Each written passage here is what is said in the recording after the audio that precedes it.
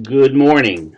We are going on the record at 8:04 a.m. Eastern Standard Time on Friday, June 18th, 2021. Please silence your cell phone, computer tones, or any other electronic devices you have near you. Audio and video recording will continue to take place unless all parties agree to go off the record. This is media unit number one, the video recording of the witness in the matter of independent investigation under New York State Executive Law Section 63 in parentheses 8. My name is Mark Friedman. I'm your certified video legal specialist. Your court reporter today is Sylvia Waggy, and we are both from the firm of Veritex Legal Solution. All counsel consent to this remote video arrangement and waive any objections to this manner of reporting. If there are any objections to the court reporter swearing in the witness remotely and this remote video arrangement, please state them now. Hearing no objection, would counsel now state on the record their appearances and affiliations, beginning with the noticing attorney. Good morning. My name is Jennifer Kennedy Park. I'm a partner at the law firm Cleary, Gottlieb, Steen, and Hamilton. But for today's purposes, I've been appointed as a special deputy to the first Deputy Attorney General of the state of New York. Good morning. My name is June Kim. I'm also a partner at Cleary, Gottlieb, but for today appearing in my capacity as a special deputy to the first Deputy Attorney General. Karen Dunn from Paul Weiss on behalf of the witness, Annabel Walsh. Aaron Delaney from Paul Weiss on behalf of the witness, Annabel Walsh. Any other appearances? Ms. Mustafa, could you please appear for the record? My name is Hayat Mustafa. I'm an associate at the law firm at Cleary, Gottlieb, Steen, and Hamilton, and I'm also appearing in my capacity as a special deputy to the first deputy of the New York Attorney General. Anybody else? Would the court reporter please swear in a witness and we can proceed? If you please raise your right hand so I can administer the oath. Do you swear to tell the whole truth, nothing but the truth, so help you God? I do. Thank you. You may proceed. Good morning, Ms. Walsh. Good morning. How are you? I'm good, thank you. How are you? Well, thanks. Good. So as you just heard, Mr. Kim, Ms. Mustafa, and I have been appointed by the New York Attorney General, as well as lawyers from the law firm Vladeck, Raskin, and Clark, to conduct an independent investigation under New York Executive Law Section 63(8) into allegations of sexual harassment against Governor Andrew Cuomo, as well as the surrounding circumstances. You understand you are here today pursuant to a subpoena that's been issued in connection with this investigation, correct? Yes. Great. And you know we're being video recorded, correct? Yes. And you know you're under oath, correct? I do. And you understand that that means you must testify fully and truthfully, just as you were in a court of law sitting before a judge and a jury, correct?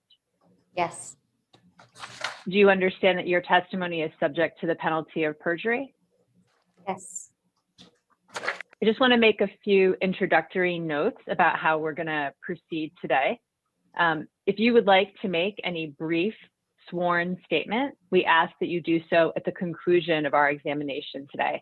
I'll remind you of this at the end of the examination, okay? Okay. Although this is a civil investigation, the New York Attorney General's office also has criminal enforcement powers. So you have the right to refuse to answer a question if answering the question would incriminate you. However, a failure to answer a question can be used against you in a court of law in a civil proceeding. Do you understand? Yes. Okay. You're appearing today with your attorneys. You can consult your attorneys about privileged matters, but this isn't a standard deposition. So your attorneys will not be speaking unless they have something important to clarify or they want to discuss privilege. If that happens, I would ask that you answer the question I've asked you first before we do any of that conversation. Do you understand? Yes. We have a court reporter present with us, Sylvia. She's the most important person in the room today. She needs to take down my questions and she needs to take down your answers. And we're also on Zoom, so this can be a little bit challenging. But so that she can do that, you have to provide a verbal response to my questions. You can't shake your head or nod or say, mm-hmm. Do you understand? Yes. Great. And we need to wait for each other to finish talking over the course of today. And I'll do my best to do that. And I know you'll do your best to do that. All right. If at any time today you want to clarify an answer that you previously gave, you should just let me know. All right. Okay. And if you don't understand a question I'm asking, let me know that too. And I'll try to ask the question in a different or better way. All right. Okay. Sorry. We couldn't yes. hear your answer. Sorry. Yeah. There you go. We'll just start practicing. Make sure Sylvia can hear. Okay. I'm going to be asking about some names and dates and other information today. When I do that, even if you don't remember a specific name or a specific date, I'd like you to give me your best approximate answer. Okay. And just tell me that the answer is approximate. Understand? Yes. If you need a break at any point, please let me know and we'll take a break. You just have to answer the question I've asked before we do that. Got it? Okay. Okay. We have two of your lawyers on the record, but am I correct that other than the two lawyers on the record, there are also two additional lawyers in the room with you? Is that right? Yes, that is correct.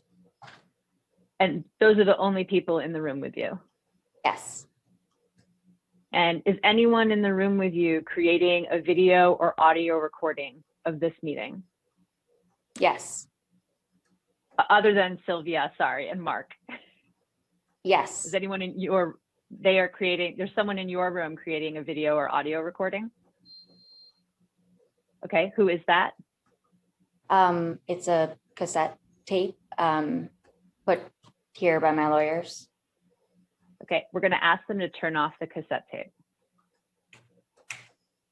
So is there some reason that we're not allowed to audio record for testimony? Yes.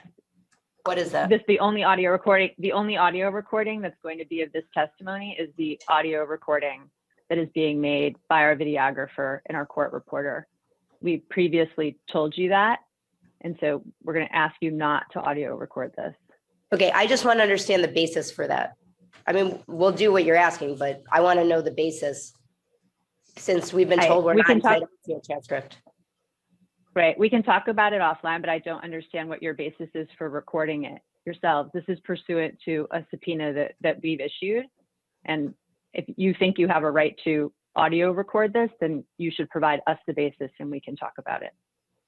All right, I guess we'll have to argue about this later. As you know, our view is that, I mean, we were entitled to any part of this transcript that that's used publicly. But since we've been denied access to a transcript generally, we don't see that there would be any basis to prevent creating a recording. So I'll tell you, first of all, we don't agree with your interpretation of civil rights law, section 73, which permits the access to transcripts if those transcripts are being used in a criminal proceeding, which this is not, as I have just advised Ms. Walsh.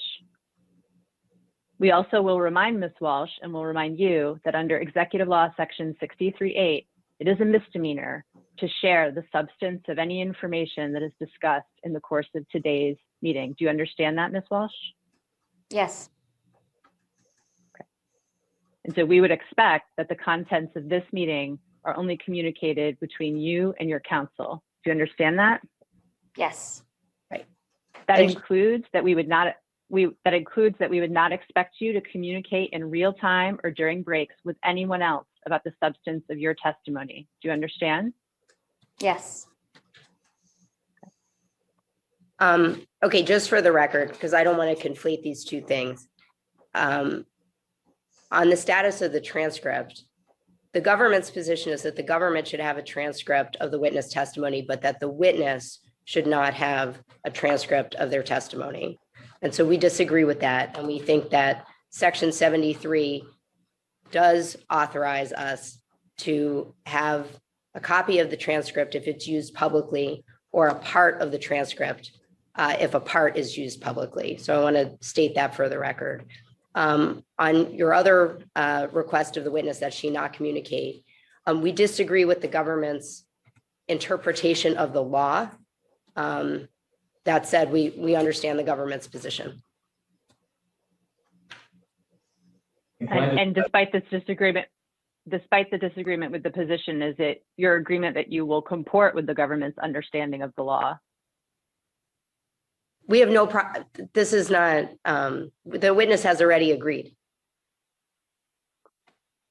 I can just add something. I mean, you can disagree with the reading of 63A. I think Ms. Kennedy Park has put both your client and yourselves on notice that it is our position that 63A actually applies to counsel, and that disclosure of information that you've learned through our interview would constitute a violation of 63A. And I don't know, and presumably you will provide it to us, the basis for the belief that a witness comes into an on-the-record testimony in a deposition with the New York Attorney General's office and has the right to record it initially without providing notice to the interviewing counsel. But again, we don't believe there'd be any authority or precedent for that, but welcome to provide it to us. But for now, we would direct you to not record on your side this testimony. Okay, we understand the government's position. We will not record the testimony, but with regard to the government's interpretation of 63(8) and its application to counsel, you know, just for the record, I cannot understand how there's a legal basis for that interpretation, which does not mean that that's what we intend to do. We just have read the statute and don't see the basis for your interpretation in the statute. Okay. I don't want to waste any further time of this witness's time having this argument on the record, so we can have a discussion about that at another time. But the witness has confirmed that she has agreed. So Ms. Walsh, are you taking any medication or drugs that might make it difficult for you to understand my questions today? No. Have you had any alcohol today? No. Is there any reason why you would not be able to answer my questions fully and truthfully? No. Thank you. Could you state your name, date of birth, and current home address? Yes, my name is Frances Annabel Walsh. I was born. My current home address is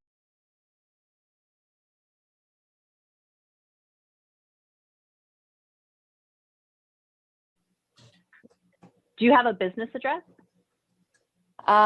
yes. What is it? Oh, sorry. It's Have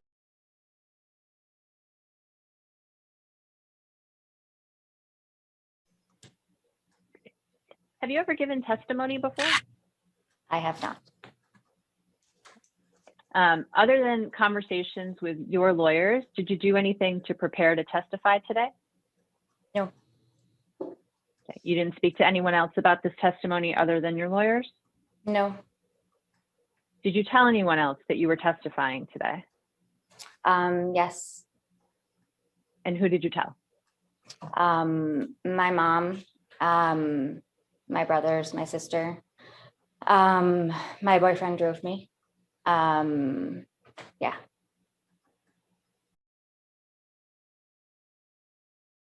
That's correct. Can you you should have a binder, or spiral bound binder of documents that we sent over to you and your counsel last night, and that my understanding is you just opened before the video recording began. Is that correct? I can't, Yeah, I couldn't hear you. Sorry, yes. Okay. And can you please open that binder and turn to tab 1?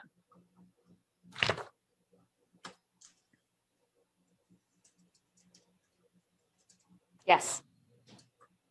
Right. Is this the testimony subpoena you received from the New York Attorney General's office? I believe so, yes. Did you read this subpoena before today? Yes, Do you understand that your testimony today is being taken pursuant to this subpoena? yes. Thank you. If you could turn to what is tab 2 of that binder, we're going to mark this as the next exhibit. And take a moment to take a look at that and then just look up when you're ready.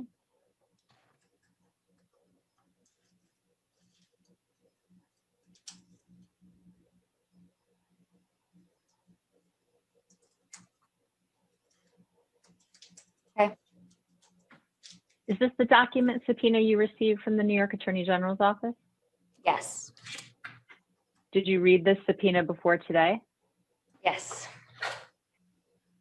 And how did you go about complying with this subpoena? I sent it to my lawyers and then I turned over my phone and email and computer. And they asked several And other, about what else I would have that would be relevant. and other than the phone, the computer, and what was the third thing you turned over? I'm sorry, phone, computer, and That was it. We talked about what other things might be relevant that I had. so your phone, computer, and your email. Since you turned those materials over to your counsel, have you found any additional sources of documents? I have not. You can go ahead and put that binder aside for a few minutes. Please just describe your educational background, high level for us. I graduated from NYU. I went to Groton High School. And what degree did you get from NYU? English literature, English and American literature. Did you attend any educational institutions after NYU? No. And after NYU, what was your first job? Working in the governor's office as an executive assistant. Had you had any jobs before that? Previously in my senior year of college, I worked on the Obama 2012 campaign. And my boss there hired me to work in the governor's office. He was the downstate director of intergovernmental affairs. Sorry, I think maybe I didn't make my question clear. Prior to your job in the governor's office, did you have any jobs? I had worked in on the President Obama's 2012 reelection campaign, but I was a volunteer, so no. But I had worked as a waitress before that. But I guess that was my only paying job before. Okay. Did you do any internships before that? Yep. Before working on the President Obama's reelection campaign, I was an intern at Helmut Lang. I was an intern at Diepo Restrepo. It was a shoe company. Yeah. And you started to tell us about how you came to be employed in the executive chamber. But why don't you go ahead and tell us how that happened? So in the spring of my senior year, when I was talking to folks about jobs, I talked to my former boss from the Obama campaign, and he offered me a job to work in the governor's office as his executive assistant. Who was the former boss?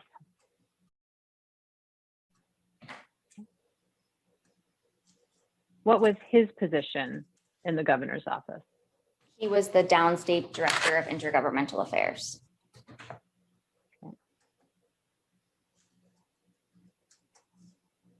How long had he been in that position when he hired you? I don't remember exactly. I don't think very long, but I can't say for sure how long exactly. What did he tell you about the role? I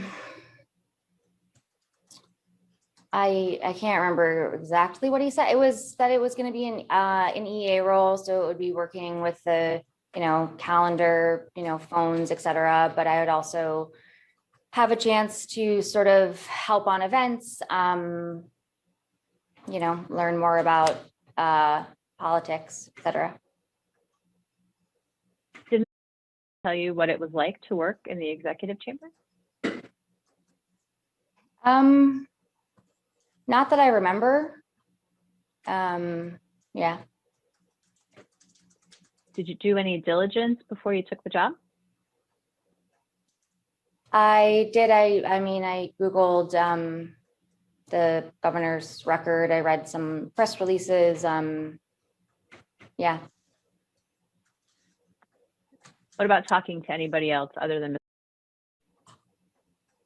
No. Did you have to interview? I forget. I did go in. I think I met with to talk about it, but I mean, he and I had previously worked together, so he had seen my work product and knew me pretty well from that. Did you have to interview with anyone other than, or talk to anyone other than? Not that I can remember. I had to do a background check, so I think I spoke to a trooper or an investigator rather, but I believe that was it. When did you start in the executive chamber? July of 2013. What office did you sit in? I sat in a cubicle on the 38th floor outside of the office. When you say the 38th floor of what address? Pardon me, of 633 3rd Avenue, the governor's New York City office.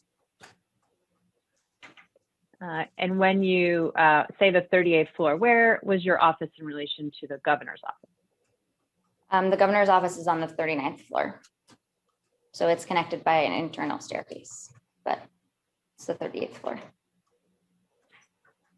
As executive assistant, what did it turn out the job responsibilities actually were?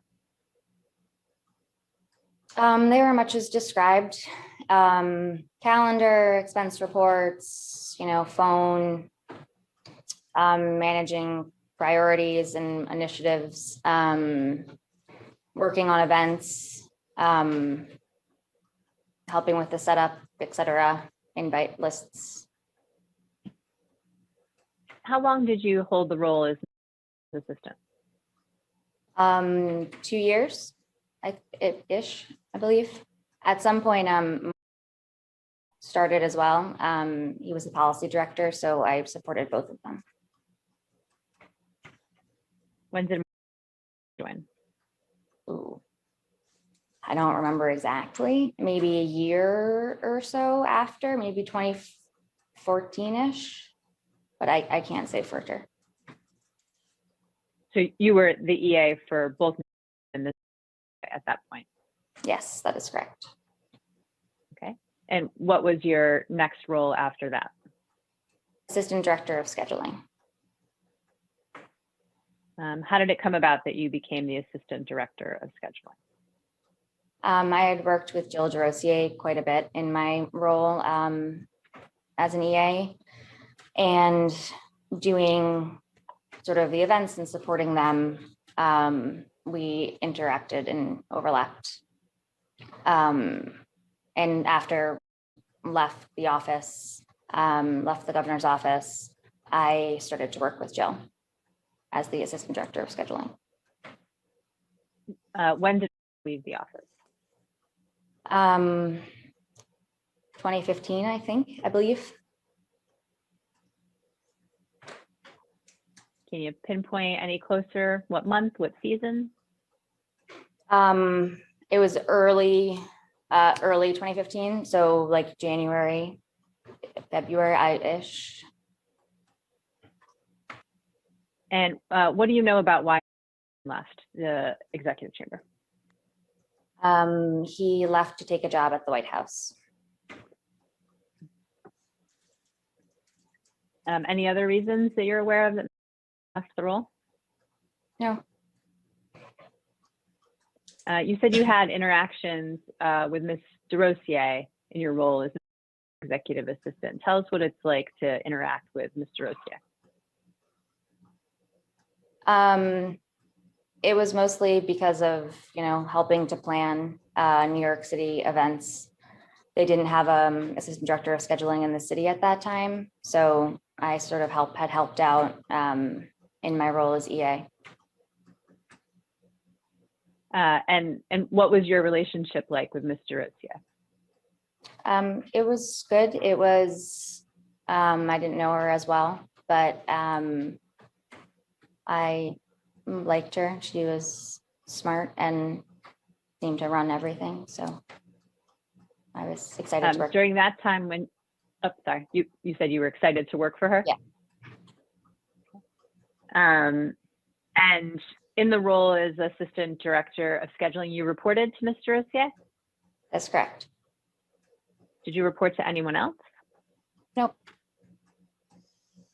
And what were your responsibilities as the assistant director of scheduling? I would help do the timing for events and for the governor's travel. So calculating how long it would take to get places, go through invitations and flag ones for jail, general kind of coordinating of events and running down information. Yeah. In your role as assistant director of scheduling, did anyone report to you? No. How long did you hold the role of assistant director of scheduling? For a year and a half, almost 2 years, I'd say. So let's say that puts it sometime in middle of 2017 or early 2017, is that right? I think it was maybe later 2016, but I can't remember exactly. What was your next role after assistant director of scheduling? Director of scheduling. How did you get your promotion? I had been sort of doing the job for quite some time. The person in that role wanted to do something else. And I wanted the title to reflect all that I was doing. Did you, well, I guess who held the role before you of director of scheduling? Andrew Ball. What do you know about why Andrew Ball left the executive chamber? He was struggling with getting the right role, I would say. He didn't want to work in events anymore, but that was sort of where he always kind of fell back into. So he wanted to no longer work there and do something else. Any other reasons that you understand Mr. Ball wanted to leave the executive chamber? He wasn't very happy there. So I know he was happy to move on. And did you have any conversations with Mr. Ball about him being unhappy in the executive chamber? Yes. What did he tell you? I can't remember exactly all of the conversations, but I knew that he was done with the role, had been there. He wasn't, he no longer wanted to work there. He didn't like he no longer wanted to work for the governor. And why didn't he want to work for the governor? I think he was, and I don't want to opine for him, but from what I remember from conversations, he was sort of he was fed up. He'd been there for a very long time and he wasn't wild about it anymore. Mr. Ball was the governor's body man, right? For some time, yes. He held a lot of different roles in the governor's office. He was a deputy secretary for intergovernmental affairs. He was the director of scheduling. He had a few other roles as well. And what did Mr. Ball tell you about what it was like for him to work with the governor? From what I remember, it was more, you know, he, in the beginning, I think he really enjoyed it. And then at the end, he didn't want to work there anymore. He didn't like it. Right. I'm asking more specifically, do you remember anything else Mr. Ball told you about his feelings about working for Governor Andrew Cuomo? I can't remember exactly. I know he was massively unhappy. And yeah. Maybe I'll ask the question a different way. What did you observe about how the governor treated Andrew Ball? They certainly had a difficult relationship at times. They could get along swimmingly, or they could be very much at odds. They sort of, yeah. What does it look like when Mr. Ball and Governor Cuomo were at odds? Depending on the situation, you know, Andrew might not always, you know, he wouldn't necessarily come to meetings or, you know, be in the office as much. If he was frustrated, they would certainly get into, they could yell at one another in meetings. They could get frustrated with one another. Yeah. Have you ever observed the governor insulting Mr. Ball? There was a time when we were in a meeting and the tensions were very high, and they were yelling at one another, and there was some name calling. What was the name calling? There were quite a few things that were tossed back and forth. A lot of swear words, but the one that sticks out in my head was the governor called Andrew. Any other occasions on which you observed the governor and Mr. Ball interacting in a difficult way? None that stick out in my mind. Any other things you can remember specifically about what Mr. Ball told you about what made him unhappy about being in the executive chamber?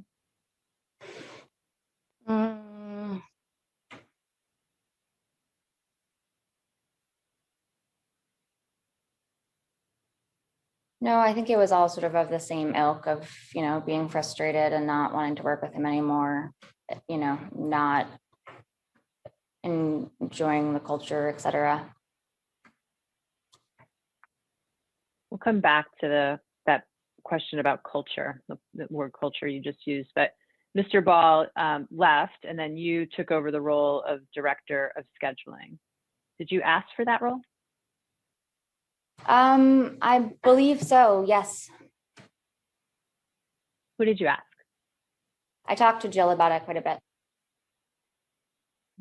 And tell us about those conversations. I don't remember exactly what they were,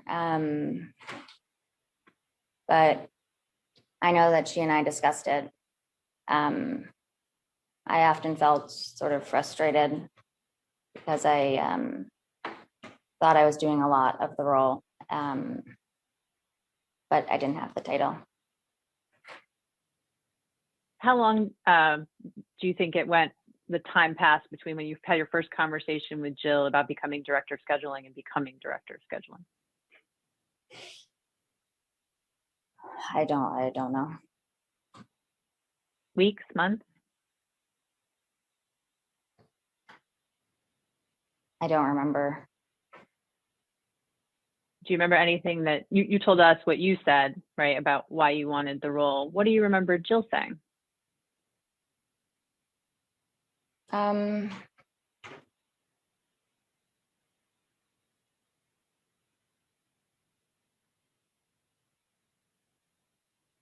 don't know. I don't remember. I know that she heard me. I think she saw it, but I can't remember what she said exactly. Can you remember anything she said?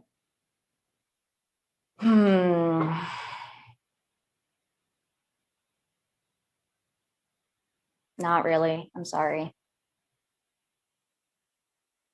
Did you get a salary increase when you moved up to director of scheduling? I think so. I don't remember. I don't know for sure, but I think so. Did you talk to Jill about the salary increase? Yep, I would have talked to Jill. What do you remember about that?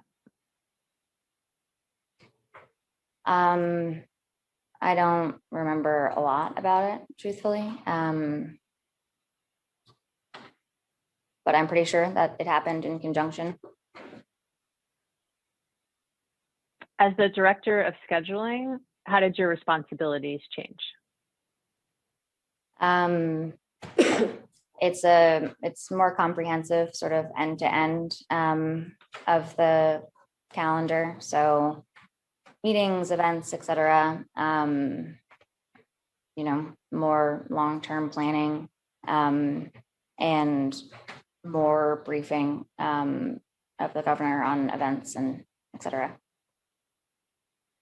So in your role as director of scheduling, did you make decisions about what events the governor would or would not attend? Yeah, usually with yes, with you know, usually talking it over with some folks, especially in the beginning. At any point, did you have authority to make those decisions on your own?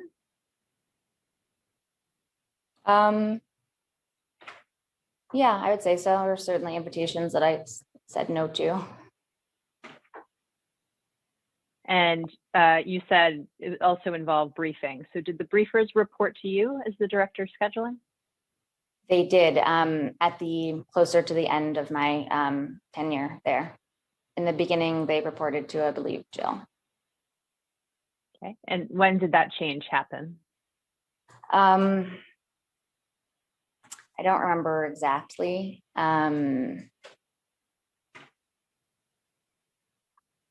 2019, I think, but I can't say for sure.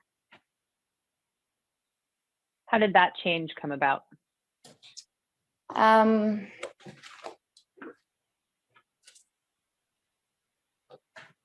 I forget. I think it was, we were having a,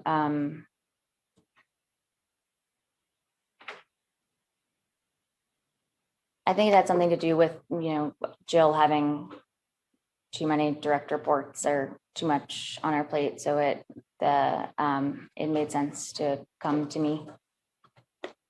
Did you advocate for the change?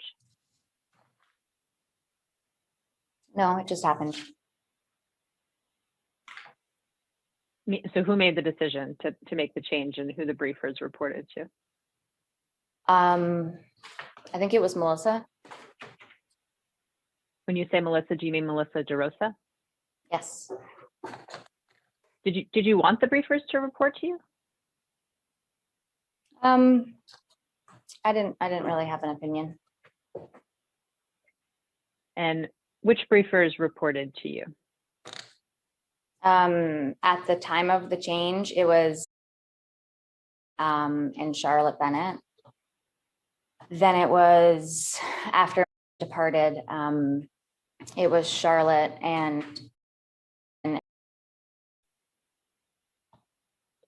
did anyone else report to you at any point? The assistant director of the assistant directors of scheduling did. And who were the assistant directors of scheduling that reported to you?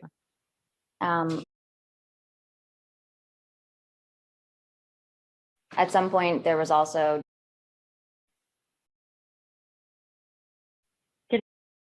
Ever report to you? yes, apologies as well, and for a short time as well. How did you go about supervising the briefers? It was mostly making sure that they had the information they needed to pull briefings for the governor, reviewing the briefings ahead of them going to the governor, helping them to get responses if folks weren't being responsive. Yeah. Were you involved at all in hiring briefers? I interviewed, and I believe I interviewed as well, but I don't remember exactly. When you were interviewing people, what qualities were you looking for? I was looking for somebody that was organized and diligent, that could be, a bit of a creative thinker as far as research goes, sort of beyond the normal information. Mostly, somebody that didn't mind, having to, I would like to let them know that it could include work on weekends and et cetera. So that was important.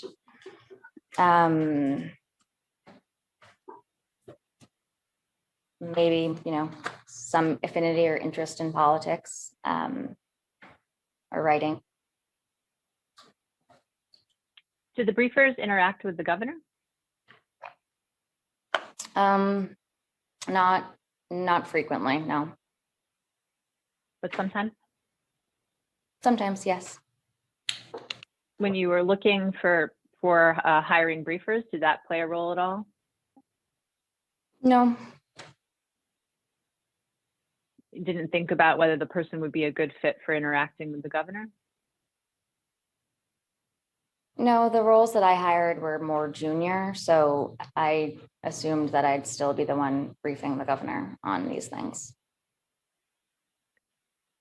In the list of people you told us reported to you as the director of scheduling, there weren't any men on that list. Did you leave anybody out who was a man? No. Did you interview anybody who was a man? Yes. How many? I can't say for sure. I'd say a handful. And how many women do you think you interviewed? I'd say the same, a handful. And why don't you tell us some of the reasons why some of the men didn't get the job? There was somebody that was upstate that worked in Albany. I believe he had worked for a assemblyman or senator, I forget which. And I remember him not seeming as interested in the details. I didn't think he would actually like the job. It's a lot of sort of printing and hole punching. So I think he wanted a bigger job. I remember somebody in New York City, but I don't remember why. Yeah. Did the person's gender play any role in your decision who to hire? No. Did the person's physical appearance play any role in your decision on who to hire? No. Did you ever notice that it happened to be all women? Yeah, the people that worked for me, yeah. And did you give any thought to that or think about doing anything about that?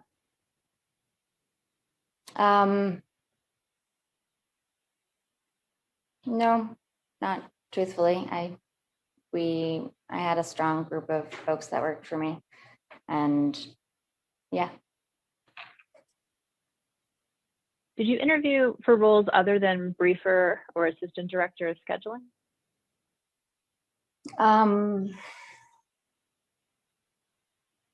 Yes, I interviewed for the downstate director of governor's offices. Any other roles that you participated in interviewing people for?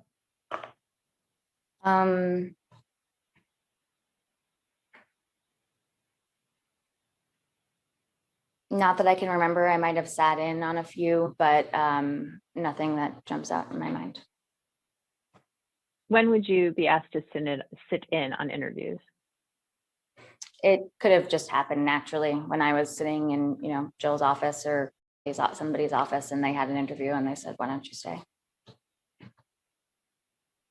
Any occasions on which you remember specifically being asked to participate in an interview for a role outside of what you just described? No, not that I remember. Is either the assistant director of scheduling or director of scheduling, did you have a role in deciding who traveled with the governor? I did.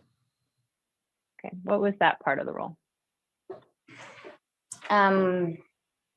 Depending on the event or the schedule for that day or sort of upcoming, he would normally have press person and a policy person that was relevant to the events of that day or upcoming that he might need to talk about.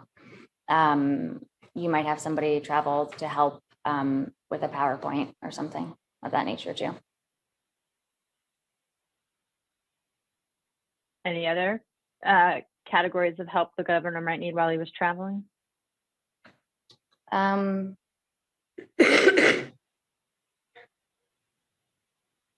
No, not that I can specifically remember. Did the governor have preferences about who he did or did not want to travel with him? Occasionally, yeah. Tell us about those.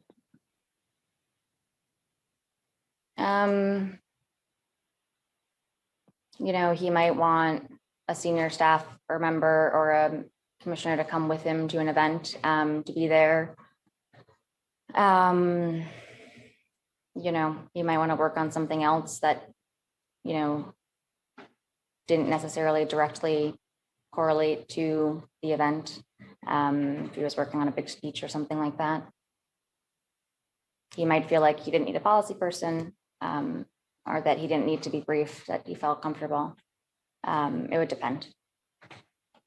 What about specific people? Did the governor have views on specific people he did or did not want to travel with him? It would depend.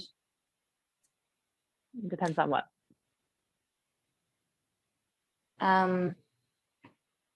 Sort of the day, the event, the sort of general just situation, I'd say. Okay, removing it from sort of the needs of the event, did the governor have particular preferences about people he did or did not want to travel with him?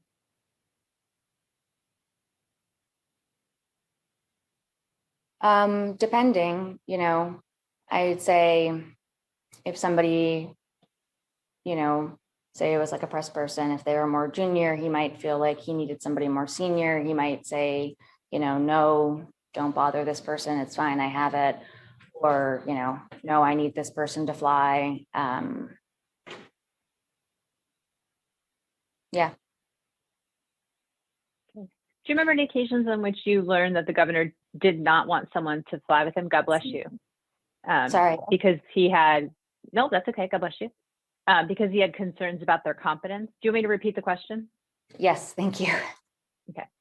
Are there any occasions on which you came to understand that the governor did not want someone to travel with him because he was concerned about their competence? Yeah, I'd say so. I think, they might not know enough about this. They might not be the right person. What are some examples?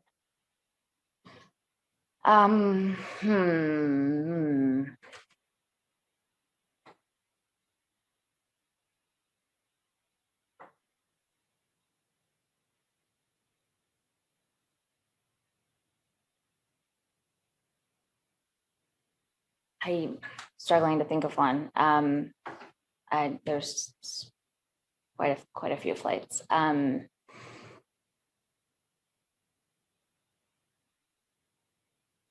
Yeah, I can't bring one to mind immediately. You can't remember any occasion on which you learned that the governor didn't want someone to fly with him because he didn't think they were competent.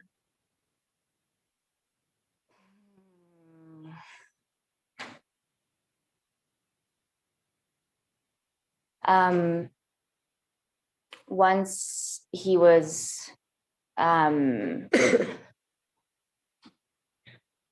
traveling, it was storm travel, I believe. And he wanted, he didn't want Rich as a party to fly. He wanted Danny Lever to fly because he felt that she would be a stronger press person in the melee. Any other examples? Not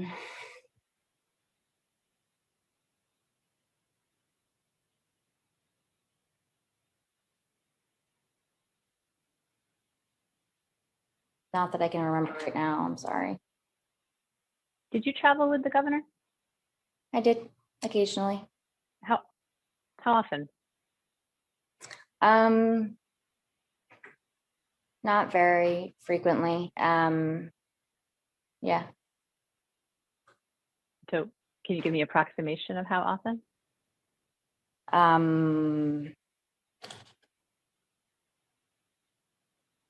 Maybe like a couple of times a year. It was very dependent on sort of what was happening. Yeah, why don't you tell us one example of when you traveled with the governor?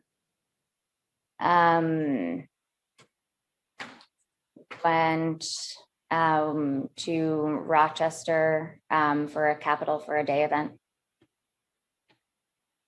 How'd you get there? We flew in the King Air. And why were you at that event? I was there to help type a speech for him on the way there. And was that when you were the director of scheduling?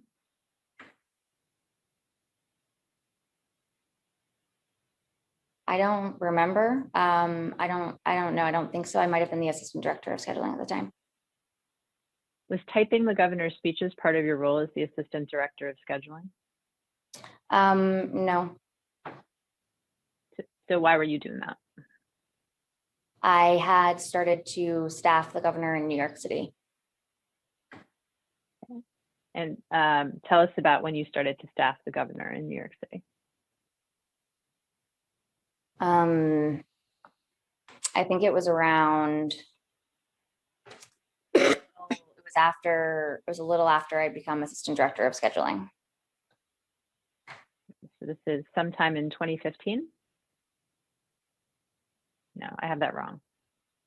Do I have that wrong? I think, no, I can't remember. I think so. I'd say around there, 2015. Yeah, I think that sounds right. Okay. How did that happen? Stephanie Benton and Andrew Ball had asked me about it and talked to me about it for a little bit. Yeah, that's how that happened. Okay, what did Miss Benton tell you? I don't remember exactly, but you know, they talked about some of the pieces of the role. A lot of it, they said, you know, answering phones, etc. Anything else Miss Benton said about the other pieces of the role? Oh, trying to remember. I don't really remember. I just remember sitting with Andrew and Steph.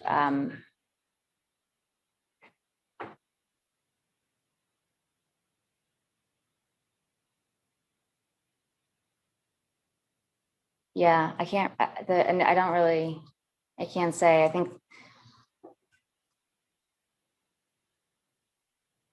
it was phones and sort of, being up on, I remember like reading the news and, and being in the sort of, knowing what's happening in the office, like events, et cetera. And what do you remember Mr. Ball saying about taking on this role?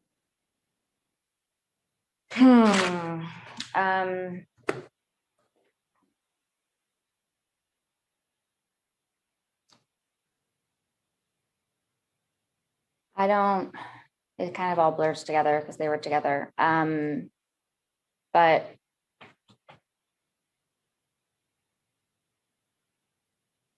think sort of the same type of things.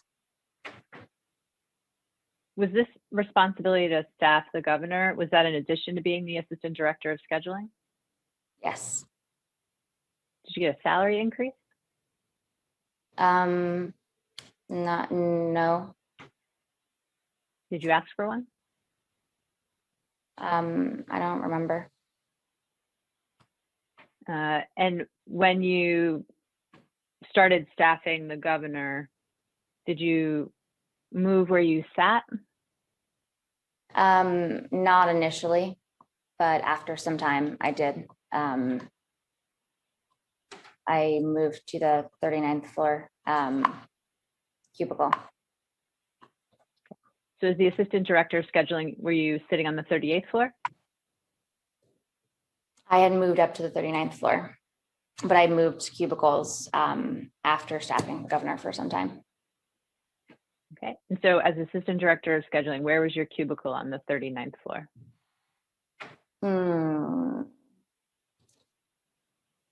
Wow. It was on, it was near the press office on the 39th floor. And where was that in relation to the governor's office? It's a big square, so it was on it's hard to explain. It was sort of, if the square, he's sort of on the right side of the square, it was on the left side of the square. And at some point after you'd been staffing the governor for a little while, where did your cubicle move to? Outside of Stephanie's office, outside of the governor's office. Okay. And so Ms. Benton's office is right outside the governor's office, is that right? Correct, yes. And where was your cubicle in relation to Ms. Benton's office? Right outside. Okay. In any of the roles that you just described to us, did you have responsibility or a role in determining salaries for other people? I got, I know I spoke to some of the people that worked for me about getting them raises, et cetera. Which people that worked for you did you speak to about getting raises?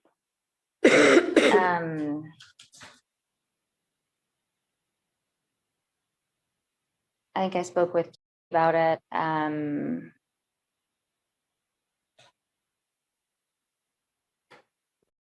Definitely, Charlotte. I can't remember about. Maybe I can't quite remember the others. Okay. What happened in the conversations with about her salary raise? I don't remember exactly. I know that she wanted a raise. I think it was ahead of her expecting her first child. Yeah. Did she get a raise? I don't remember. I think so. I assume so. But I don't remember exact. I can't say for sure it happened then. What was your view on whether she should get a raise? Yeah, he's a great worker. Did you advocate for her to get a raise? Yeah, I spoke with Jill about it. What about her raise? Mm-hmm. I talked to her about it when she was in Albany, and then again when she moved to New York City. And what did you talk about? She was asking, you know, she wanted to get more money. I think in one of them I had promoted her from assistant director of scheduling, excuse me, to like deputy director of scheduling. I can't remember the name exactly. And did she get the raise? Yes. I think, yeah. I know you said Charlotte Bennett. We'll come back to her in a little bit. I think you said, is that?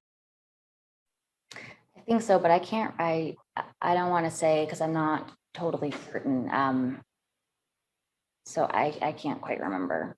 I feel like maybe, but I don't want to say for sure. Meaning you don't know if she got the raise or not? I can't remember if we talked about a raise or yeah, I can't remember if that happened or not. So what was the specific role again? She was the assistant director of scheduling. What was her role before that? Assistant director, she was only the assistant director of scheduling. Did she, before she left the chamber, did she change into any other role or did she always stay the assistant director of scheduling? No, she always stayed the assistant director of scheduling. Do you ever remember, you don't remember her ever bringing up whether she should get a raise? I can't remember. I feel like we might have had a conversation about it, but I can't remember for certain. Do you ever remember her being upset about her salary? No.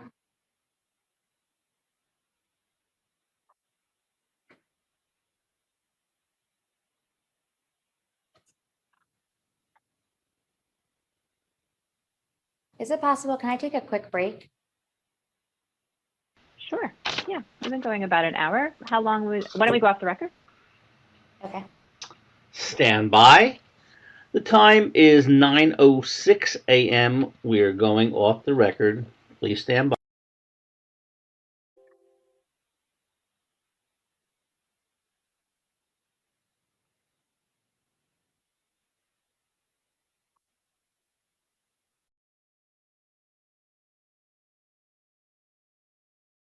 I am very sorry. The time is 9:23. We are back on the record. This will be the start of media unit number 2. Sorry. Thank you. Ms. Walsh, I just want to remind you that you're under oath and you requested a break. Are there any answers you'd like to clarify before we continue? No. When we were discussing Andrew Ball a few moments ago, you mentioned he had concerns about the culture of the executive chamber. How would you describe the culture of the executive chamber? It was certainly could be a difficult place to work. There was long hours. It was very stressful. Could be very high tensions. It was also, you know, there was camaraderie there too. But it was, yeah. Have you ever used the word toxic to describe the executive chamber? I believe so. In reviewing documents for this, I saw that. Is that an accurate description of the culture of the executive chamber? I think it depends. I think it depends on what you mean by toxic. I feel like in that moment, I certainly was upset and said that and felt that way. Yeah. What did you mean by toxic?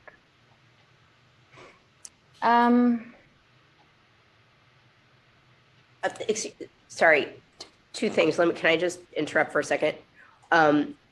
One thing that I neglected to do before, but I see is happening, is over the break, the witness had asked whether there's any way to put the screen so that she and Ms. Kennedy Park are side by side, because the Zoom video requires her to sort of look at a little box to the side. And I apologize for not asking that. The second thing, though, that I would say is, if the current pending question is directed towards a document, would it be okay to show the witness the document? It's not directed towards the document, so we'll wait on that, but I defer. Why don't we go off the record?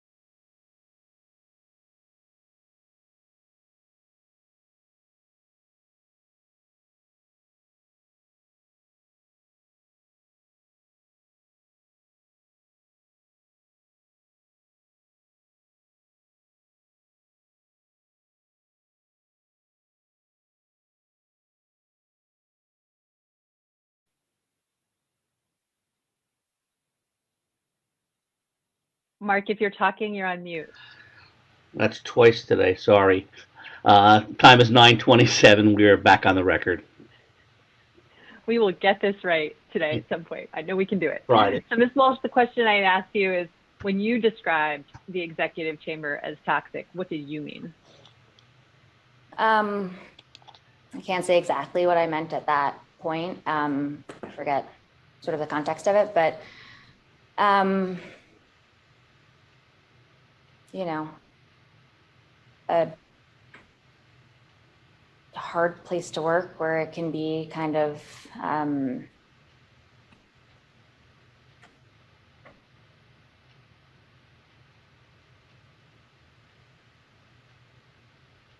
sort of lonely and difficult. Yeah. What do you mean by difficult? I mean, you work really, really, really hard all day, every day. And it can be tough to not to sort of run at that rate all the time. And, you know, it's not always enough, or, you know, you don't always, you know, sort of one thing ends and then it's sort of on to the next thing that's happening. Is the long working hours equivalent to a toxic work culture in your mind? It would depend, I guess. I'm asking you, are those the same thing? I mean, it certainly can feed into it. What are the things fed into the description of the executive chamber used as being toxic, other than the long hours?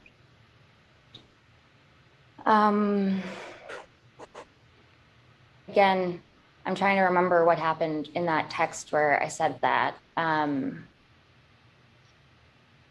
But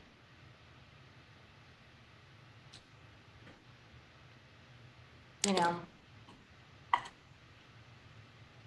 just working really hard and having it not, you know, and still not necessarily, it's sort of just like from one was very much from one thing to the next. And it's like, you know, it could be hard. You could get yelled at, you could do something, but it wasn't necessarily right. You know, I think things that can happen in sort of any place, but I think it's a more high pressure situation. So yeah. You don't work at the executive chamber anymore, do you? No. How would you compare your current culture, where you work now, to the culture of the executive chamber? There's a lot of similarities in some ways. You know, we work very hard. It's, you know, wake up early and go to bed late. But it's different in that it's not, you know, as scrutinized in the press, I think, too. So that's less of a focus. It's also different because it's sort of hybrid right now, but yeah. Would you describe your current work environment as toxic? No. So what's the difference between your current work environment and the executive chamber environment? A lot of things, I'd say, just because, you know, the work ethic and, you know, passion is similar, but the content is very different.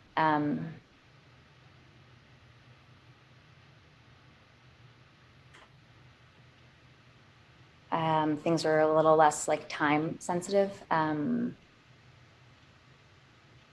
I think it's less pressure. Anything else?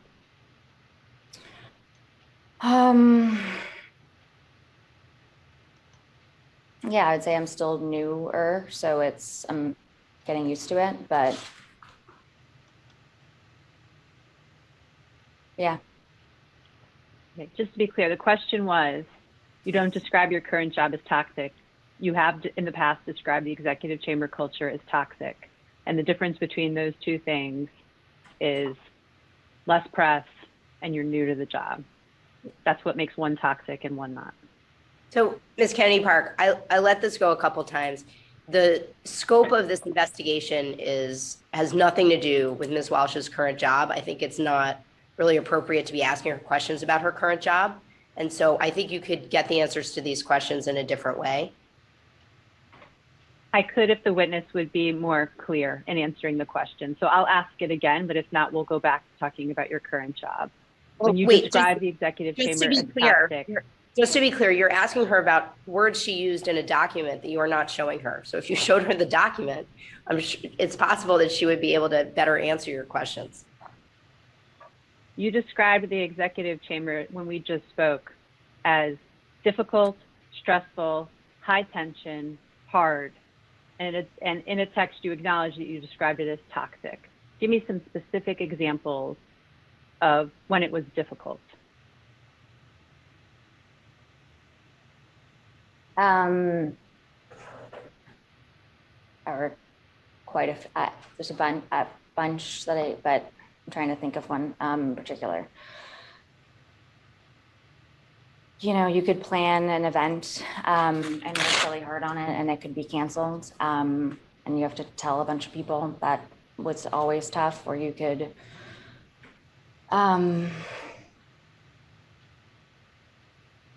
make a mistake and, you know, accidentally cancel a meeting that had repercussions outside of just canceling a meeting, like, you know, intergovernmental affairs wise.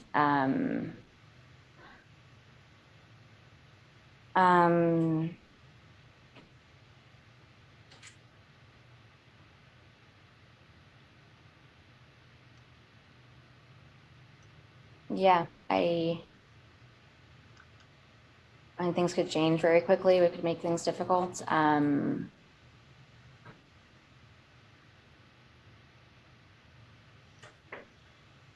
Yeah. Are there like specific things that you're thinking of? Are there specific things like that you're looking for with difficult? I'm just trying to think. No, I'm interested in what you found difficult. So have you ever canceled a meeting by accident? Yes. What happened? Lord.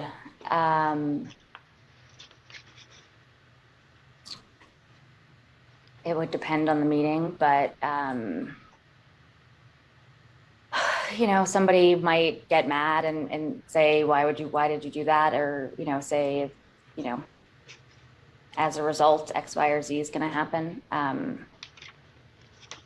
Yeah, You ever get yelled at? I did. By who? Lots of folks. I would say, you know, I got yelled at by the governor, Melissa,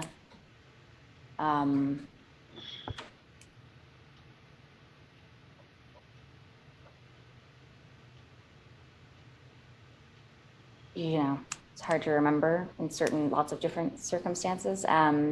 You know, Jill or Steph or Joe or, you know, Linda. Is it a common occurrence to get yelled at?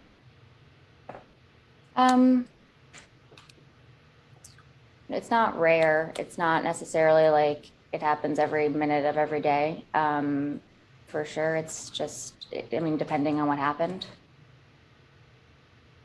You ever get cursed at?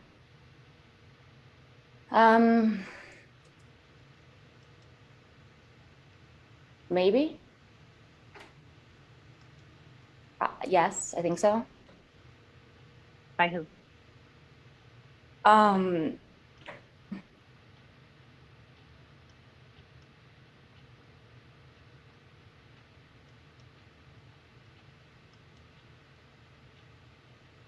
Melissa. Yeah. Anyone else? Can't remember if the governor ever did it. It's possible, but I don't know. I can't think of the exact example. Ever had any instances where you felt, I'm going to use the word belittled. Do you know what that word means? I do. Ever have any experience in the executive chamber where you felt belittled? I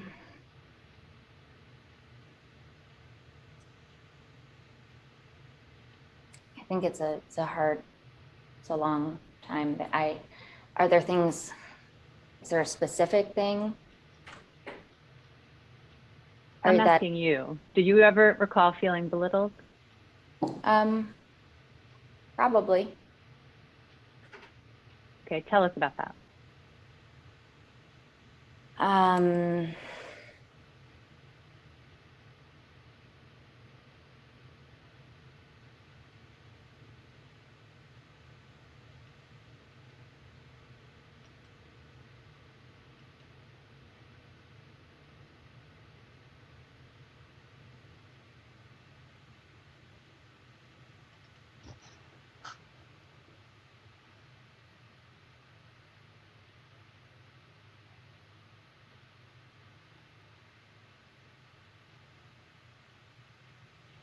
trying to think of something exactly, sorry. I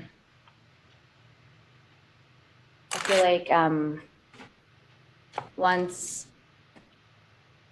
I was in charge of an event and Melissa told me that Jill should take it over. Yeah. And that made you feel belittled? Yeah. What did Mr. Rosa say? I can't remember exactly. Do you remember approximately? No, I think it was just that she asked Jill to take it over.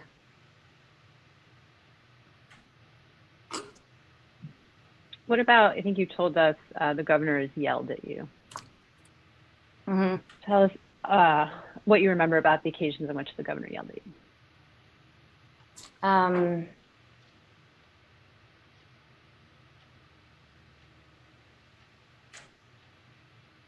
It could depend. It could be in a scheduling meeting.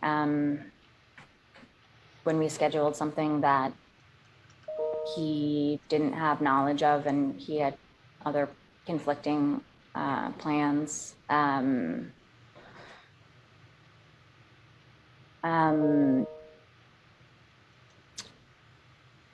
you know, it could be, I mean, a range of things, but I'd say, or, you know, an event, you know, we didn't have the right speaking order or the right sort of like introduction or talking points. Yeah, I mean, there's a lot of things like I can imagine it could have been. Those are sort of what I'd say. Has the governor ever called you names? How do you mean? Like stupid or an idiot or things that made you feel belittled?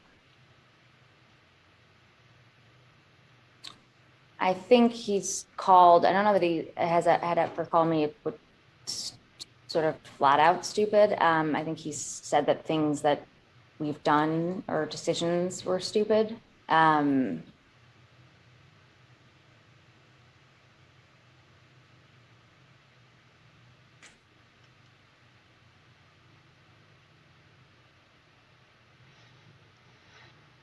Yeah. Are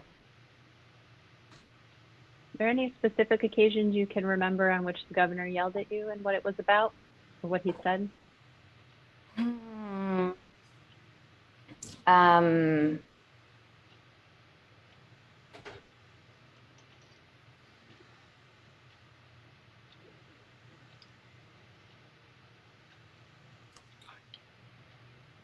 Ooh, there was an event in New York City, and there had been last minute participants added, and we hadn't vetted them. And he was angry about the fact that we hadn't vetted the new participants that were added to this event. And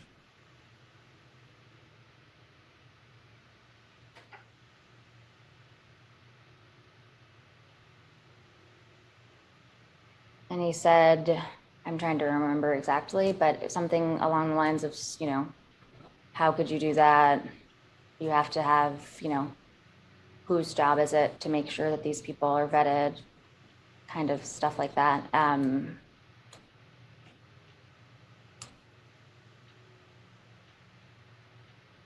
then, you know,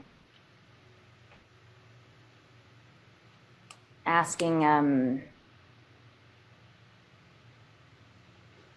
if I knew to vet them. I'm trying to think of anything else.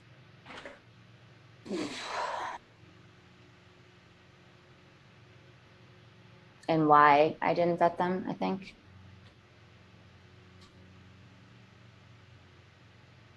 Are there any other occasions you can specifically remember? So for example, do you remember the first time he yelled at you?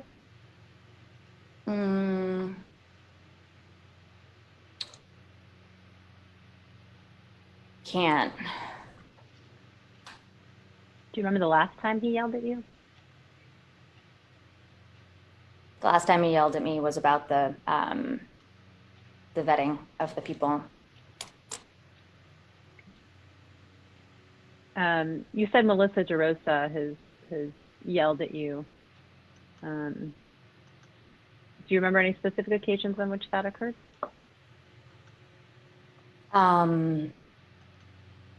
Yes.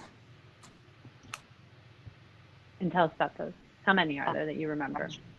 I can't say how many. I can remember one time we set up a leaders meeting in Albany, and there were 3 leaders at the time. And I was confused about who the participants should be in the meeting. And so I didn't invite a leader of the meeting. And it was a Sunday afternoon, and he was in the Bronx, and I had to call him with ask if he could be in Albany in 10 minutes, which he couldn't, obviously. And she yelled at me about that. What'd she say?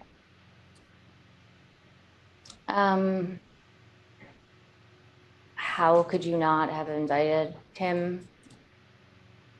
Especially during session when we're negotiating this, mostly it was regarding the fact that it was like in the middle of session and it would be bad for sort of, the budget and stuff that we were working on at the time. Have you heard the term mean girls I have. used for members of the senior staff of the executive chamber? Yes. And what do you know about how that term came to be used to describe certain members of the senior staff of the executive chamber?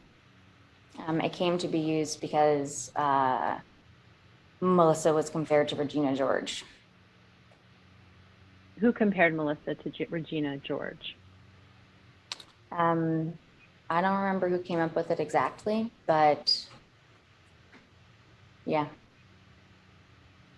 I don't want to speculate of who, but it was, but yeah, I don't know who exactly made the first comparison. Who did the term mean girls describe? Melissa, Stephanie, Jill, Danny, Andrew, and myself. Did you use the term mean girls to describe yourself? It was the name of a text chain. It certainly wasn't a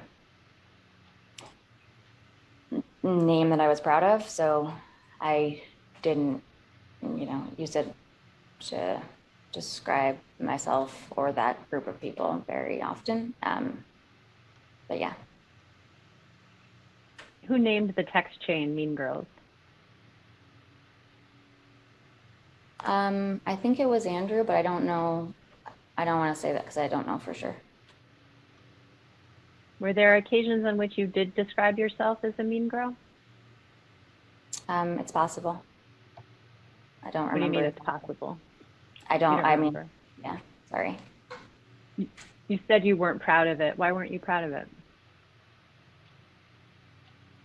Because I don't, strive or want to be a mean person. And I think I tried not to be, so.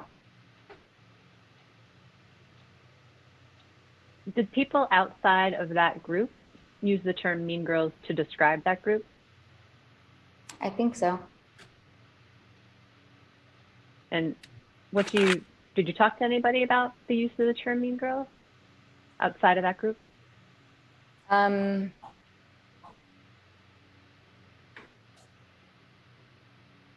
Probably.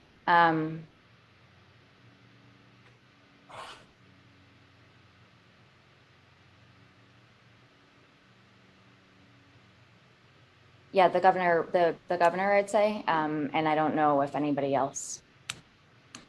But it's very. And what do you? Sorry, I didn't mean to talk over you. Please go ahead. I said it's very likely that I'd talk to other people about it, but I can't remember specifically. Yeah. Do you remember anything? Put aside the governor. You can't remember anyone else you talked to about the use of the term mean girls? I mean, I'm sure there were lots of times that I talked about it with other people.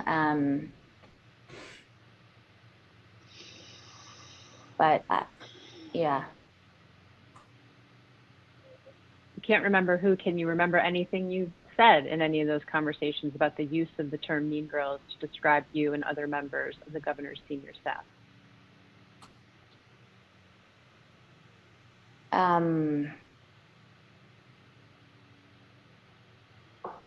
I apologize. Can you repeat it again? Sorry, one more time? Sure. You told me you can't remember. You probably did talk to some people about using the term mean girls, but you don't remember who they were. But even if you can't remember who they were, do you remember anything about those conversations? It could have been that, I was irritated about being called mean girls. It could have been a bunch of things. I can't say specifically. I'm sure that Did I you ever did. ask any, oh, sorry. Sorry. Did you No, go ever ask anyone to stop using the term mean girls to describe you? Um,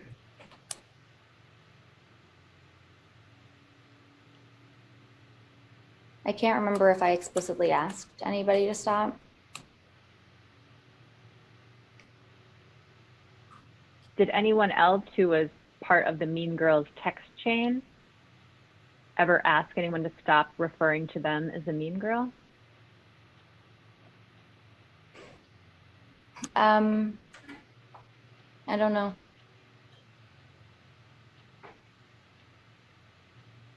And you said you heard the governor talk about the term mean girls. What do you remember about that?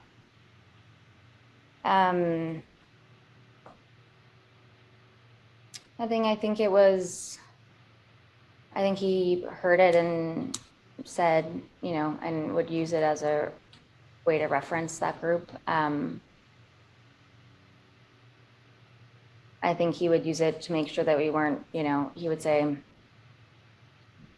something like, don't, you know,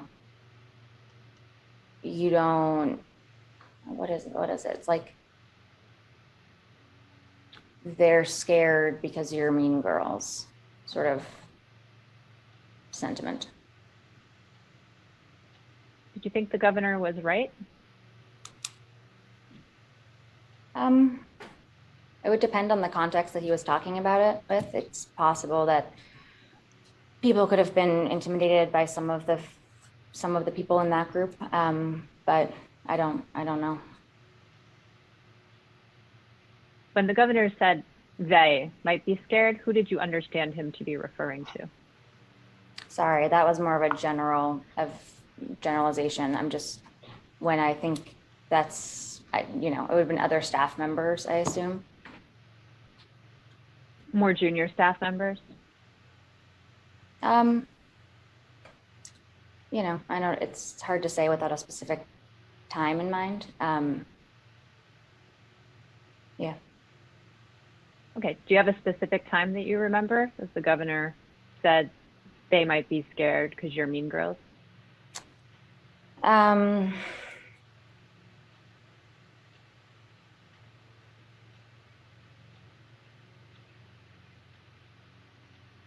No, I'm sorry. It was sort of a general sort of recollection, but I can't think of exactly when he would have said that. But it's something I just kind of remember in my brain. What impression do you think it conveyed to people outside of that group that the term mean girls was being used to describe the group?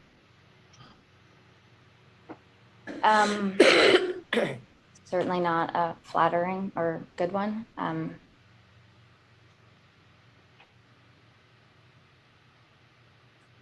Did you ever try to do anything to change the impression that the group was mean girls?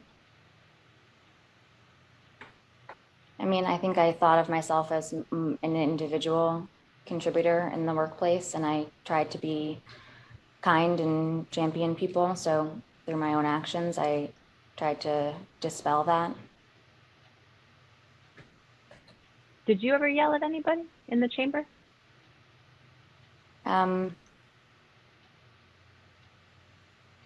Not that I remember. I tried to not act that way. Yeah. Did you ever curse at anybody in the chamber? Not that I remember, no.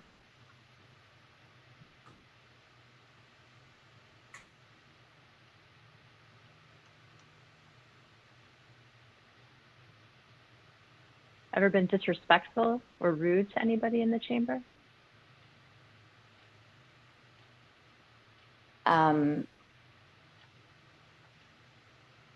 Not that I can remember. I mean, I hope not. But yeah. Have you ever made anybody cry in the chamber? Not that I know of. Ever see someone get visibly upset when you were speaking to them? No. Have you ever cried as a result of the way you were treated in the executive chamber?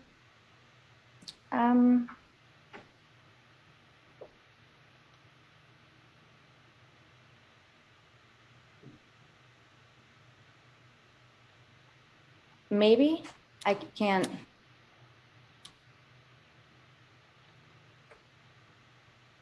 I can't think of an exact time, but I don't know that it's possible. I don't know that in 8 years I didn't, but yeah. I think you at some point in one of the text messages, why don't we just mark it as an exhibit to avoid a fight about this? Tab, hi, in my binder, it's tab 84. What tab is it in Ms. Walsh's binder?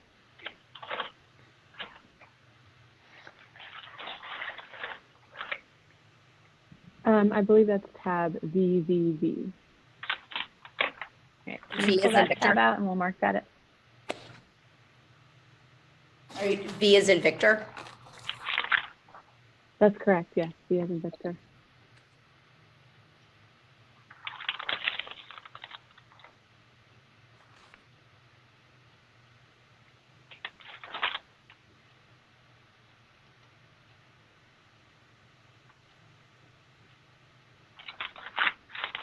This is a text message chain between you and Danny Lever from October 14th, 2019. Do you see that?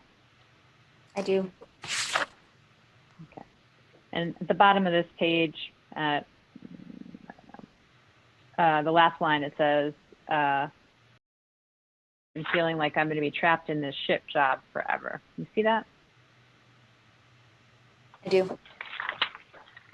Why did you describe your job in the executive chamber as a ship job? I can't say exactly what I was thinking in that moment. I don't know. Do you know what year? Sorry, what year is this? It looks to me like it is from 2019.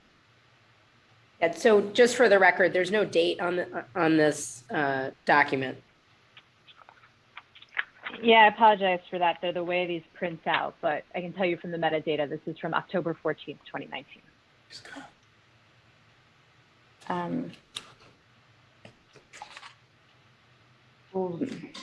I can't remember specifically why I described my job like that at that point. Sounds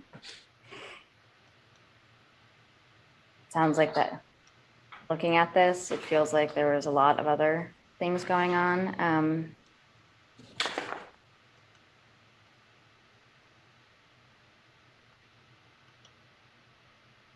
So yeah.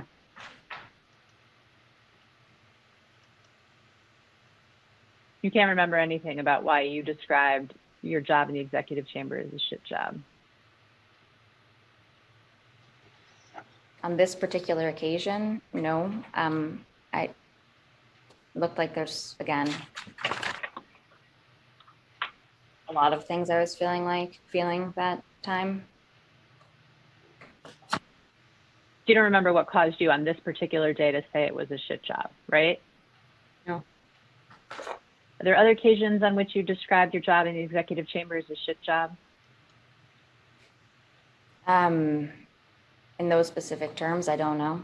It's very totally plausible and likely that I would have, complained or had times where I complained to colleagues or friends about it. Ever say that you hated your job? I would imagine, yes. Yeah. Ever say that you hated this place, this place being the executive chamber, something like that? It's possible. Okay, and tell us why you said those things. It would depend. I would need the context. Something could have happened. I could have, could have had a bad meeting. Something could have gotten messed up. It would depend. You can't tell us why without knowing what happened on a particular day. Yeah, I would think if I had said it, something there'd probably been a catalyst for me to, yeah. What are the types of things that were catalysts for you saying you hated your job? Like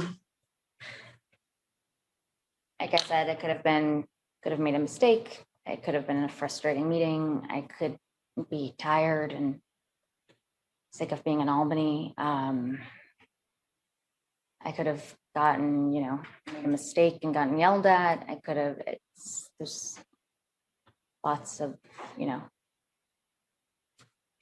things. I could have just been frustrated generally. Why'd you leave the executive chamber? I had been in the role for quite some time as director of scheduling, and I wanted to try and do something else. I felt like I had learned a lot in government and I needed to sort of learn about business and other things too. Who'd you talk to about leaving the executive chamber? I spoke with Jill about it. I spoke with DeRosa and Stephanie about it, and I spoke with the governor about it. Okay. Tell us about the conversations with the governor. I think I said similar to what I just said, which is that I've been there for a long time and, it was time for me to do other things and learn other stuff. He said that I still had more to learn there and I should think about another role in the chamber. And I said that I appreciated it and, I was thankful for all that I learned, but I felt strongly that it was time to move on. At the time you spoke to the governor, did you already have another job? I did not. And so why did you speak to him before had you already started looking for another job? I had. And at what stage in the process were you when you spoke to the governor? I don't remember exactly. I think I was talking to people and just looking and seeing what was out there. Did you apply to anywhere? I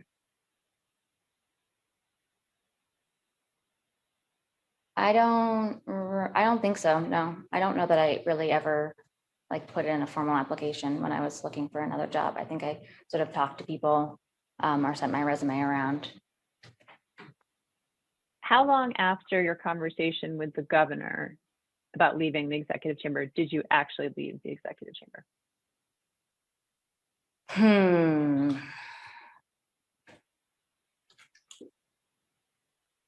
I don't remember. A few months maybe, but I don't want to say for sure, but I think a few months is accurate. And why was it a few months?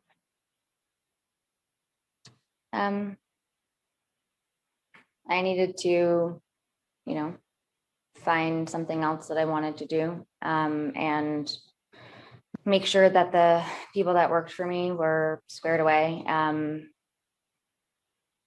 Help sort of onboard and train somebody else. Yeah.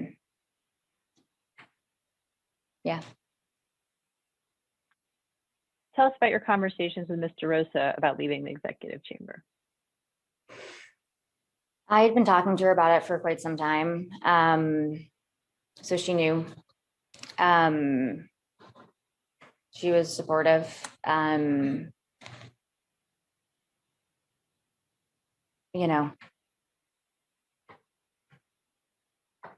to think what else. Yeah, she wanted me to go. She wanted me to be happy. Do if I wanted to leave then. Did she help you find a job? Yeah, we sat down and talked about, a list of people she thought that I should talk to. She asked around.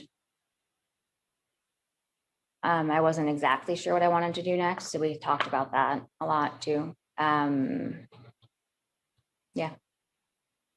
Did she make any phone calls for you? I don't remember exactly. I think she introduced me to a few people. But I don't remember. Where do you work now? I work at Clear. And how did that come about that you ended up working at Clear?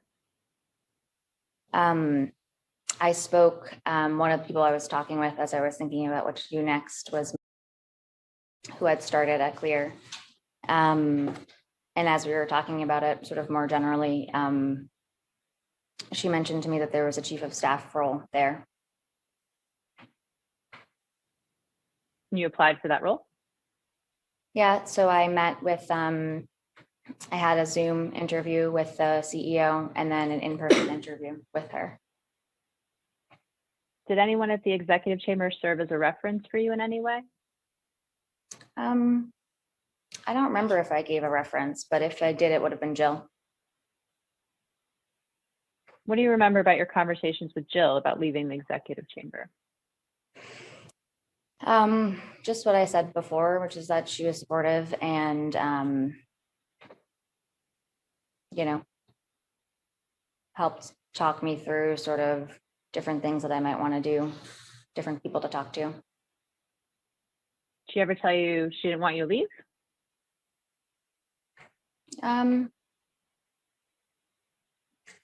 Possibly, but it would have been out of sort of, you know, more of a friendly type of collegiate way of like, you know,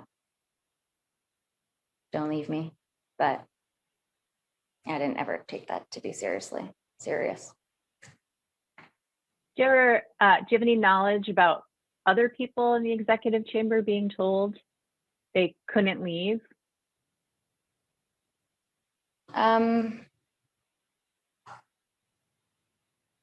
I think, you know, if somebody wanted to leave and, you know, they might have asked them if they wanted to try a different role or, you know, work somewhere else. Yeah.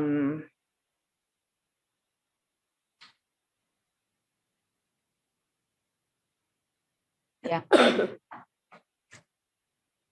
you know anything about any members of the executive chamber staff interfering with somebody's job offer? No.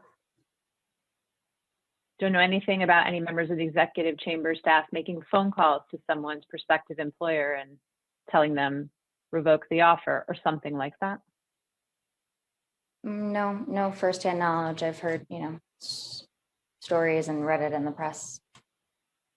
All right. Besides what you've read in the press, what are the stories you've heard? I don't think anything in specific. I just, you know, people saying, you shouldn't say where you're going next. But I never saw anything kind of come out of it. Sorry, meaning people saying you shouldn't tell people where you're going next. Why?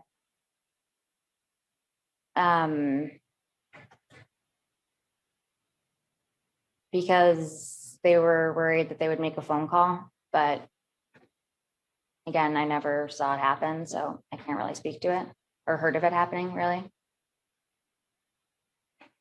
What about Andrew Ball? What do you know about how he left the executive chamber? I'm trying to remember. He wanted to leave for quite some time.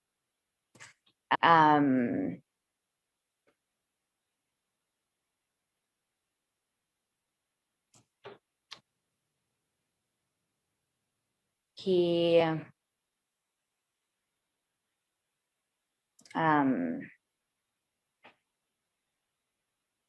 yeah, he'd worked in different roles. He didn't, you know, very much didn't want to do events anymore. And I think they wanted him to help with events.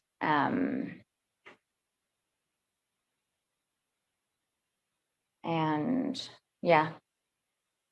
I'll ask a better question, because that's not what I meant. What I meant was in the context of, that's okay, I asked a poor question. In the context of people being afraid to tell people where they're going, right, the stories.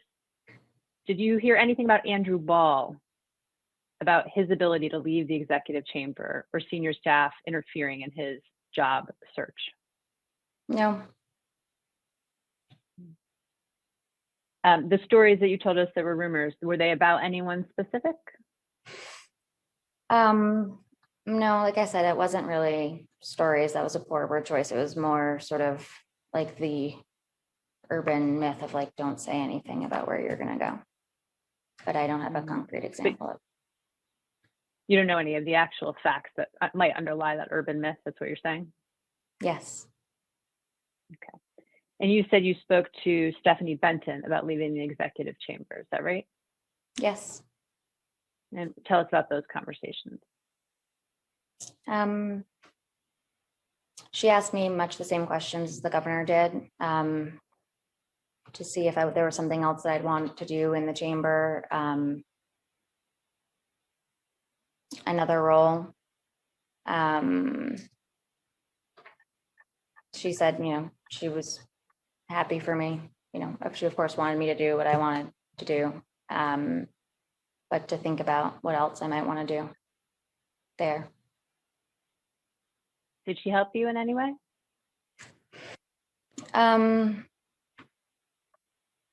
No. Did anyone in the executive chamber help you? Yeah. Yes. Who? I spoke to Beth Garvey a little bit. Again, like I said, I got my next job through, but I talked to folks for advice and sort of things like that. What advice did Beth Garvey give you? That I was smart and worked hard, and that translates to a lot of different fields.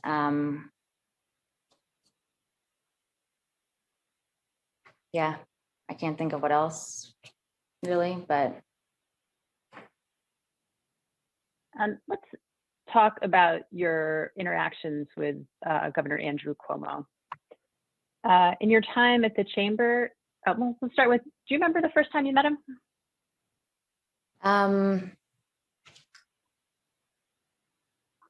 I shook his hand at an event once, but the first time I met him and sort of spoke with him was when I talked to him before starting to staff him. That handshaking, the event where he shook your hand, was that at while you were in college? No, it was when I was in the chamber. Okay.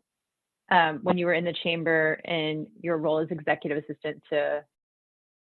Yes. Okay. And then you said your next memory is of interacting with the governor when you were going to begin staffing him. So tell us about your interaction with the governor then. I had spoken with Stephanie and Andrew. And so then I sat down with the governor and Stephanie. And we sort of talked about, he talked about what the role was, how he and Stephanie had worked together for a very long time. So, she knew everything and was, would be a great resource.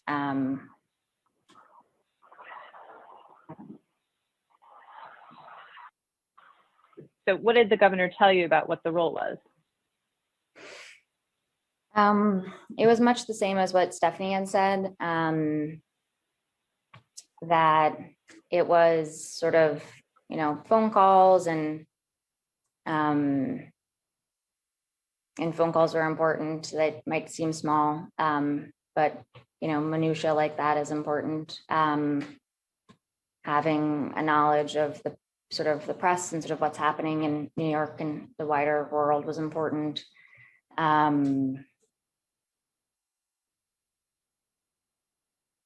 Yeah. Did he have any specifics or preferences that he told you? Like ways you should answer the phone or ways you should handle interacting with certain people? Anything? Probably not that we did in that talked about in that meeting, but I think Stephanie told me, he's very polite. He wants, so I mean, everybody answered the phone with executive chamber. But I guess one of the things is like, if he was placing the phone call, he'd want to get on first before the other person, because it was rude to say, hi, can you please wait? And then have him get on the phone. And when you started staffing the governor, how often were you staffing him? Every time he's in New York?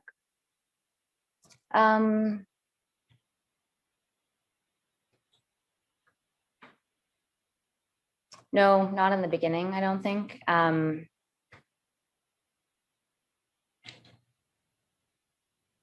It would depend on if he was down there, and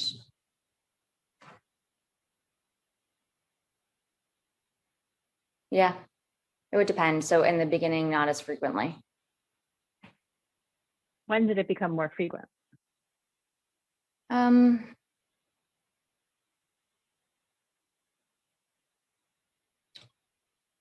I can't say exactly a date, but after I had been doing it for a while, I'd say. And after you'd been doing it a while and it was more frequent, what was the frequency?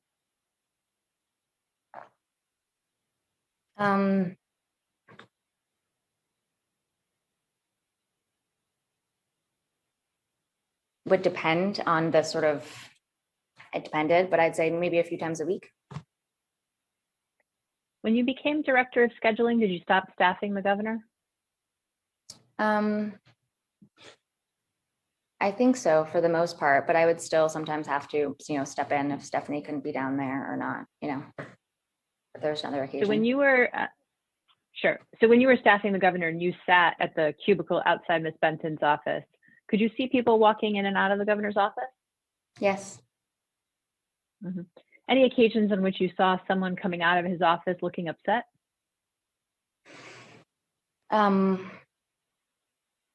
Yes. Tell us what you remember about that.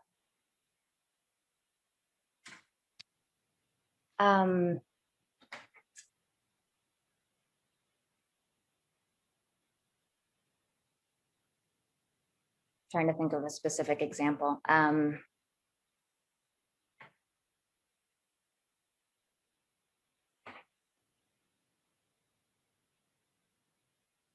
Somebody might walk out frustrated, kind of looking mad. I remember Jill on one, walking out looking mad.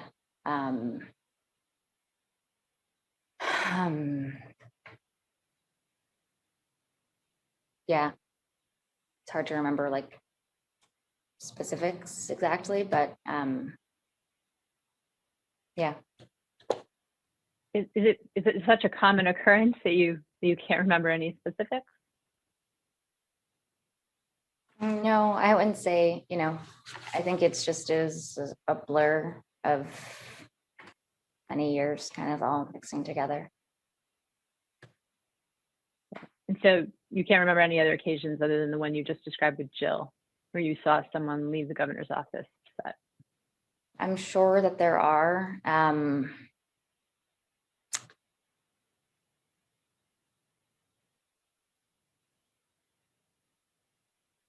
I guess when you say upset, do you mean what exactly do you mean? Good question. You use the word upset. When you think of upset, what do you mean by that? I guess, frustrated. I'm trying to think if I ever saw somebody leave like in tears or anything like that, but I'm having trouble sort of thinking of or pinpointing something. I can think of Jill leaving, seemingly frustrated. I can think of Andrew. I can think of Melissa again, but I can't sort of pinpoint in an exact, like, this is what happened and this is when. But yeah. When you were sitting at the cubicle outside Ms. Benton's office, could you hear what was going on inside the governor's office? Sometimes, depending on, Depending on what? Sorry, depending on, there was multiple people in there, sort of, if there was other stuff happening around in the office, But there were Yes. occasions in which you could hear what was going on in there. yes, Okay. And there were occasions when you yourself were in the governor's office, right? yes, Were there occasions on which you were alone with the governor in his office? yes, Were there occasions on which Ms. DeRosa was alone with the governor in his office? yes, Were there occasions on which Ms. Benton was alone with the governor in his office? yes, Were there occasions on which Ms. Lever was alone with the governor in his office? yes, Were there occasions on which Ms. DeRosier was alone with the governor in his office? yes. Why don't you describe for us your relationship with the governor during your time in the chamber? So, Jen, I'm sorry, before, this sounds like you're moving into a new area. I need to take a brief break to use the restroom. Why don't we go off the record? Yeah, let's go off the record. Thanks very much. Stand by. The time is 10:22 a.m. We're going off the record, and this will end media unit number 2. Please stand. Time is 10:44 a.m. We are back on the record. This will be the start of media unit number 3. Counsel, I understand you want to make a clarification about a document. Yes, thank you. Before we start, the document shown to the witness that was identified to us as VVV is a text chain where it was a fraction of a document that we had produced. The document we have produced starts at Bates 584. The document you showed us begins at 591. And just for the record, the document that we produced begins on October 14th, 2019. Great, thank you. So before we took a break, I had asked you to describe your relationship with Governor Andrew Cuomo. We had a good relationship. We were friendly. We had a good working relationship. So yeah. Did you have anything more than a professional relationship with Governor Andrew Cuomo? No, Did you ever date him? no, Did you ever have a sexual relationship with him? no, When you say you had a good relationship, you previously described to me that the governor had yelled at you. Is that right? that is correct. You previously described to me that the governor had cursed at you. Is that right? Yes, You previously described to me that the governor had belittled you. Is that right? I don't know that I said that, but so no, but I understand the line of questioning. Well, I'll ask you. Did the governor ever belittle you? I can't remember. I can't really remember. I can't remember a time that I can specifically point to. Earlier, I think you told me that you could recall occasions in which the governor said things to you that implied that you were stupid or had done something stupid. Is that correct? Yes, that's correct. So just for clarification of the record, I think the second part is her testimony. The first part was not. So I want to make sure that we don't misstate her prior testimony. Sure. Let me just re-ask the question again. So are there occasions in which Governor Andrew Cuomo called you or implied that you were stupid or had done something stupid? That I had done something stupid, yes. Thank you.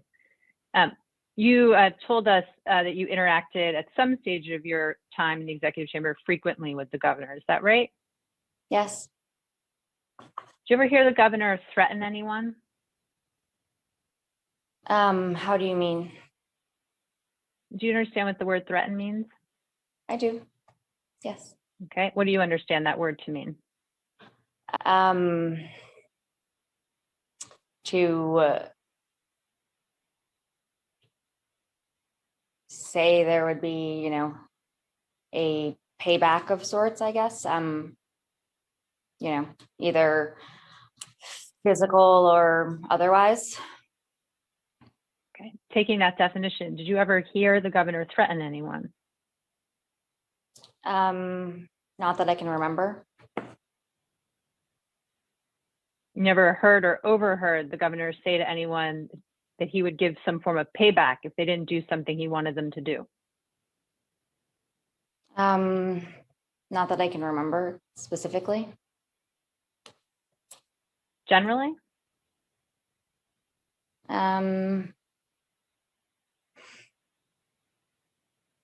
No, not that I can point to. Ever hear the governor tell someone he would call them a child rapist? No, You've never seen a video where the governor is threatening to call someone a child rapist? no, not that I remember. Correct myself. Have you ever heard an audio tape in which the governor threatens to call someone a child rapist? Not that I can recollect. Did you ever discuss the governor threatening to call someone a child rapist with anyone? Not that I can remember. No. You ever see the governor throw anything at anyone? Yes. Tell us about that.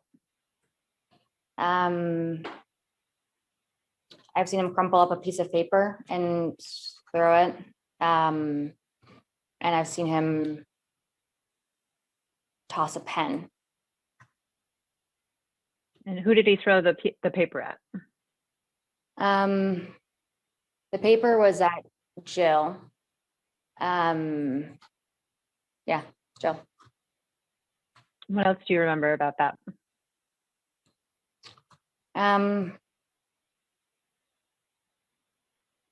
That's it. It was in sort of the general direction.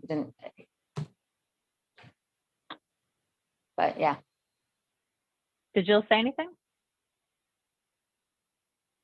I don't remember what happened, what she said, if she did. Do you remember what caused the governor to throw paper at Ms. DeRosa?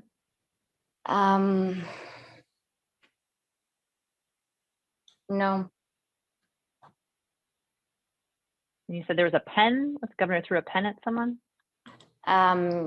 Yes. It was. And what happened on that occasion? It was between two chairs. Sorry. So there's two chairs in front of his desk. So he threw it in between, and said, "Come on." And then he asked everyone to leave his office. The governor was sitting at his desk, behind his desk, right? Correct.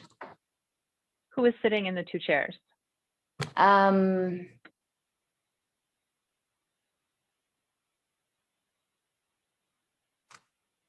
can't remember exactly who it was. I don't know. Were you in the room? Yes. Where were you? I was sitting in another chair that was adjacent. Okay. And the governor said, come on, is that what you said? Mm-hmm. Did he say come on or did he scream come on? He didn't scream it, but it was loudly voiced, I'd say. It wasn't, yeah. And then he asked everybody to leave the room? Mm-hmm. Can you remember any other occasions in which you saw or heard about the governor throwing something at someone?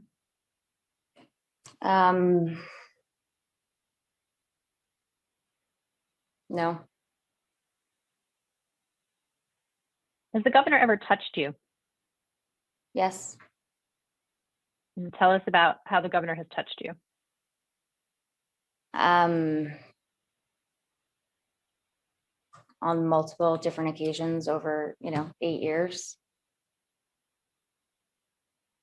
Where did the governor touch you? On my arm or my back, my hand. Anywhere else on your body? Not that I can think of now, no. When you say on your back, where on the back did the governor touch you? It would depend. If you're taking a photograph or, walking in the door ahead of him. Has the governor ever touched you on your upper back? Probably. I don't remember. Has the governor ever touched you on your middle back? Probably. Has the governor ever touched you on your lower back? Probably. Has the governor ever touched you in the space where your back meets your butt?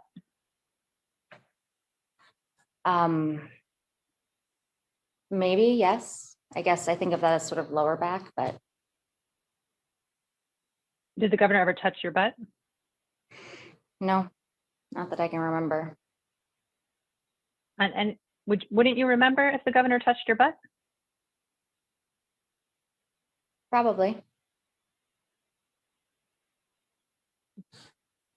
You think it's a possibility you wouldn't remember if the governor of the state of New York touched your butt? Yeah, it's a possibility. And why is that? Why would that not be a memorable thing for you?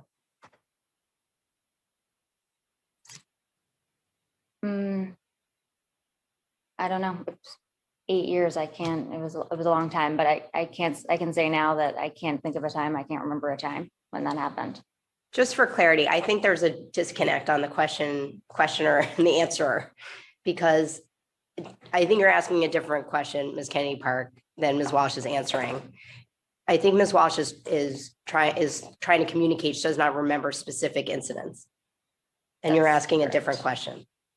So I just want to make sure the question is actually meeting the answer here. I'm not sure what you mean, counselor, but I think I asked you, did the governor ever touch your butt? So I'll ask it again. Did the governor ever touch your butt?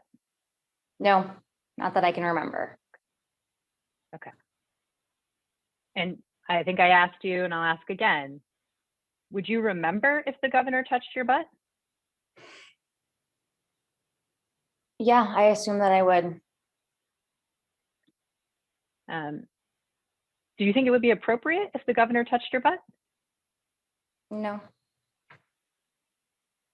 Have you ever kissed the governor? Yes. Tell us about that.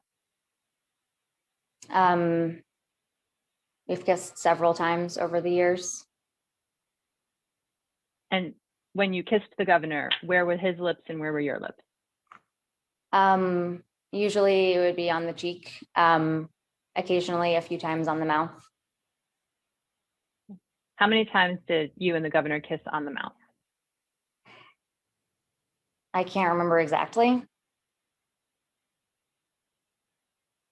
And describe those occasions. How would you and the governor kiss each other on the mouth? He would do it as a sort of a goodbye sometimes to folks. Yeah. I'm asking about you. When the governor kissed you on the mouth, not folks, how did he kiss you on the mouth? It was, it might be going away before a trip, sort of, a vacation or something like that, or leaving an event. He was saying goodbye to a bunch of different people, myself included. Okay. What's the longest amount of time the kiss with the governor lasted? I can't say more than 1 or 2 seconds. And was this were these closed mouth kisses or open mouth kisses? Closed mouth. Did the governor ever ask you on any occasion when he kissed you whether he could kiss you? No. On any occasions when the governor touched your lower back, did the governor ever ask if he could touch your lower back? No. Did the governor ever ask you if he could touch you ever? Not that I remember. Are there any occasions in which the governor's touching you or kissing of you made you uncomfortable? No.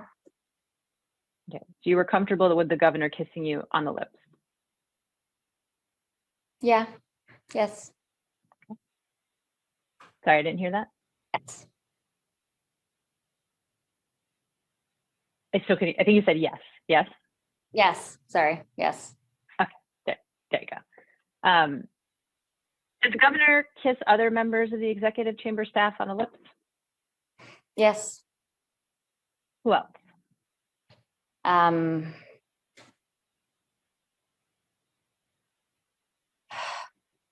I saw lots over the years. I would say,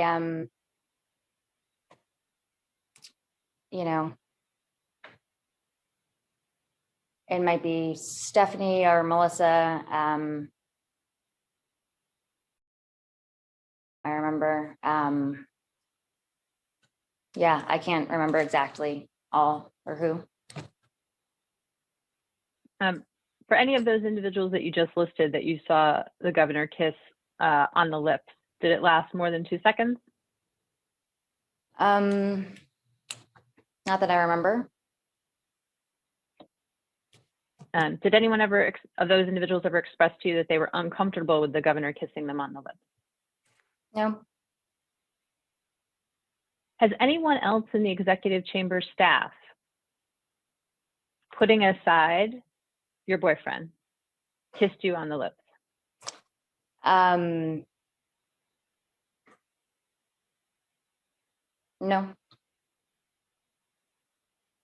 Is your current boss a man? Can I Strike ask that. I'm not going to answer. a question? Sure, you can ask me a question.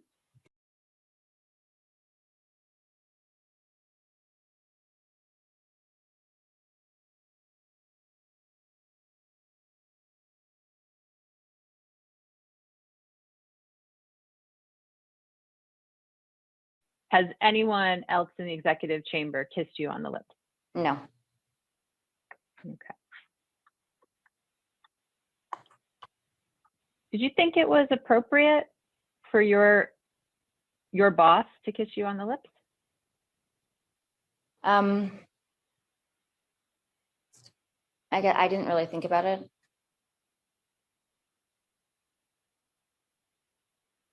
Have you ever heard a rumor that you were involved in a sexual relationship with Governor Andrew Cuomo? Yes. Okay. And who did you hear that rumor from? Melissa DeRosa called me at some point. I can't remember when, and said that there was a rumor that he and I had an affair. And did Ms. DeRosa say anything else to you about how she had come to that information? No, I think it was regarding a press story, but I can't remember exactly. When was that conversation? Ooh. I want to say it was it was probably was sometime within the last 6 months, but before the past, I don't know. I can't remember exactly. I don't want to guess. Okay, let's try to mark it in time. Was it after Lindsey Boylan had tweeted allegations of sexual harassment against Governor Andrew Cuomo? I think so. Yes, I think so. Did Mr. Rosa tell you anything else about what the reporter had said? That there was a rumor that he had an affair with as well. And did she tell you anything else the reporter had said about what his basis was for that rumor? No, not that I remember. Okay, what'd you tell her? I said no. You said she told you there was a rumor that she was having an affair with Governor Andrew Cuomo. Is that right? Yes. Do you have any knowledge about whether that is true? No. Have you ever seen the governor engage in physical contact that was intimate?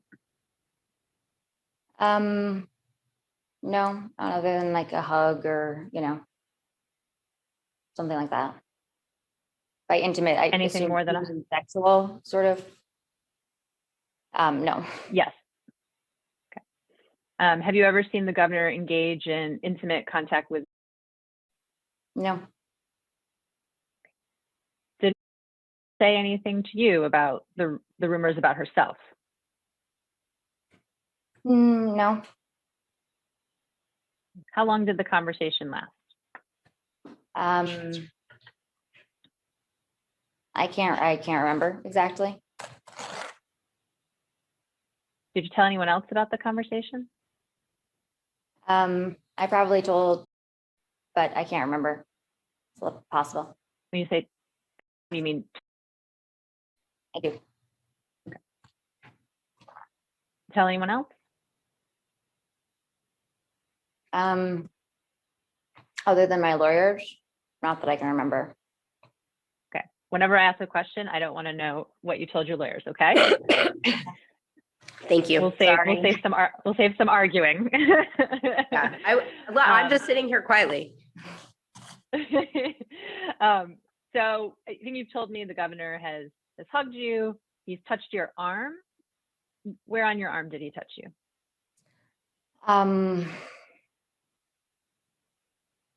It could be anywhere.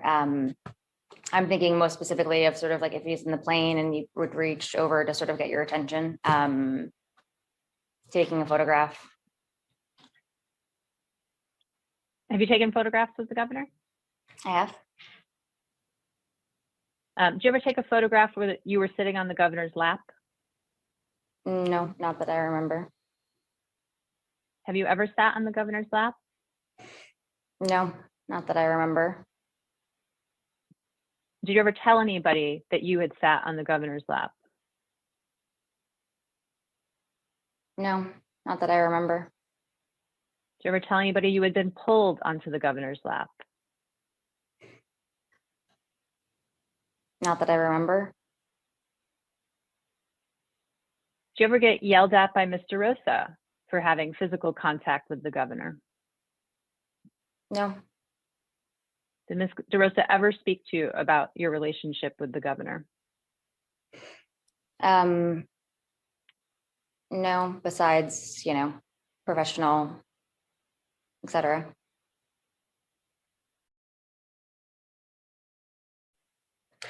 Before we move from this topic, given that you've asked Ms. Walsh about rumors regarding her, I just want to give her the opportunity, or ask you to give her the opportunity to conclusively respond.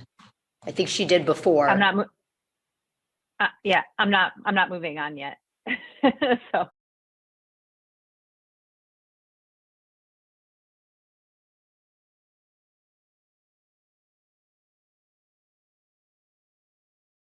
Did you ever tell that you had been pulled onto the governor's lap? Not that I remember.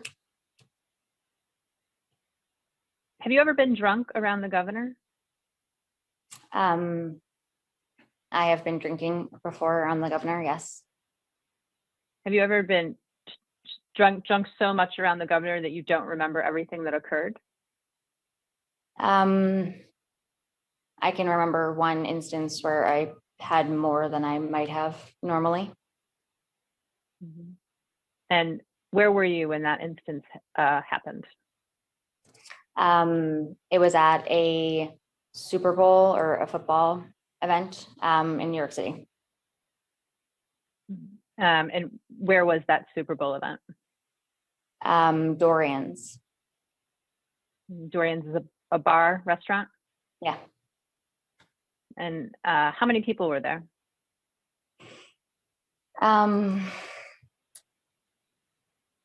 Oh, I don't know. It's hard to say, like 60 or 80. I don't know. I don't remember. Was the governor there? He was. Did you interact with the governor that night? Yes. Tell us about those interactions.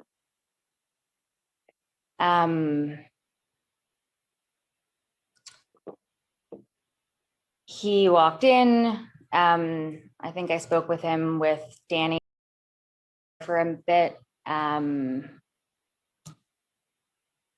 Yeah, I mean, there was a few. If there's is there a specific something that you're asking about? What else do you remember about your interactions with the governor that night at the Super Bowl party?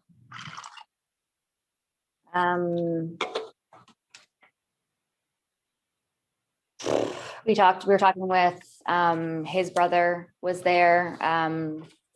We were all talking. We talked with Charlie King. We were talking with, we were sitting at a table in the back room chatting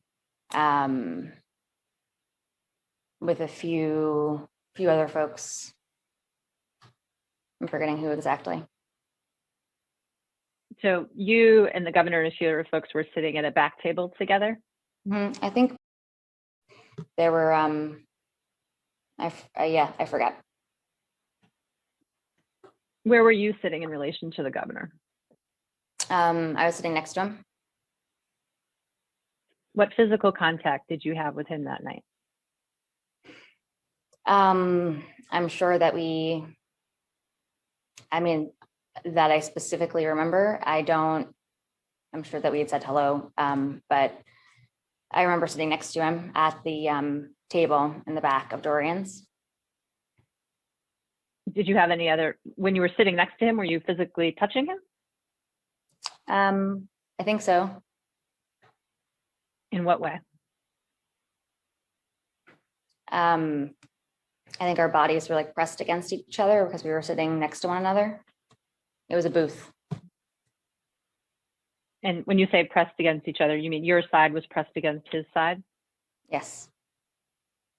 Was his arm around your shoulders? I don't remember. Does that mean it could have been, or it means no? It means I don't remember. I don't remember. Counsel, are you asking her to speculate? I'm asking her what that meant. Is it you don't remember, or is that a no? It's I don't remember. Okay. How much did you had to drink that night?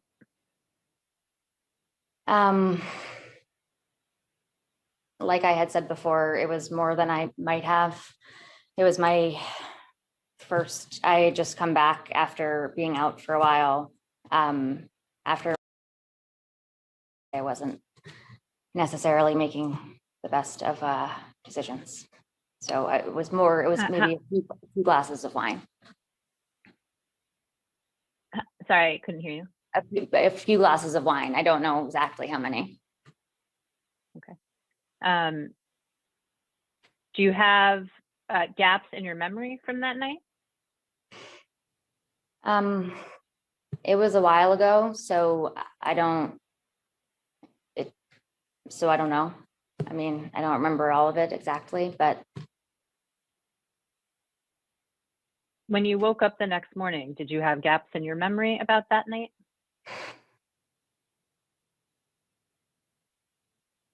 I don't remember.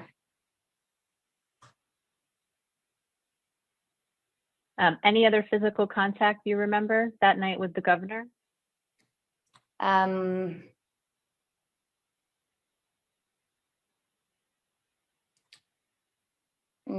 not that oh, there's a picture of us dancing. And where is that picture? Do you have it? Yeah, I have a screenshot of it, I believe. Yeah. I'm not sure we saw that in our production, so we'll pause and talk about that later.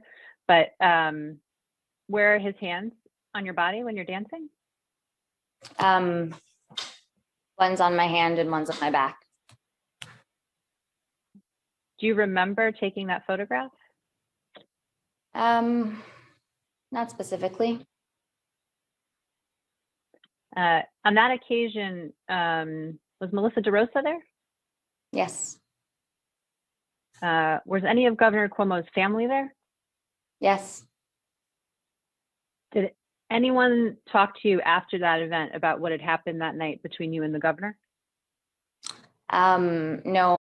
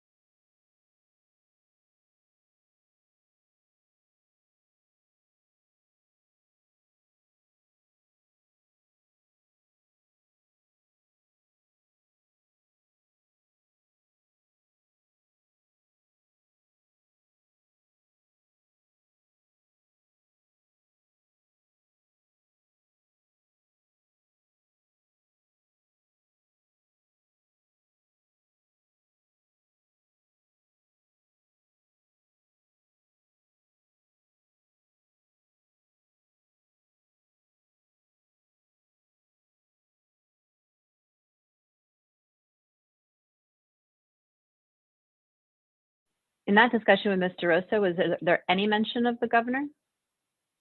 I don't remember. Do you remember if there was any discussion of the governor's family? I don't think so. I don't remember. You said you have a screenshot of you and the governor dancing, a picture of you and the governor dancing. How'd you get the screenshot? I think I took it from the time of, I would have gotten it from the folder where it would have lived online. So you mean the folder where pictures of the governor's events are stored? Is that right? Yeah. When did you take that screenshot?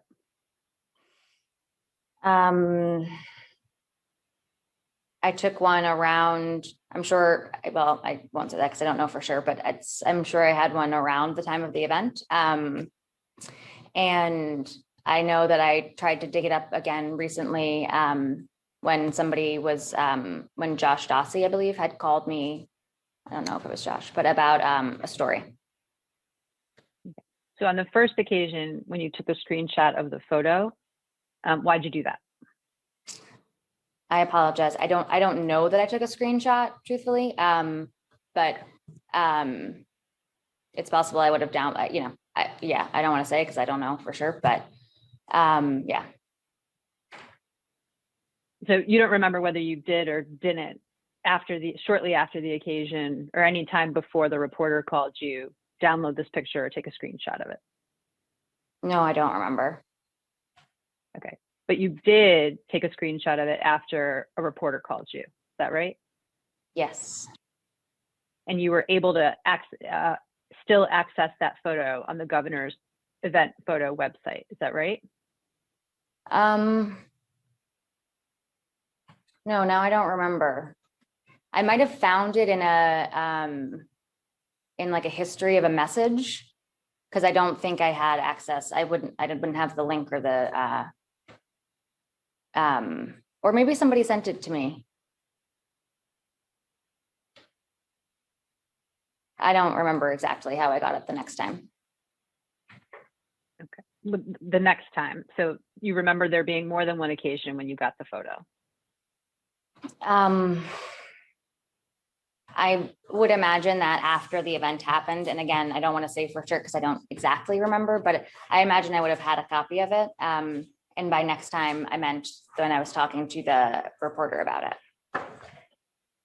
Okay. All right. So you're guessing you would have. And is that because you have some practice about photos of yourself? No, not necessarily. Okay. So I'm trying to figure out why you would imagine that you would have gotten a copy of the photo before the reporter called. I mean, my view of what's happening here is the witness is trying to help you, but she is speculating more than you probably would ask her to, because feel confident that Ms. Kennedy Park is not asking for speculation. So it might be good to. It sounds like yeah, it sounds like you have a memory though, or you have a practice. I'm trying to figure out what your practice is or what your memory is. So why don't you tell me why it is that you imagine that you did get the photo before the reporter called? Why I imagine that I did get the photo before the reporter called. Yes. I would have gotten the photo before the reporter called because it was in regards to a photo of me at that event, and I assumed that was what it was. Okay. Did you ever delete any photos of you from the governor's photo site?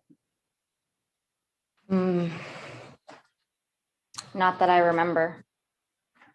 Did you ever ask anyone to do that? Not that I remember. Did anyone ever tell you they had done that? Not that I remember. So tell us about the interaction with the reporter.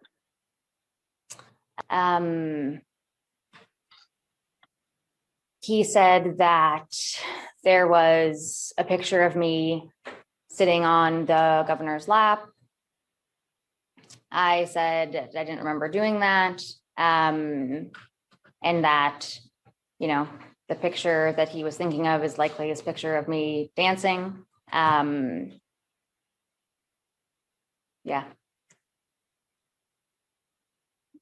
Do you remember anything else about the conversation with the reporter?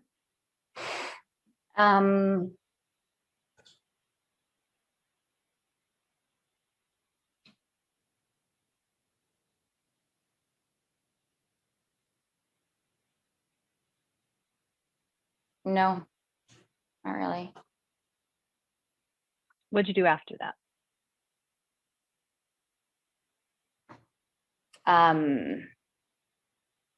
Could you clarify, counsel? Sure. With respect to the photo or the call from the reporter, what did you do next?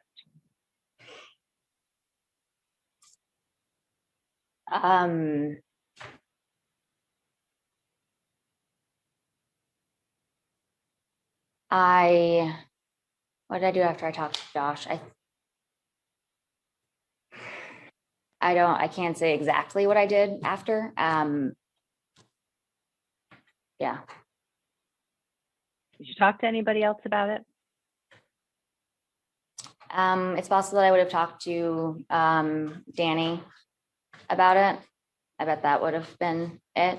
Or Okay. Did you talk to Danny about it?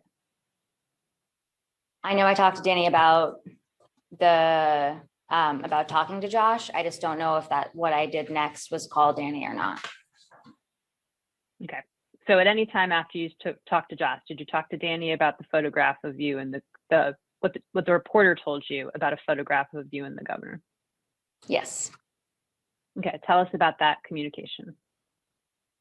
I had talked to her about sort of like what I said, you know, and if she thought he was still going to include something in the story. Yeah.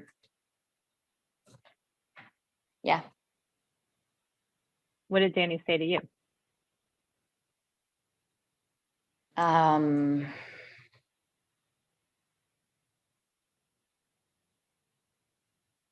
She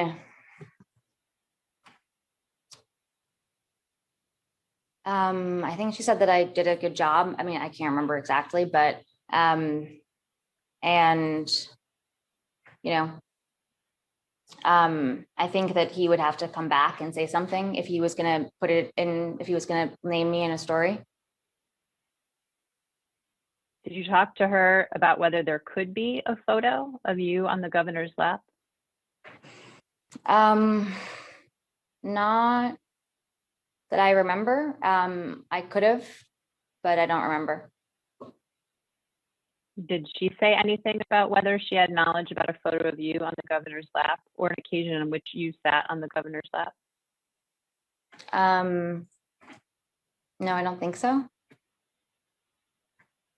Who else did you talk to about the call from Josh?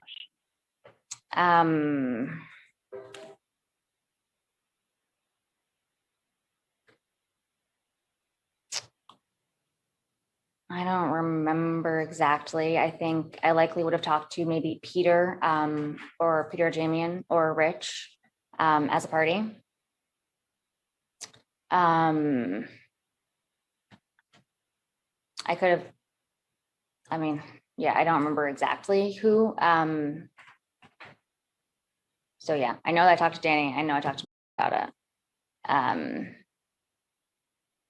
I don't remember if there was anybody else from the governor's office that I spoke to about it, but Tell us about the communication with.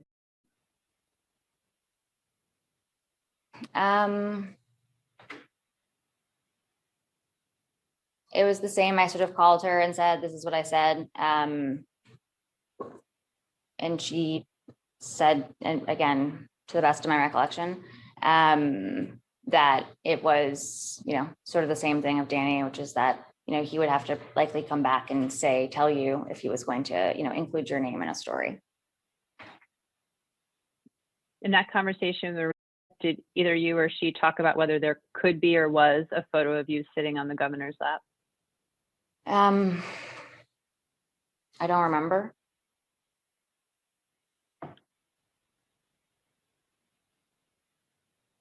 To your knowledge, is there a photo of you sitting on the governor's lap?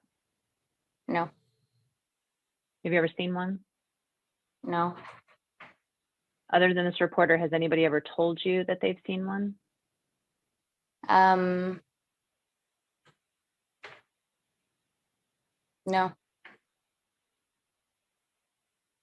I think anything else other than, oh, sorry, go ahead. I know that I talked to him about it, and he was also, because I was asking him to confirm my belief that that didn't happen, or my recollection, and he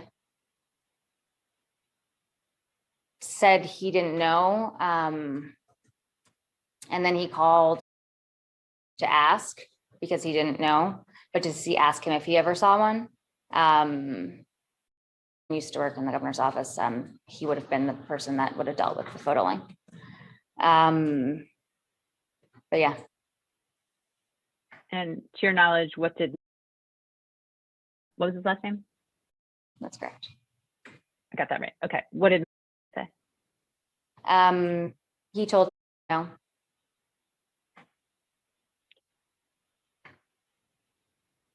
Have you had any other conversations with anyone about you sitting on the governor's lap?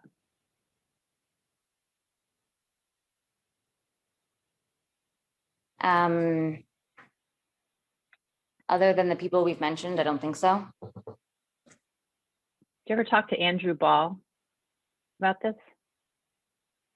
Possibly. Not that I remember.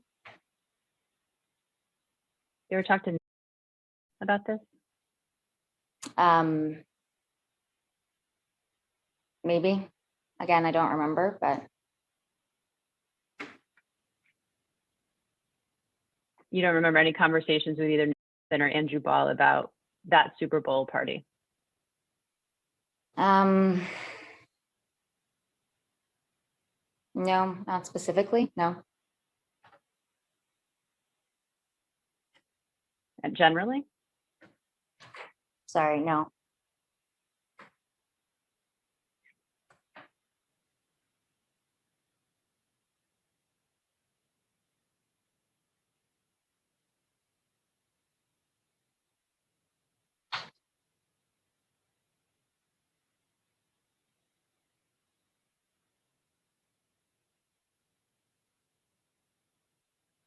The night of the Super Bowl event, was the governor drinking? I think so, yes. Was the governor drunk on that occasion? Not that I remember. I don't know. Have you ever seen the governor drunk? I don't know.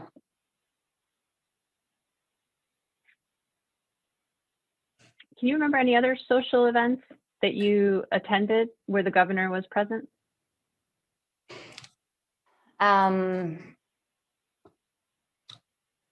Yeah, so, I might go to a fundraiser. I think.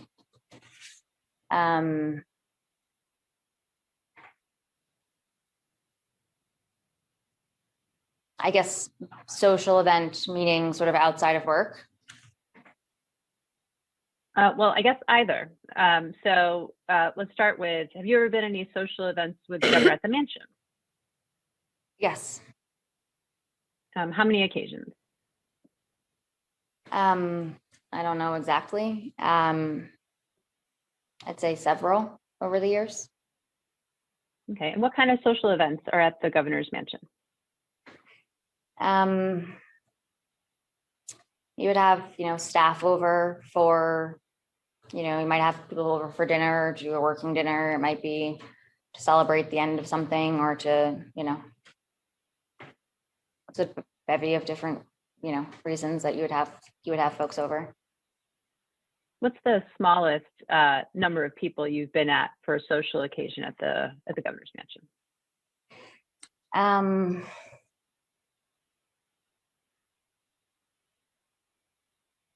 3 or 4, maybe. Yeah. And on those occasions, who on the 3 or 4, who was there?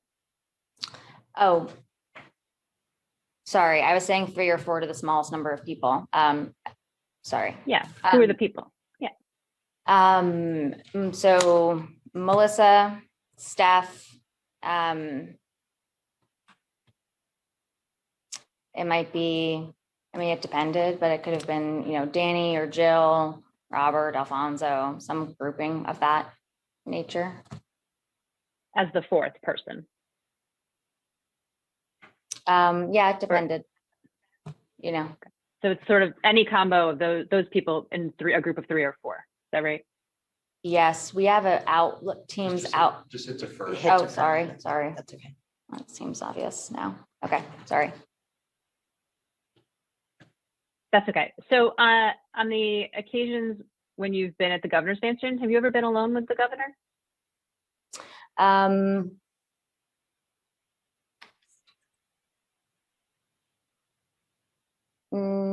Oh, yes, once. Okay, tell us about that. After the meeting I referenced earlier, where I forgot to invite one of the leaders to a leaders meeting, I went over to talk to the governor about it, and and other folks were there, but there was no other staff member, like chamber staff member there. When you say, do you mean? I do. She's a worker at the mansion? Yes. Yeah. And what was that? Tell us about that conversation with the governor.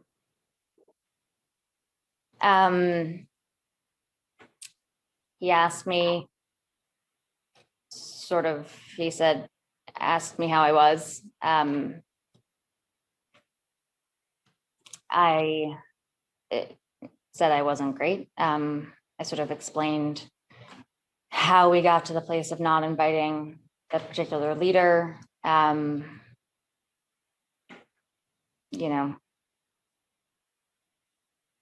He's, asked me what I did after I found out, after I figured out that I hadn't invited the person. And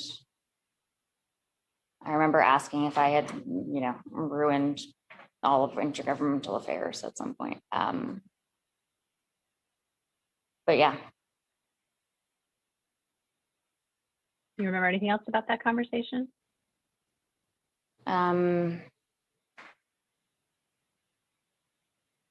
No, I don't think so.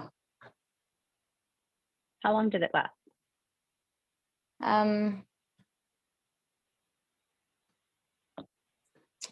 I don't remember. You said you told the governor you weren't doing great. What did you mean by that? I meant I was freaking out because I was concerned about the fact that I hadn't invited one of the leaders to the meeting and sort of the intergovernmental repercussions that could have on the session. How did the conversation with the governor end? I don't remember exactly.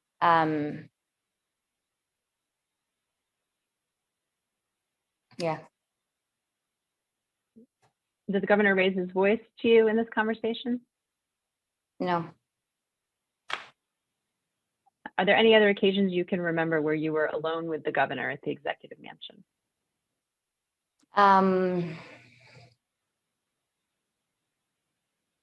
Once before wedding. And tell us about that occasion.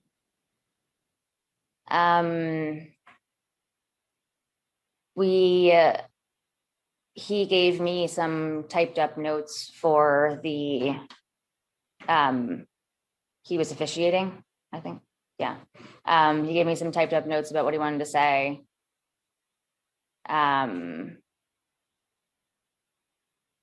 Then I think it was, but I can't remember, brought me to a room where I could change for the wedding. I gave him back the typed up notes. He made a few more edits, I think. I can't remember. And then, yeah, and then we left to go to the wedding, to fly. When you, so you were alone with the governor when you were giving him the notes and exchanging the notes. Is that what you're saying? Yep. And you changed outfits over the course of that day into attire you were going to wear to the wedding? Yep. Did the governor comment on your appearance that day?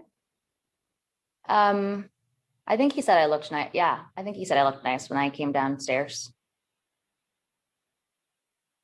Anything else memorable about that interaction with the governor? Meaning, do you remember anything else about that interaction with the governor?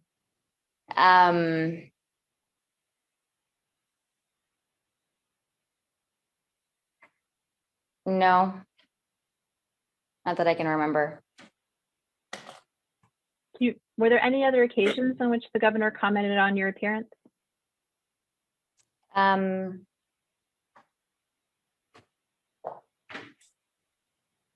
You know, occasionally it would, like I had red pants and it would, you'd say like big red pants day.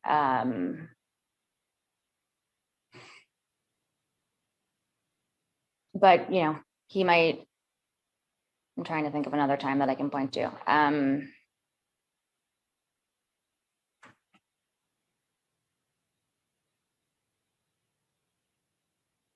Oh, he told me I remember at Melissa DeRosa's wedding, he told me I looked nice too. He said I had pretty eyes because I wasn't wearing glasses.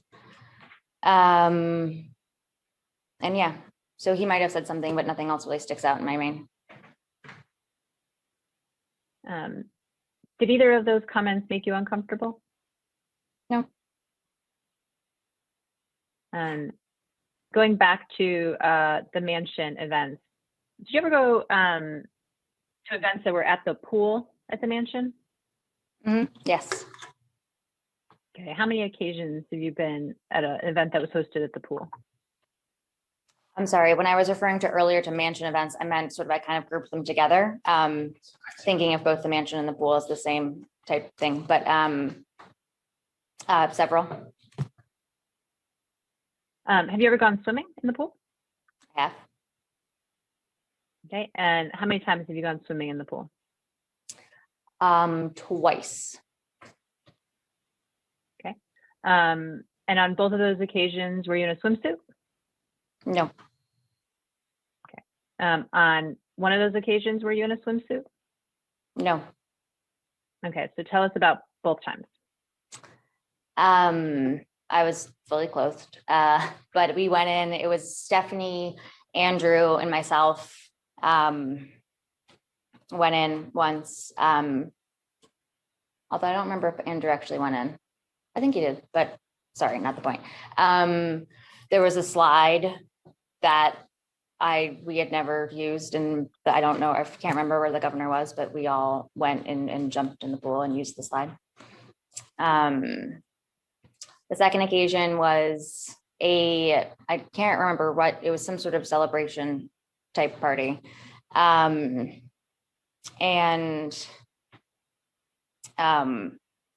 Everybody jumped in the pool, and Andrew had had asked for, who was a very mild-mannered person, to pretend that he was angry, throw something into the pool, and then I think later on everybody jumped in. And when you say everybody, who do you mean?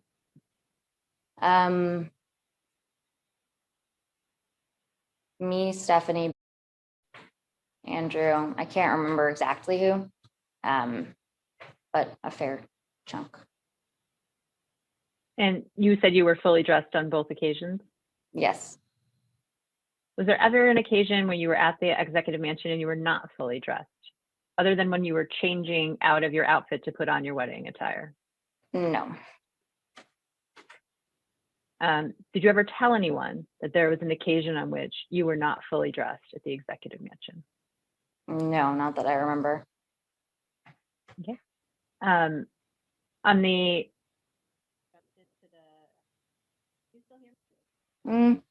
I can't hear you. Sorry.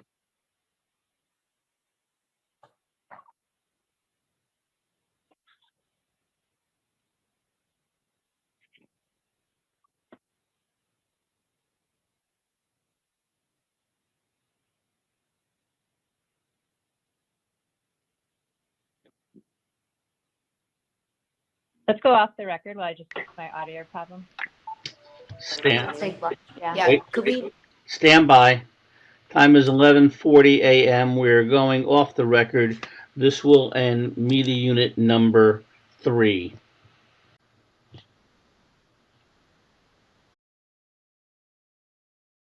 The time is 12:04 p.m. We are back on the record. This will be the start of media unit number 4. Council?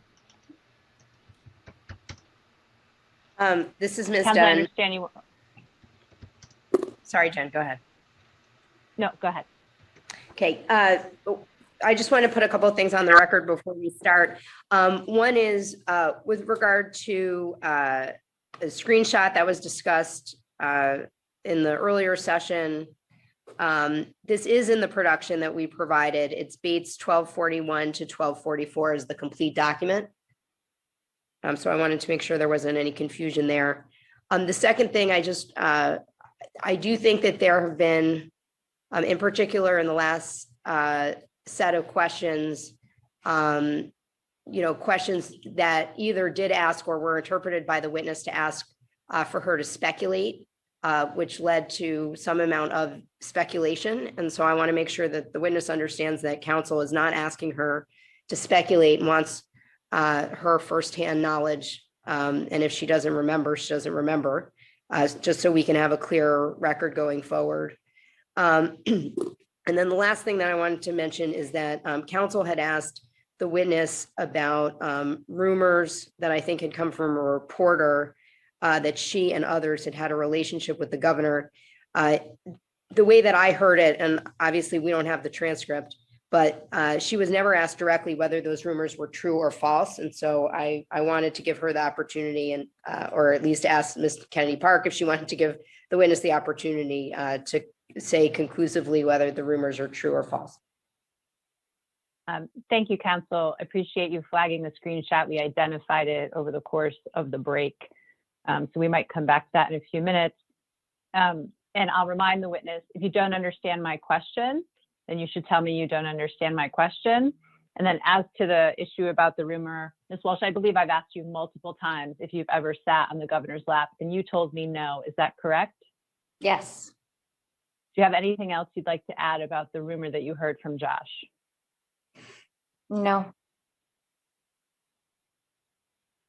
Right. So I think where we left off before the break was that we were talking about two incidents where you and a group of others had jumped fully clothed into the pool at the executive mansion. So on the first occasion that happened, in what state of dress did you leave the executive mansion? I don't remember. I think in my wet dress, I believe. And how did you, like, what mode of transportation did you use to leave the executive chamber? I don't remember. And on the second occasion, after you had jumped in the pool fully clothed, in what state of dress did you leave the executive chamber?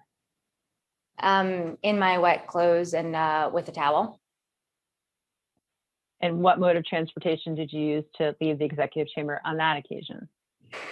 I don't remember. Have you told anyone other than the people who were at the mansion on the occasions when you jumped in fully clothed? Have you told anyone else about that?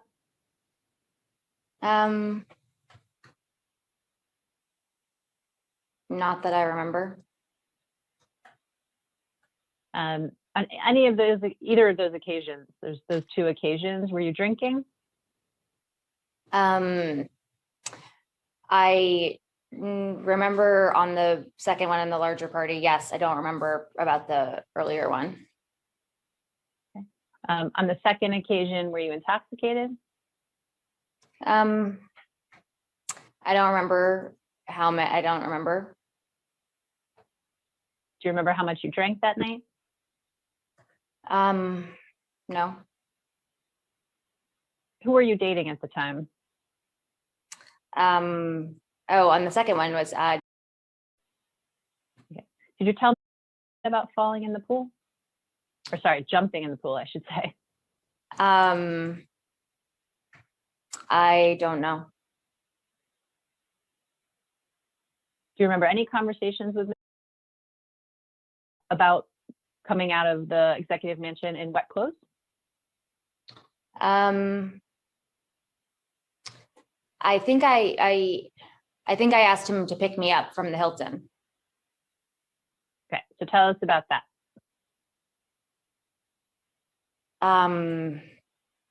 We went to the Hilton afterwards. I don't think I had a room, and I asked to pick me up. And when you say we went to the Hilton, who's the we? I can't remember exactly who was there with me. Was it members of the executive chamber staff? Yes. Okay. Didn't pick you up at the Hilton on that occasion? I think so. Yes. And what did you tell him about why you were wet?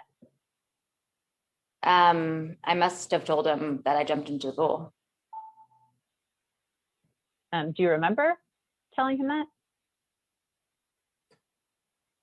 I don't remember exactly. On the occasion, on either of the occasions when you jumped in the pool, was the governor there when the group jumped into the pool? He was not there on the first occasion. He was on the second occasion. Okay. And did the governor say anything about jumping in the pool on the second occasion?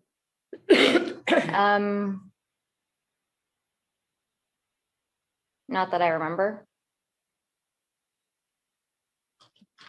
Were you, did the governor make any comments about anyone's wet clothing after they got out of the pool?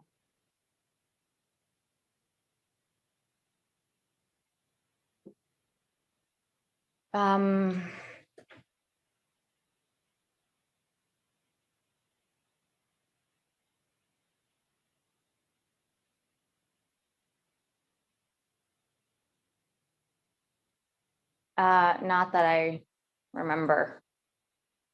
Do you remember anything the governor said that night after everyone got out of the pool?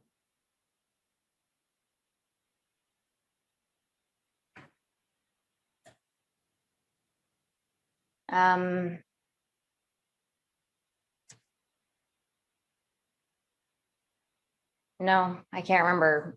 I can't think of anything. Was the governor at the Hilton? No, He stayed at the mansion? yes.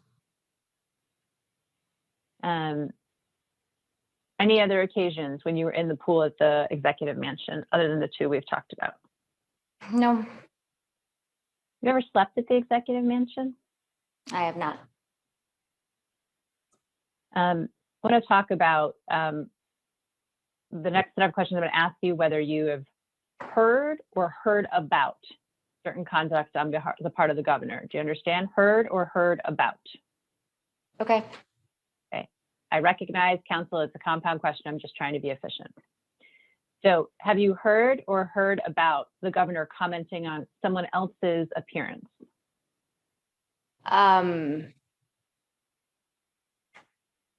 Yes. Okay, tell us what you remember.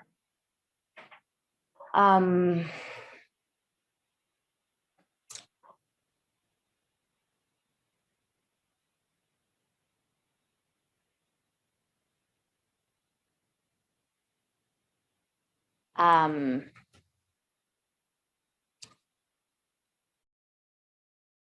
a member of the governor's detail. I remember once when he made fun of his shoes being squeaky, and they weren't very shiny. He heard about.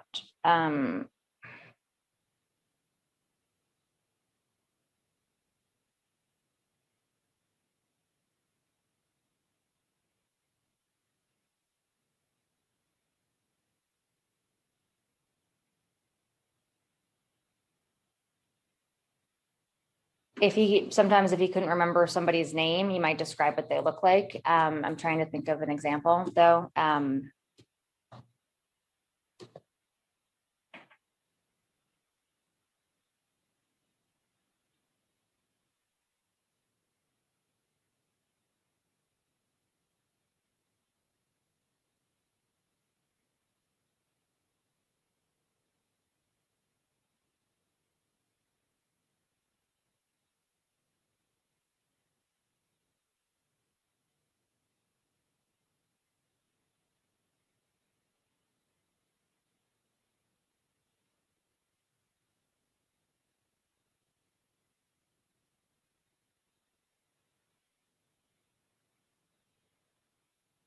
I'm sorry, I'm trying to think of something concrete and I'm struggling.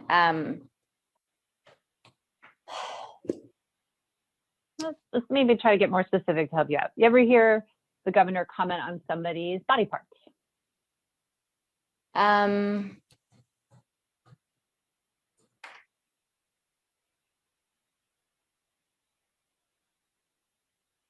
Hair, I guess that's not.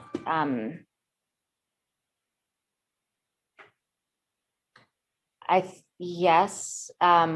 Once Nicki Minaj, once she had tweeted something in support of him and he didn't know who she was. And there was a group that showed him a picture and commented on this as a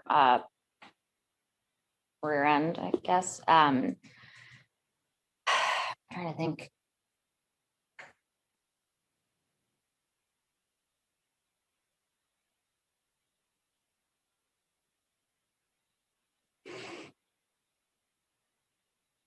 Nothing that immediately is coming to mind right now as I sit here, but yeah. Okay. When the governor was shown the picture of Nicki Minaj, what did he say?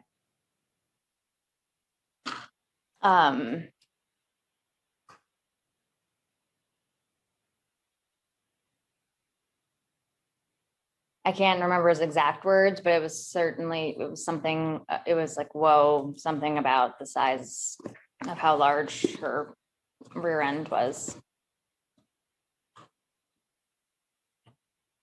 Were you in the executive chamber when the governor got his Emmy Award? No. Did Miss Danny Lever, did she ever tell you that the governor had made comments about her appearance? I know that they talked about it. And then they would travel. But I'm trying to think of an example that she relayed to me.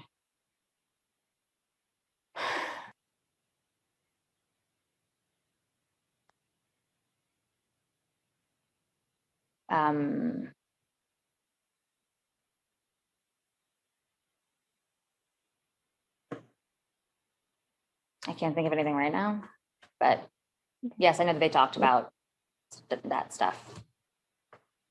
What do you mean by that stuff? What did Miss Lever tell you that she and the governor talked about when they traveled related to her appearance?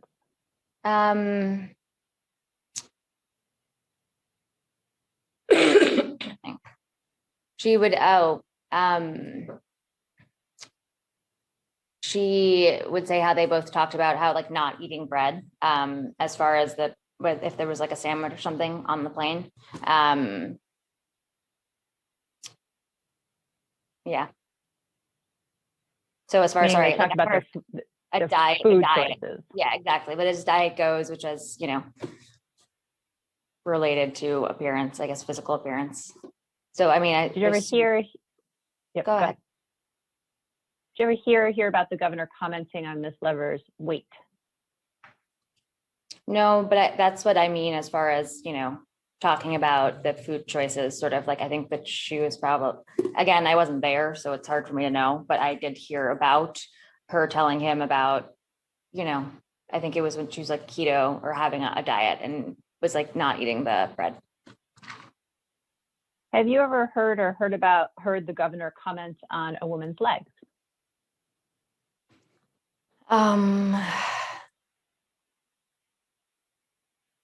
No, not that I can remember. Including when he was looking at photographs. No, not that I can remember. Did you ever hear about the governor commenting on a woman's breasts?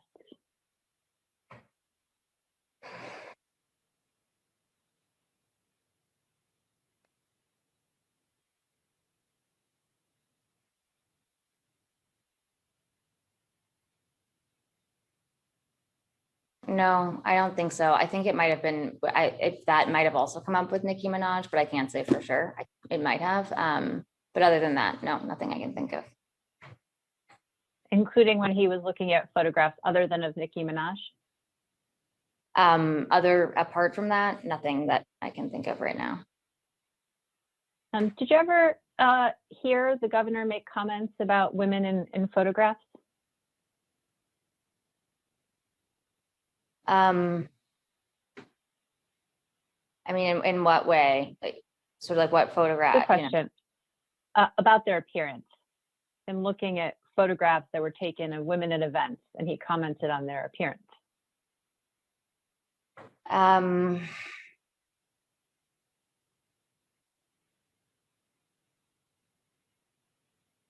Not that I can, I can't remember anything specific.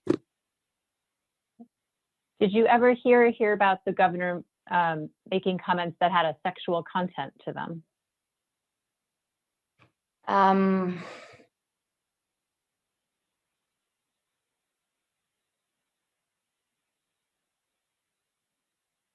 No, not that I can think of now. Or I can think of. Maybe besides Nicki. What about, yeah, putting aside Ms. Minaj, can you recall the governor ever making comments that had sexual innuendo?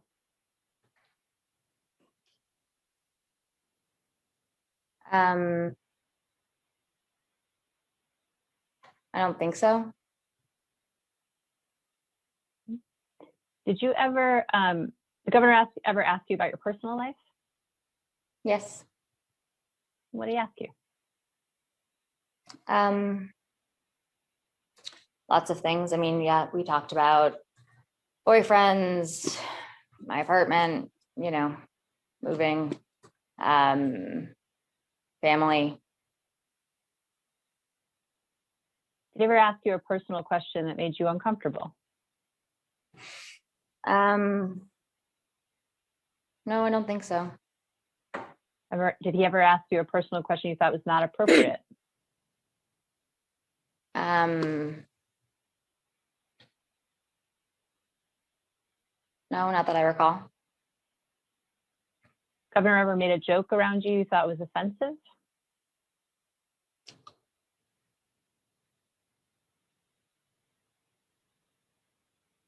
Not that I remember. No. Have you ever heard the governor make crude jokes? No, I don't think so. Have you ever heard him say anything that was racist? No, not that I remember. Has he ever asked you about your sex drive? No. Have you ever heard about him asking other people about their sex drive? No. Have you ever heard about the governor asking someone else about their sex life? No.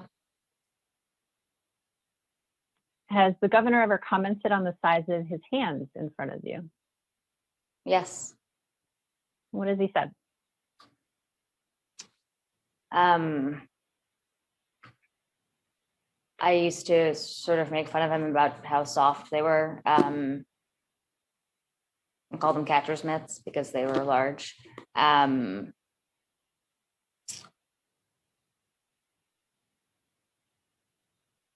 Yeah, I think I can't remember exactly, but I do know it came up. Did the governor ever imply that because his hands were large, that meant his penis was large? No. Never made a joke like that in front of you? No, he made a joke of, what big hands mean, and then he would say big gloves. Would he pause a beat between those two things? I guess. It's only funny if you pause, right? You ever heard the governor commenting on tattoos? Yes. Okay, tell us about that. He used to ask what my tattoos meant.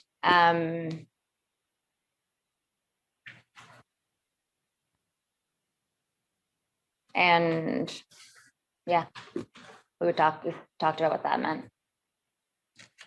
Where are your tattoos? On my arms and my fingers. Any other conversations with the governor about your tattoos? No, what they meant, if I was going to get any more.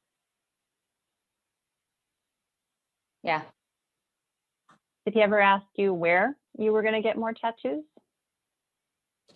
No. Did he ever tell you where you should get another tattoo? No. Did you ever hear about him commenting on someone else's tattoos? I heard about him commenting on another staffer had a tattoo in the outline of the shape of the state of New York. So secondhand. And who was that staffer? Okay. And what did you hear about that?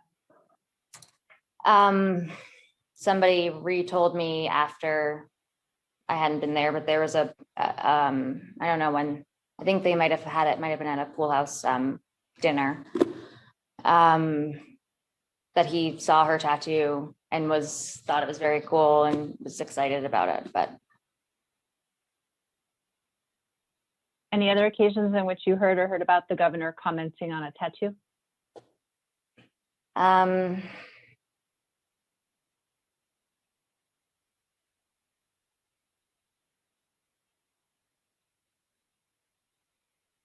No, I don't think so.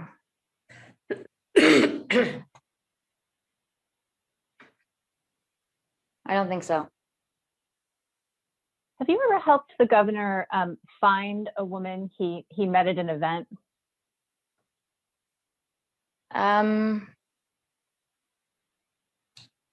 What do you mean? So the governor meets someone at an event, he doesn't know who the person is, the woman is, doesn't know her name, and he has you or some members of the senior staff help him figure out who that is.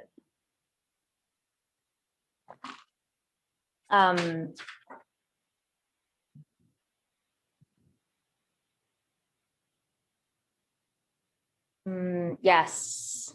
Yes. Okay. So after a Columbus Day dinner, there was a woman there who he had met. And he thought it was somebody's daughter and didn't. We looked it up the next day because to make sure that he hadn't called this person when it wasn't. But other than that, no, I've looked up other, people of trying to figure out who people are from photos. So yeah. Ever do that because he wanted to hire the person that he was having you track down or having someone else track down? No. Ever talk to the governor about him having met a woman who had a dove tattoo? No. The governor ever used nicknames for you? Yes. And what was your nickname? It was there was MCU, which was mobile command unit. That was because I could print in a plane or in a car. But mostly it was Anime Bell. And how did that come up? How did that nickname come about? I don't know. He just said it one day and it sort of stuck. Did it bother you that the governor called you Anime Bell? No. Did you ever ask him not to? No. Did the governor have nicknames for other people? Yeah, some. Who?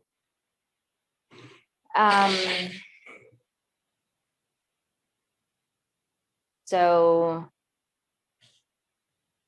well, Steph was Stephanie was Steph. Jill could be Jilly. He always called Andrew by his last name. Caitlin was Sponge.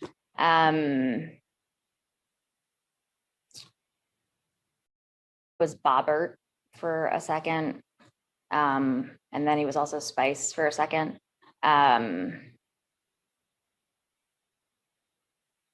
Oh, it was Fox and it was Coyote, the Coyote. Any other ones? No, not that I can think of. Did you ever hear him call Charlotte Bennett by a nickname?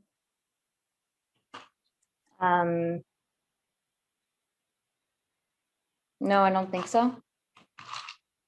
You ever hear the governor call her Wings? No. Or call her Bun? No. You said the governor called someone named Caitlin Sponge. Caitlin who? Caitlin. How did the nickname Sponge come about for Caitlin? When she started, he had told her to be a sponge to absorb sort of all of the information, see everything that was happening. So that's how Sponge happened. Did you call her Sponge? I don't think so, not really. So only the governor called her Sponge? I think other folks did too. Other folks in the senior staff? Yeah. Did anyone ask if she wanted to be called Sponge? I don't know. Did she ever express to you that she did not like to be called Sponge? No. Do you know if she had told anyone else that she didn't want to be called Sponge? I don't know. Not that I remember, but I don't know. we're still talking about nicknames. Did the governor ever use terms of endearment or affection for you? Yeah, you could say honey or sweetheart. Did that make you uncomfortable? No. Do you think it's appropriate to call a woman in the workplace honey or sweetheart? I mean, I think it would depend on the context, but Okay, so tell me about some of the contexts in which the governor called you honey or sweetheart.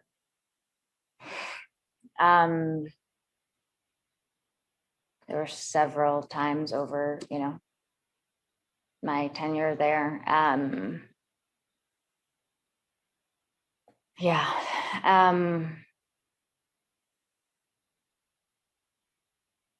So I don't know. I can't say exactly a context. It could have been anything.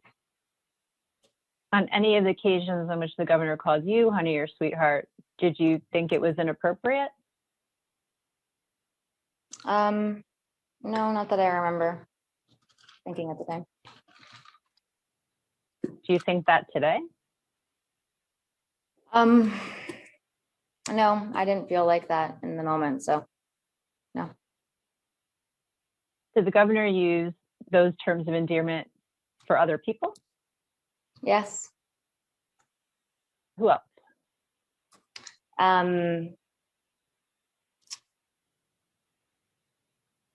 Lots of people, but say Stephanie,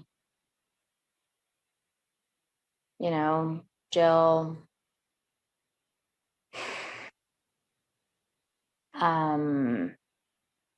yeah, I mean, lots of different folks. A lot of people. Any of the executive assistants? Yeah. Who? I think maybe sort of anybody that sort of would have been in that kind of space, or in that role rather, excuse me. Did you ever suggest to the governor that he might not want to refer to women using those terms of affection? No, I don't remember. I don't think so. Do you know if anyone else ever suggested to the governor that he should not use those terms of affection for women? I don't know. Did you do any sexual harassment training? Yes. And how often did you do the sexual harassment training? It was annually. And did you do it electronically? Yep. Yes. And did you certify that you had completed it? Yes. And when you certified, did you do that electronically? No, I think you signed something. Why don't we turn to what is, Hyatt's going to help me out here. Hyatt, it's in my binder is tab 16.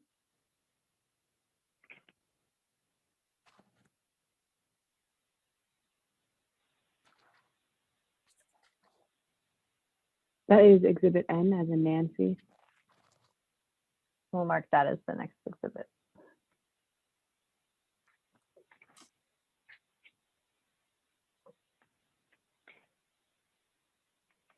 It is cold in here.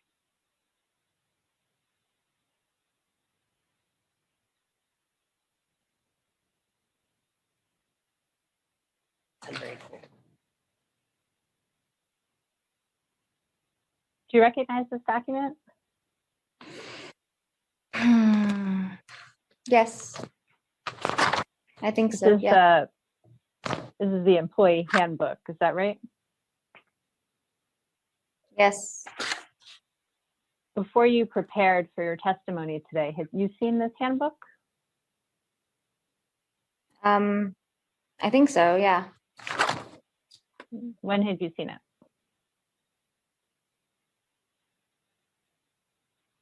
I'm not sure. I think I certainly got a copy when I started working there. Probably some floating around the office too.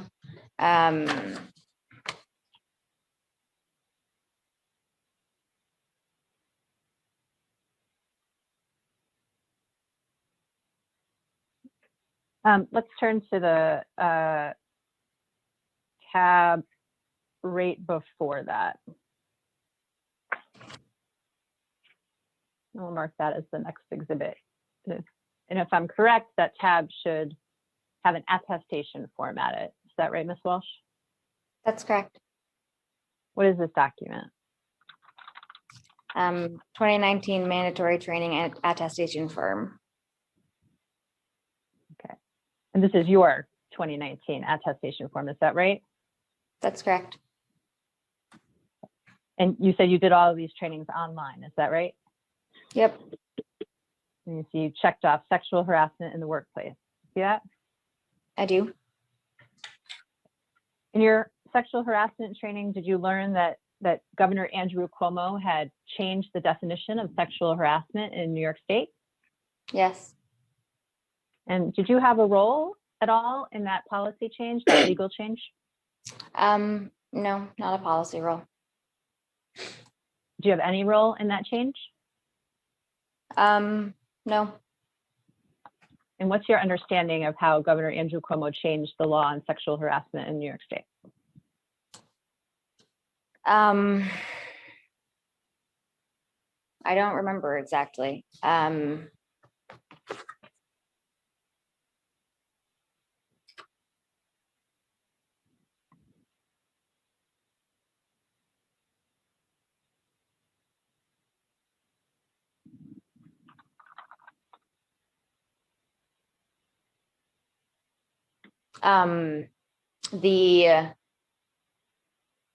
I think that was when it said that you, for state employees, you had to, I think it was reporting to goer. And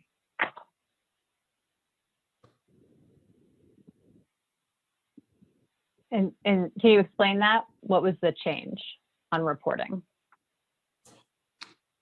I don't remember exactly. I guess I wasn't very deep into the policy pieces of it, but I think what you're referring to and what I've read since is that was when he instated some sort of policy of reporting to goer. But is there something exactly you're asking? Yeah, I want to understand what you remember about what the policy change was that Governor Andrew Cuomo, strike that, what the change in the law was regarding sexual harassment made by Governor Andrew Cuomo. I don't remember exactly what all the pieces of the change were. Do you remember any pieces of the change? Sitting here today, truthfully, no. What is your understanding when you were in the executive chamber? What was your understanding of who allegations of workplace misconduct should be reported to?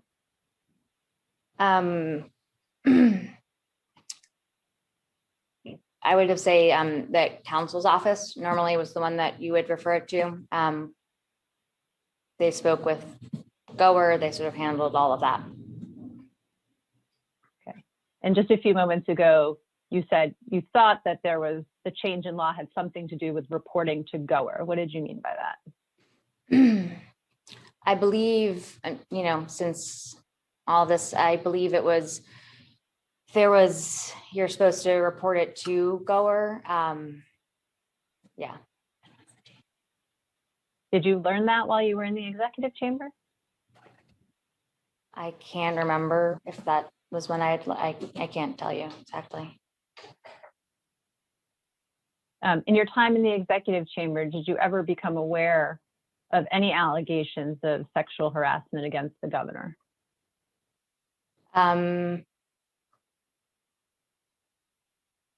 No. Oh, I'm sorry. Yes, I knew that Jill had spoken to me about having a conversation with Charlotte and Judy towards the end of my time there. Okay. Before we turn to Charlotte, are there any other instances of the governor's conduct that you witnessed, heard, or heard about that you think were inappropriate? No, not that I can remember. Okay. Why don't we You can put aside the binder for a minute.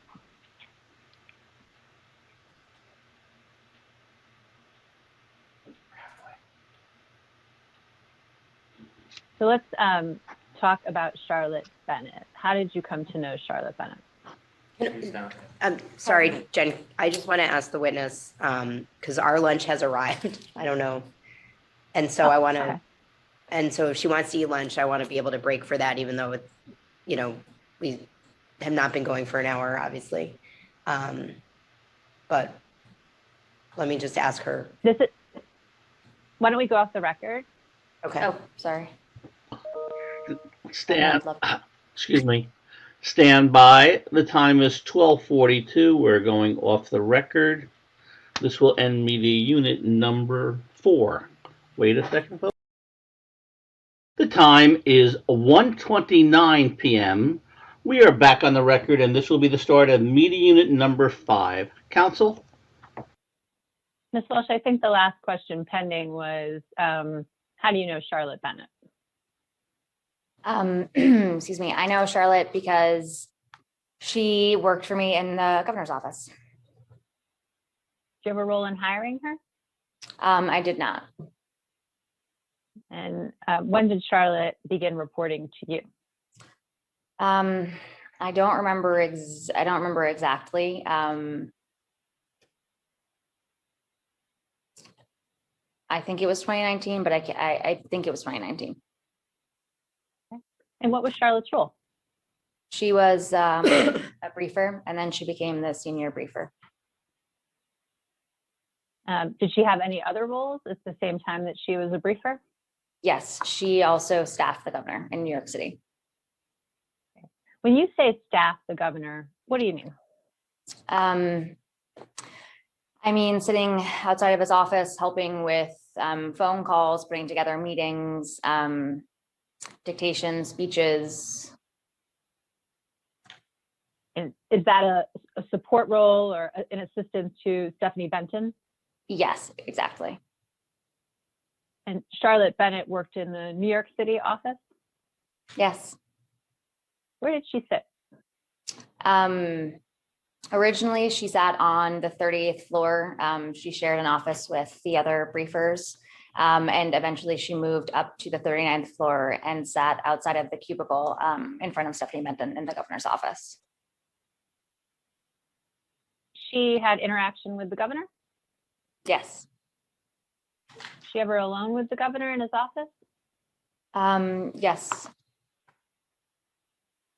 How was Charlotte at her job? Charlotte was good at her job. Did you have any concerns about her job performance? No. Did anyone ever express any concerns to you about Charlotte's job performance?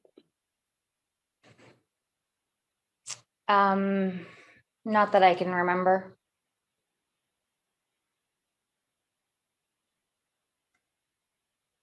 What do you know about Charlotte's interactions with the governor prior to December of 2020?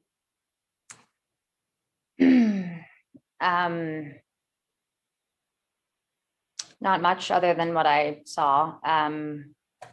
Seemed like they had good interactions. Yeah. When you say good interactions, what does that mean? That she did well in that role of helping to staff him, and that they got along. Is there a lot of turnover in the staffing the governor role? I think it depends on what you mean by a lot. Yeah. I mean, I guess I was often, a lot. Sorry. How long do people typically stay in that role?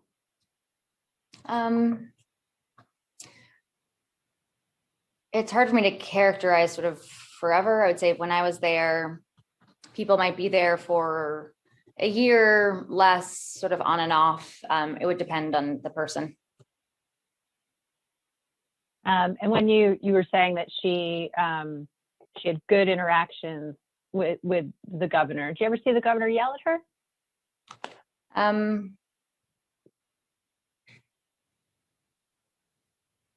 that I can remember. Is that uncommon to be a person who the governor has not yelled at in the front office?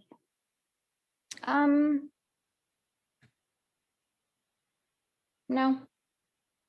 Can you think of anyone else who served in the front office that didn't get yelled at? I feel like he didn't really ever get yelled at. Certainly Stephanie less so. Yeah. Stephanie less so, but you've seen Stephanie get yelled at by the governor, right? Yeah, I think so. So anyone other than Charlotte? I don't know. Not that I can think of right now. Why don't you open up your binder and turn to, Hayat will help me again here, tab 34, which is for you. CC, Charlie, Charlie. And we'll mark this as the next exhibit. And if we did this right, this is a text message from May 10th, 2019 between you and, is that right? Yes. Who's was an executive assistant in the chamber. He had worked for Joe and Jill, and he also helped to staff the governor. What do you know about attempts to leave the executive chamber? I know that he wanted to leave. He and I had discussed it on a couple of occasions.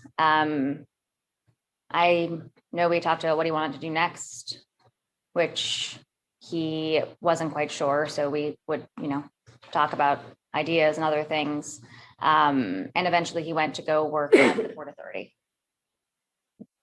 Did he ever tell you he was having difficulty leaving the executive chamber? I don't think so. I know, he was frustrated at times and wanted to do something different. Yeah. What did he tell you about his frustrations?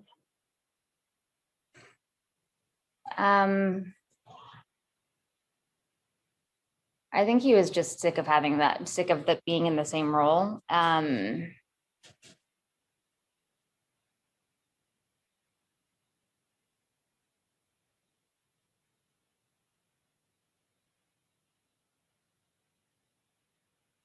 I can't remember exactly what he said, but I know that he wanted to move past, I think, the EA role. So yeah. Did he ever express any complaints to you about how he was treated by the governor?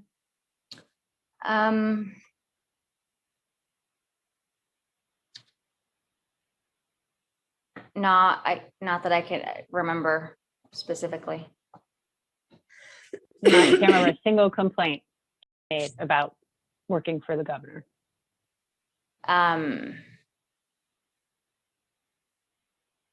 No, I mean, that doesn't mean that he didn't, but, or wasn't, we didn't talk about it. I just, I'm failing to pull to the top of my brain, like a concrete example of when he said something. Did he generally complain about working for the governor? Like I said, at the end, he was ready to move on. And by ready to move on, what do you mean? I think he didn't want to be an executive assistant anymore. From what I remember, he wanted to do more in sort of intergovernmental. He was very close with who had moved to the Port Authority.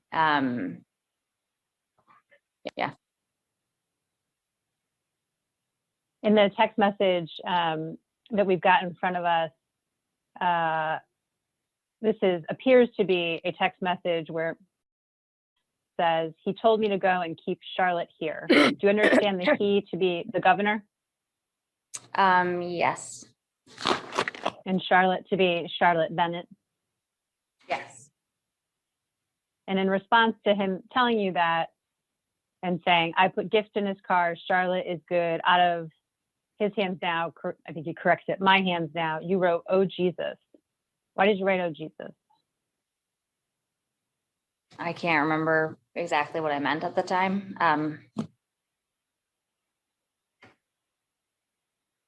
Can you remember generally what you meant at the time? Well, I'm gonna finish reading it.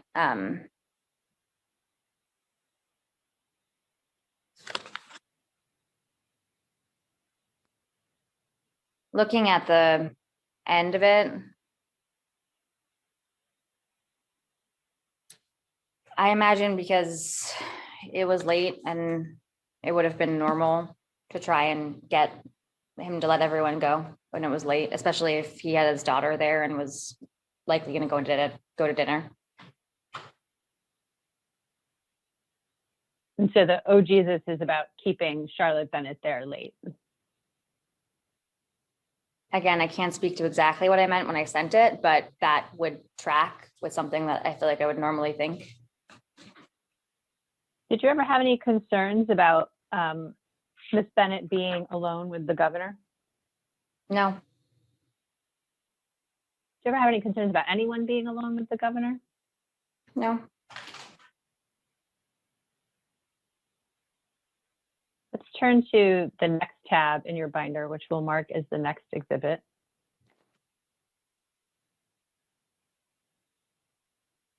This is a text, if I'm doing this right, it should be an August 6, 2019 text message between you and Andrew Ball. Why don't you go ahead and read the whole thing first?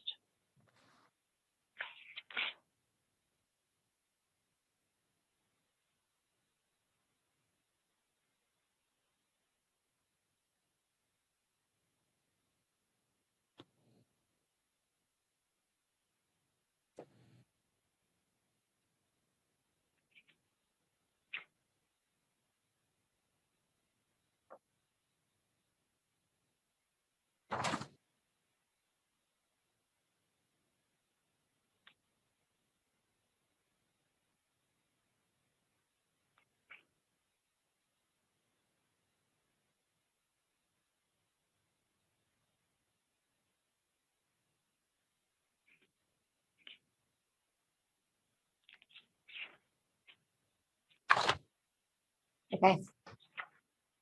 On the page that's marked on the bottom, 144, at the very top, in all capital letters, it says that pin. What is a pin? A pin is a message that you can send on a BlackBerry. And did you have a BlackBerry when you worked in the executive chamber? I did.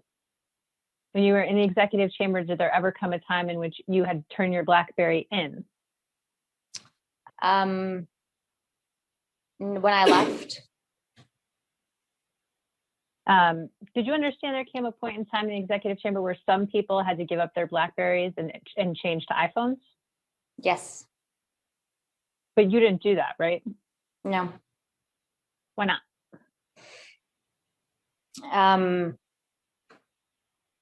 Because I regularly communicated via PIN with the governor and other senior staff. Yeah. You just answered my question. Thank you. Did the governor communicate with you in any other way, any other electronic way other than PIN? No. He might send No. a text occasionally to the wrong number, but no email. And when you say send a text, from what kind of phone would he send a text message? He had a BlackBerry. What is your understanding of why the governor and other members of the senior staff, including you, used BlackBerry pins? It was more secure.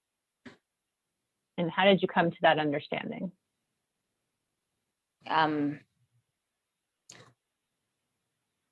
was how it was described. We talked about it.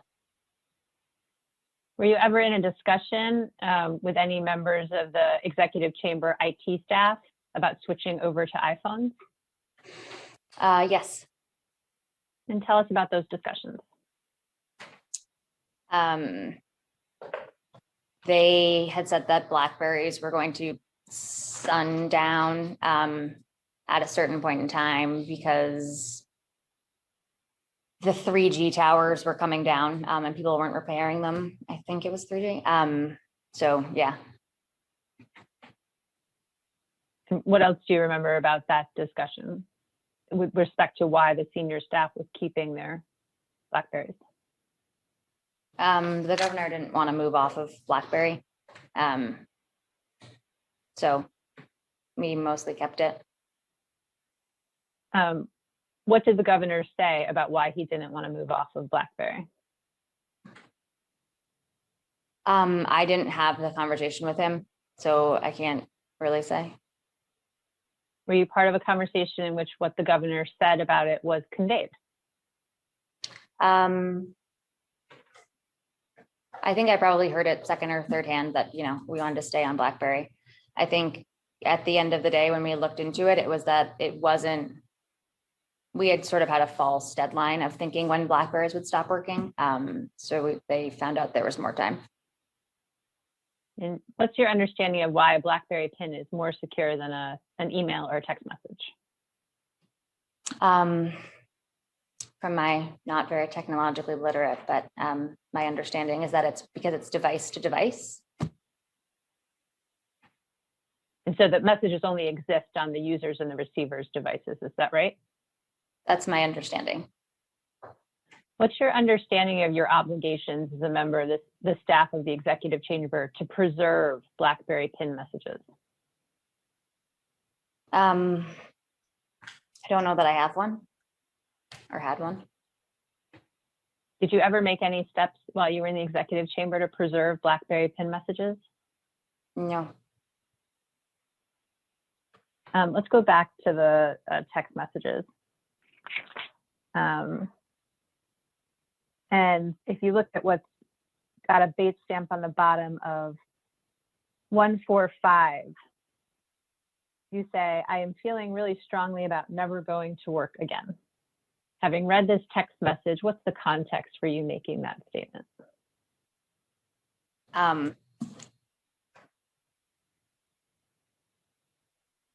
With this in front of me, I can't say exactly, but not wanting to go to work, I think. And why is that? Why did you say that? I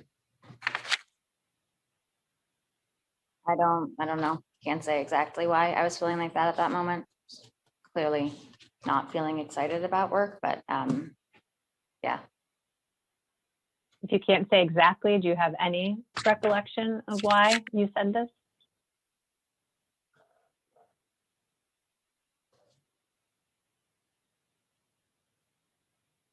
No. It's not the only occasion on which you expressed this feeling, right? In writing? I don't know, but yes, I'm sure that I've said that before. In preparing for today, you've looked at text messages where you expressed a similar sentiment in writing, right? Yes. And if I show you any of those text messages, will you remember any context for why you made those statements? It would depend on the document. I'm happy to look at some. Are there any you specifically remember where you remembered the context having looked at the text message? I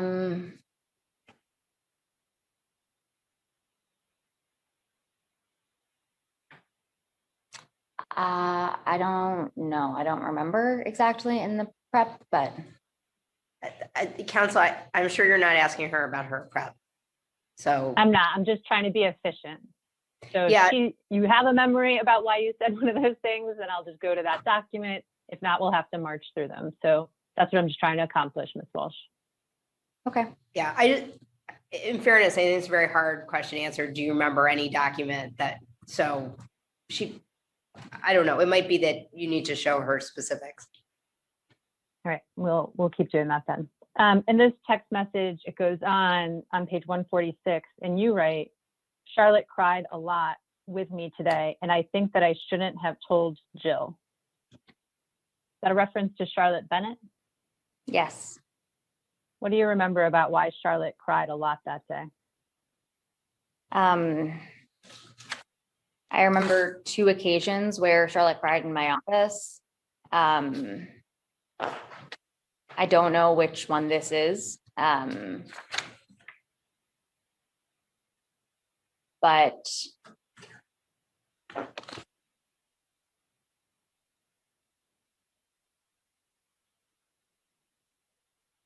yeah. Okay, why don't you tell me about the first occasion which you remember Charlotte crying in your office? I remember her crying because she was feeling overwhelmed. I believe had just left, so she had become sort of the head briefer. She had to travel a lot back and forth between Albany and New York City, which was hard, obviously. And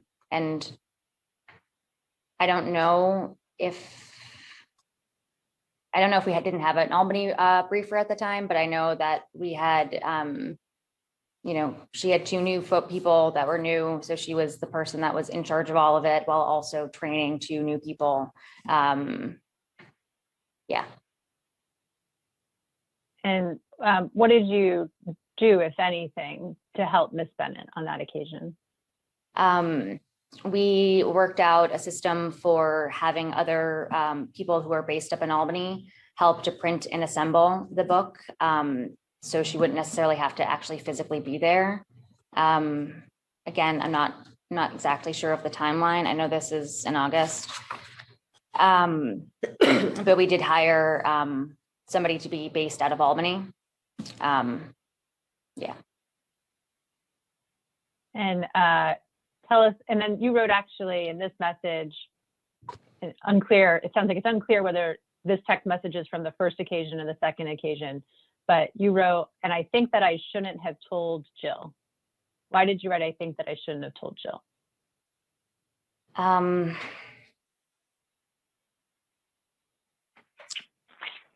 don't know. I don't remember. I don't know why I would have felt like that. Yeah. Are there occasions in which you didn't want to share information about your direct reports with Jill?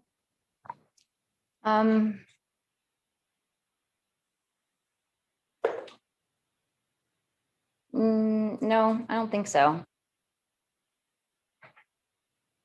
Any other occasions you can remember where you told Jill something and she reacted in a way that made you think, oh, I shouldn't tell her something like that again?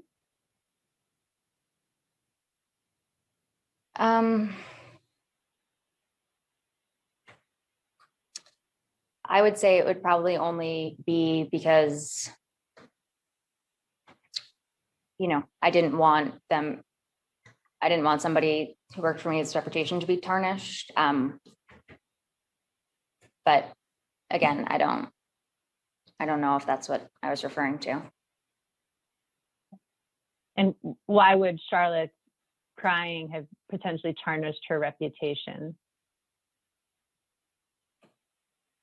I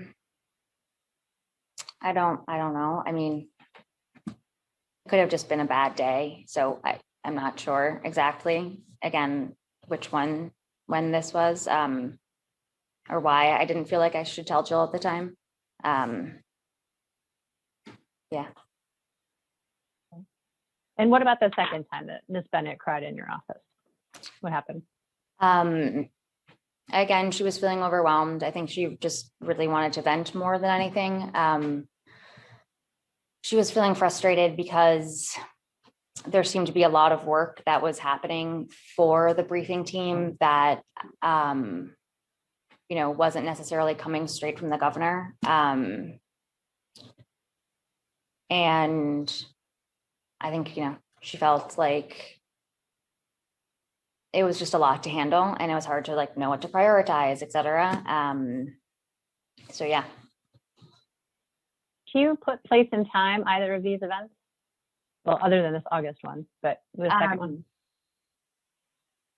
I don't remember. I remember I was in New York City. It was in my New York City office. But I don't remember when exactly.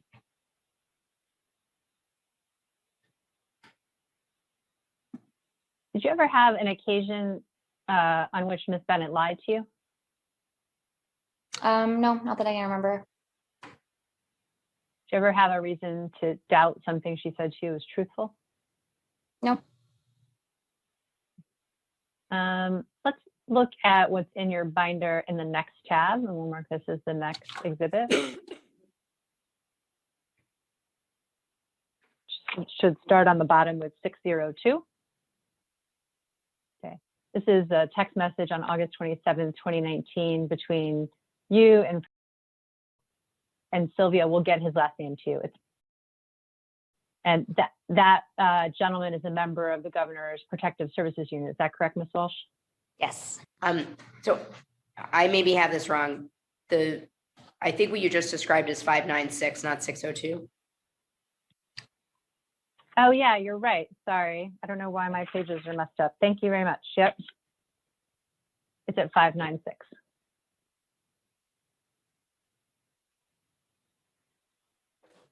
You see that, Ms. Walsh? Yes. Okay. And this is a message where you wrote, "Hi there, Charlotte coming. She's going to pin you, but you or someone meet her downstairs. I don't want her going up, please." Do you remember on this occasion why you didn't want Miss Bennett going up? I don't remember what this was. Are there any occasions on which you tried to prevent Miss Bennett from being in the same room as the governor? No, I don't think so. Any occasions on which you tried to prevent Miss Bennett from interacting with the governor? No. Any occasions in which you're aware of any other member of the executive chamber staff tried to prevent Miss Bennett from interacting with the governor? No.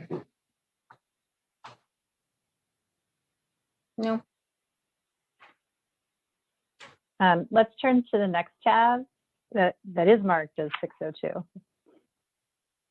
And this is a text message dated October 26, 2019. It's between you and Jill DeRosa. Can you read through the whole thing and then look up when you're done?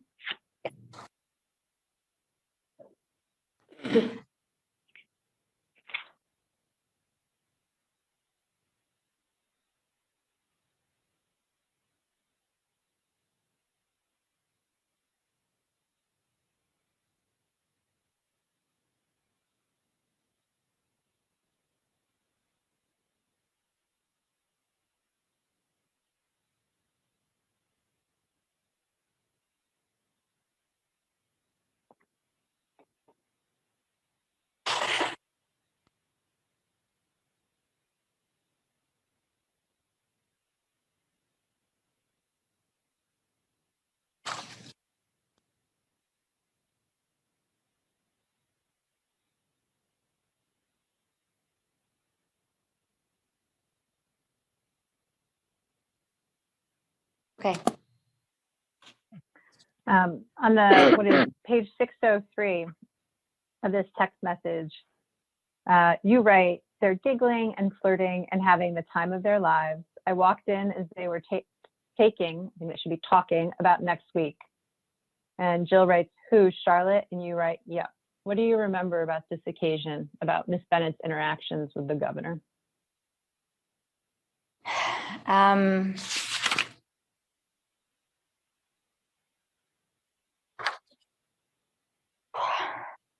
I don't have a lot of memory beyond what's on this page.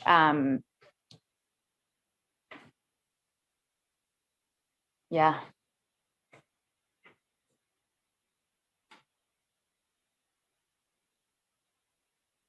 So you saw the governor and Miss Bennett giggling and flirting, is that right?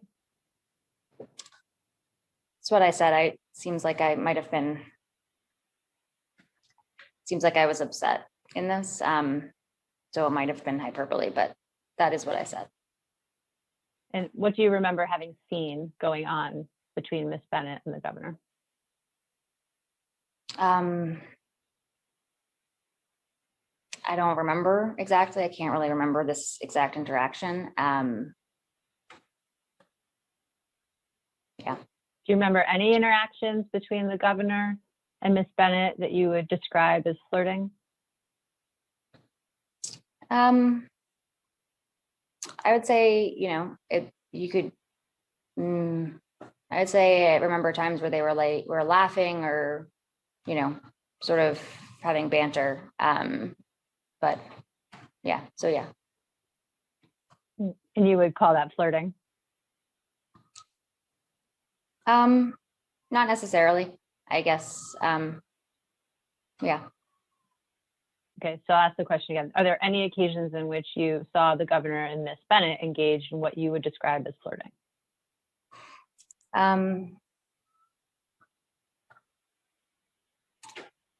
No, I don't think so. On this occasion, when you said that the Miss Bennett and the governor were giggling and flirting, did it cause you any concern? No. Why not? Because they were having a conversation and laughing. But again, like I said, I can't exactly remember it. So I sort of have this to go off of.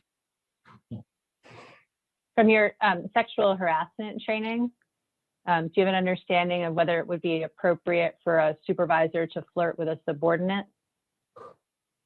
Yes. And what's your understanding? No.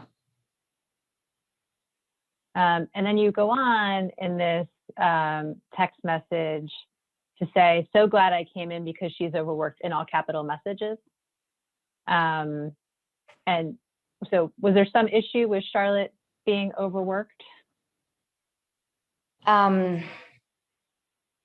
remember at some point, the governor had said a note to myself, Jill, and Steph, something about Charlotte being overworked. Sorry, the governor had sent a note to you to that effect? Yes. Okay. Did you speak to the governor about Miss Bennett being overworked?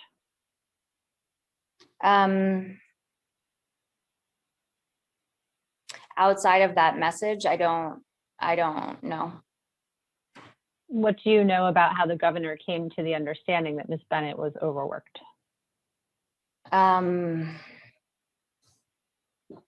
I don't remember.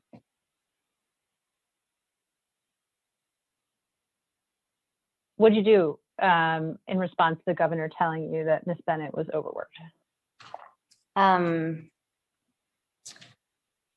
Well, we cut down the hours of her, sort of tried to make sure that she didn't have to go in on the weekends. And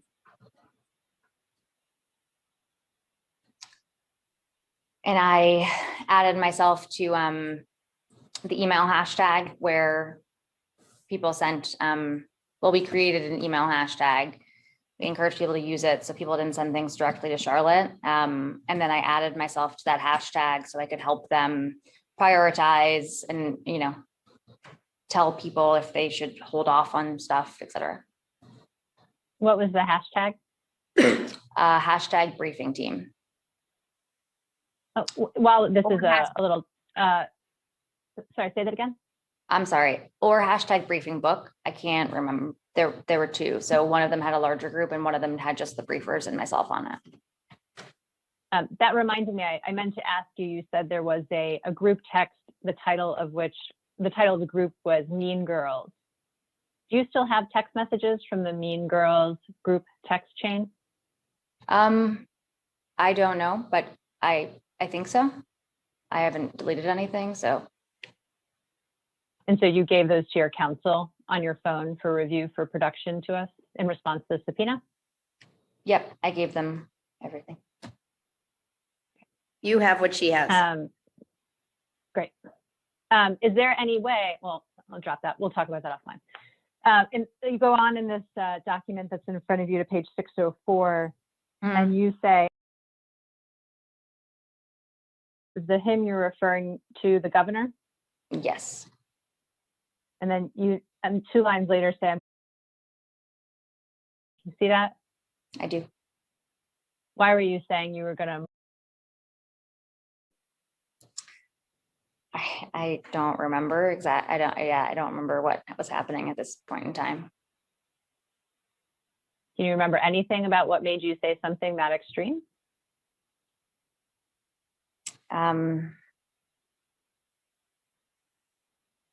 No, Can you remember anything about what was happening around this time period between you and the governor that would have caused you to say,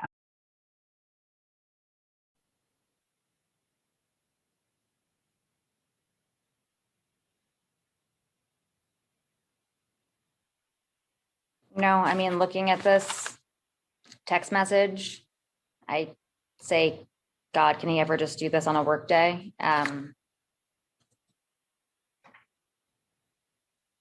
So I assume that that could have been part of it.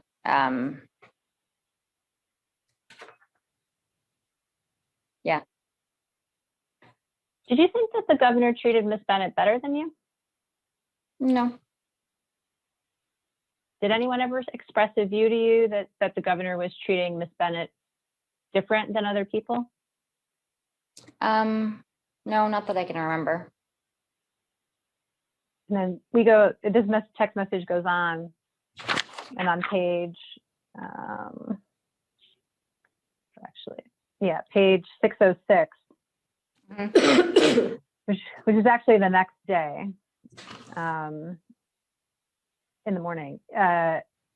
Rossier says, well, you say, and Jill says, and she says, also, I'm going to find someone else to hire and move Charlotte downstairs. I'm not doing this. He probably doesn't like her, but doesn't want to stay. You see that? I do. Okay. What is your understanding of why Mr. Rossier was going to move Charlotte downstairs?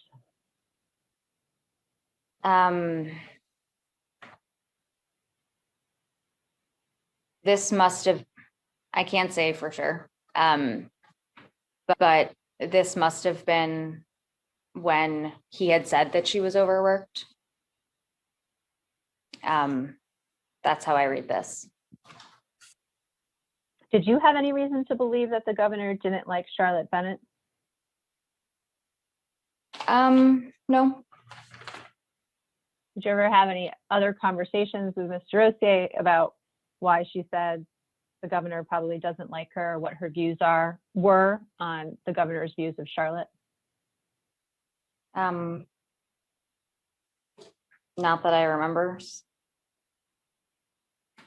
And you wrote back, of course, she'll fucking be devastated, which is why I hated her for that job anyways. Why did you think that Charlotte would be devastated to be moved downstairs? It seems like I was upset in this message, but so I think it was probably an exaggeration, but I can imagine it sort of would have felt like a demotion. And you wrote, which is why I hated her for that job anyways. Why did you hate Miss Bennett for the job of staffing the governor? Again, I think this was when I was upset, and I don't necessarily know that that's actually how I feel. But I don't know exactly what I was referring to or meant in this moment. Yeah. Did you have any reservations about Miss Bennett staffing the governor? No, I mean, apart from the fact that she was the head of the briefing team and it's an important job too. No. Did you ever express to anyone else other than Mr. Rossier that you had concerns about Charlotte doing the staffing of governor role? Not that I remember, no. What do you know about why Charlotte Bennett transitioned out of the executive chamber?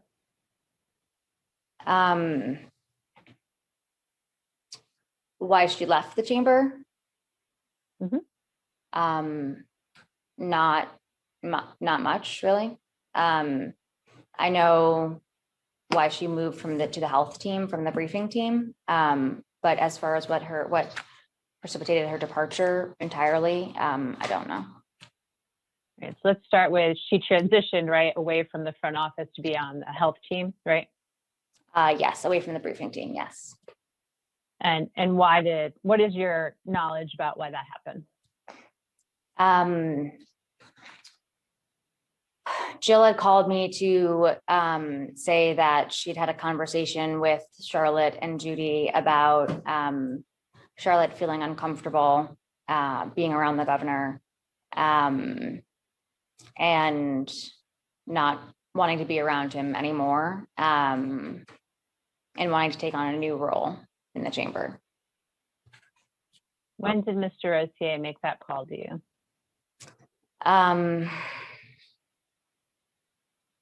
In the summer, before my departure. I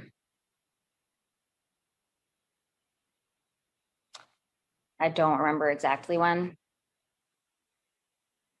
Summer of 2020? Yes. What else did Mr. Rosier say in that conversation?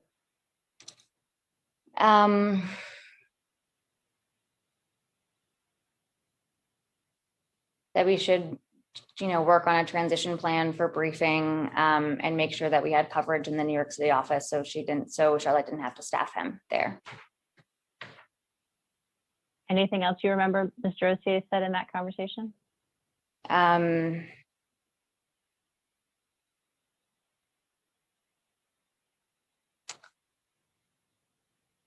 No, not that I can think of.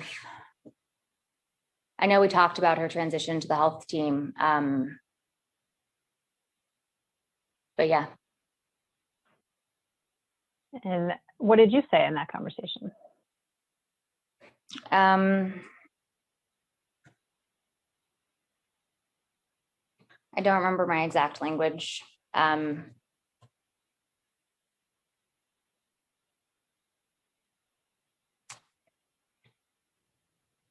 But yeah, I can't remember exactly what I said. Oh, well, I don't need exact. What do you remember generally you said?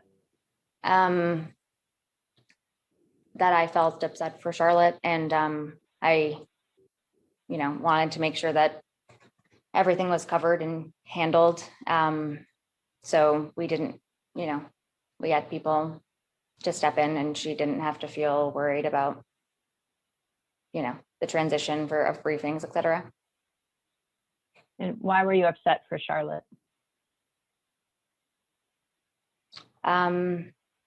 Because I hated that she had that she felt that way and had that experience, or, Did you ask anything more about what had made Charlotte uncomfortable? No. Did Jill tell you anything more about what had made Charlotte uncomfortable? No, I don't think so. She said it was a conversation that they had had together. Did you understand it to be something of a sexual nature? Yes. And what made you come to that understanding? I don't know exactly, but yeah. Did you ask Mr. Rosier if a report was going to be made to Goer? No. Did she and you discuss what the governor was told about Miss Bennett being uncomfortable? No. You didn't ask her? No. Were you concerned that the governor had made someone uncomfortable and he might do it again? I don't know. I don't think so. I think at the time, No. After that conversation, were any changes made to the protocol for staffing the governor? Not that I remember. There wasn't a rule put in place that the governor always had to have 2 people staffing him? No, not that I remember. That is usually the norm. That would be the norm anyways, that he should have 2 people at least. The norm is that the governor has 2 people staffing him. That was always the norm? Yeah, usually. So to your knowledge, nothing changed about how the governor was staffed after you learned that Ms. Bennett had reported that he made her uncomfortable? No. There were no emails from anyone or conversations you were a part of in which such a change was discussed? Not that I remember, no. If such a change was made, wouldn't you have to be involved in those conversations as the director of scheduling?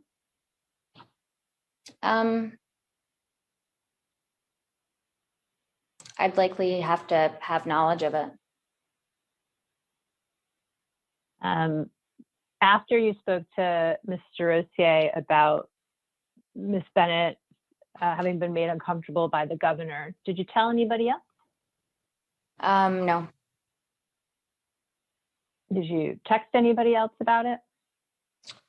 I don't think so. Did you speak to Judy Mogul about it? So, counsel, my understanding is that conversations with Judy Mogul would be privileged. And obviously, it's the chamber's privilege. So I'm not aware that they've waived on this. She can answer yes or no, I think, and then I won't ask her about the substance of that conversation. I think the way that the question was phrased, as I heard it, I don't think she could answer it because the question embeds the substance.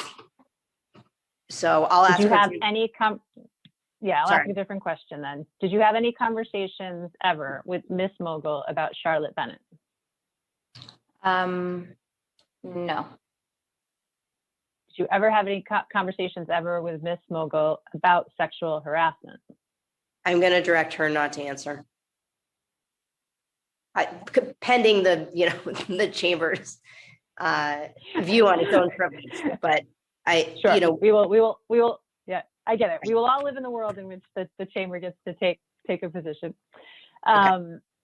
So at some point you said Ms. Bennett leads the health policy team too, right? Yes. And what do you know about why she left the health policy team? Oh, I don't know exactly why she left. I wasn't in the chamber at that point. And she and I didn't have any discussions about it. I understand you might not have been in the chamber and you might not have had discussions with Ms. Bennett, but do you have any knowledge about why Ms. Bennett left her role in the health policy team?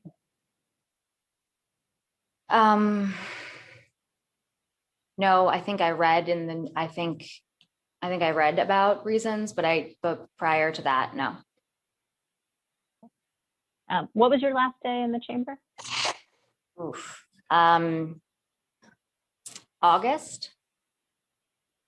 I forget the date.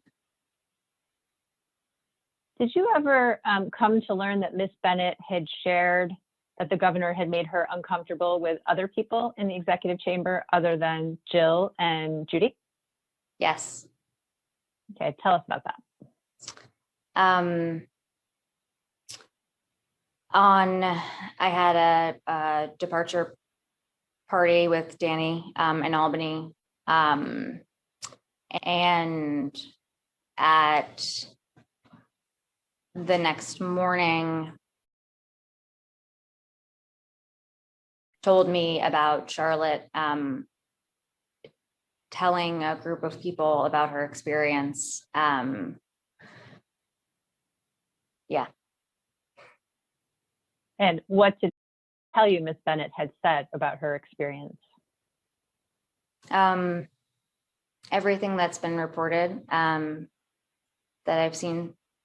So that she was made she felt uncomfortable that he asked her, you know, if she'd ever had sex with an older man, that he had asked her about, that she had discussed her past abuse. Yeah.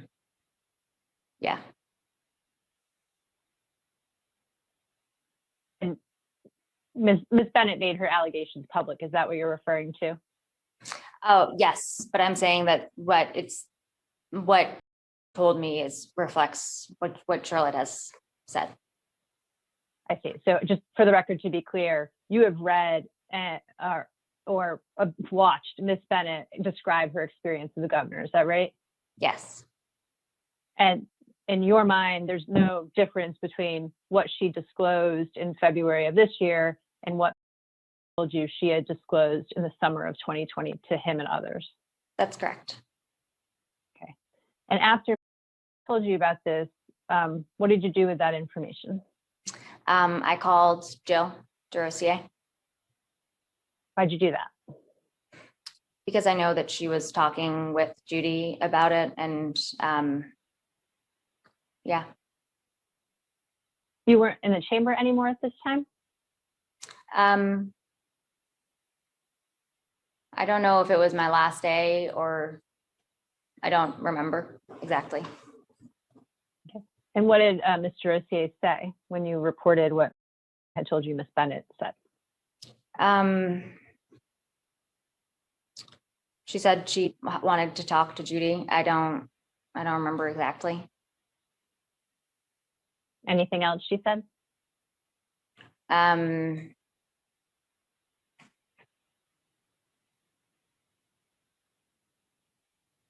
Not that I remember now. Oh, she asked, I think she asked who else was in the room.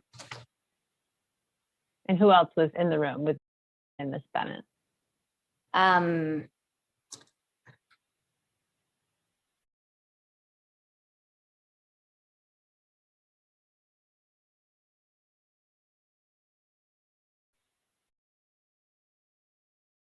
I think.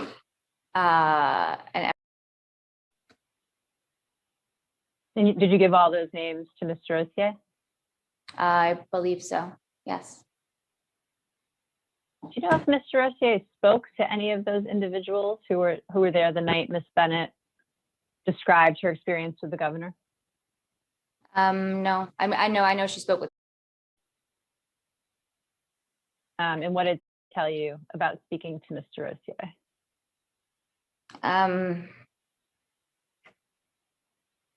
Nothing really. It was much the same. And when you say much the same as what? Sorry, I apologize. I think that it was much the same as sort of the conversation that I had with her, but I think he had, because he was the first-hand account. I think she wanted to talk to him directly about it. And did he tell you anything Mr. Rossier had said to him? No, not that I remember. Do you know if she spoke to anyone other than any of the other individuals who were there the occasion Ms. Bennett described her experience with the governor? No, I do not know.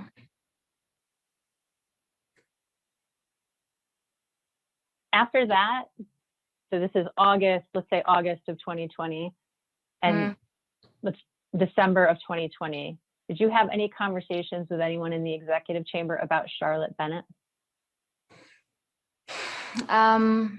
No, I don't think so. Not that I can recall.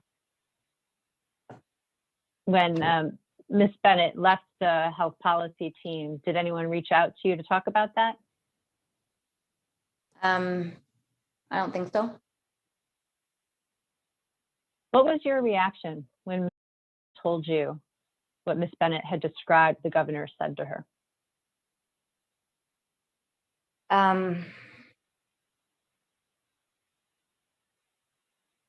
I felt badly for her. I felt for her. Did you advise to speak to Jill DeRosa as well, or did Jill reach out to him on her own? I don't remember. I don't know for sure. Did you have any reason at that time to believe that what Ms. Bennett had told you was not true? I had no reason to disbelieve Charlotte. Sitting here today, do you have any reason to disbelieve Charlotte Bennett's description of her interactions with Governor Andrew Cuomo? No. Let's talk about someone you brought up. Oh, well, I should ask a final question. Apologies. Anything else that you know about Charlotte Bennett's experience with Governor Cuomo prior to December of 2020 that you haven't told me? No, I don't think so. Any other conversations you had with any members of the executive chamber staff regarding Ms. Bennett and her experience with Governor Cuomo that you haven't told me about prior to December 2020? No, I don't think so. You talked a little bit earlier about someone named Caitlin, whose nickname was Sponge. What do you know about how Caitlin came to be an employee in the executive chamber? The governor had met her at a fundraiser. She was working for a consultant at the time. And she came in for an interview to be the downstate director of governor's offices. Yeah. When you say the governor met her at a fundraising event, how did you come to know that? I don't remember exactly. Yeah, I don't know. And is it your understanding that she came in for an interview because the governor wanted her to? Yes. So earlier today, I asked you if you had any knowledge about whether the governor had ever met a woman at an event and then wanted to bring her in as an employee of the chamber. And I think you said no.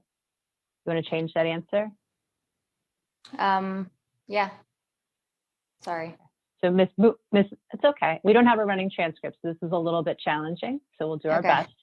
But so your recollection is that falls into that category. Yes, I think so. I don't remember exactly because I wasn't at the party, but I know that, yeah, I think she had previously worked for,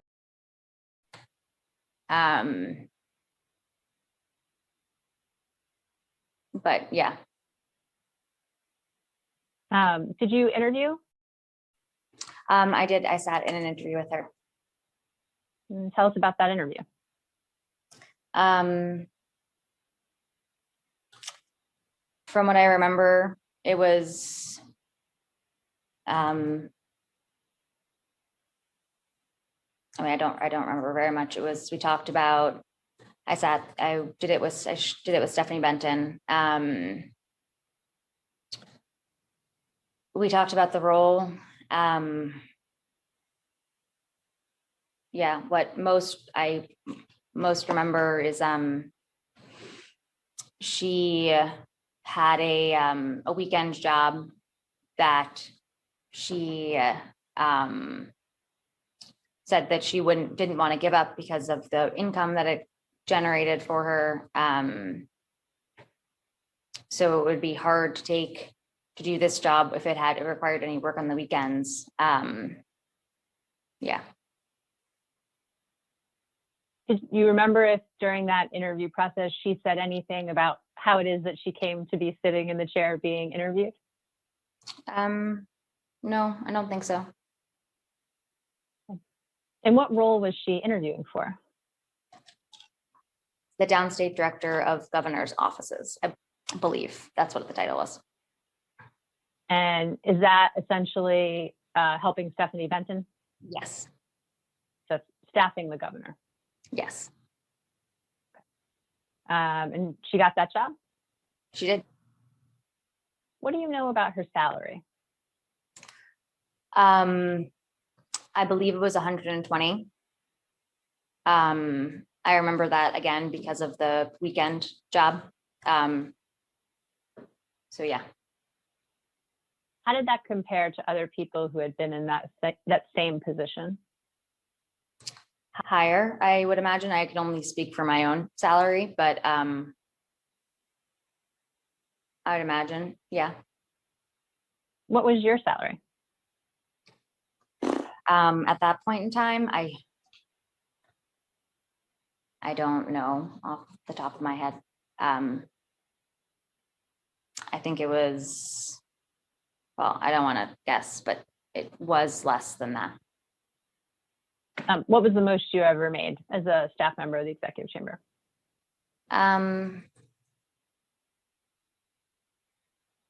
Well, I think it was, that included location pay.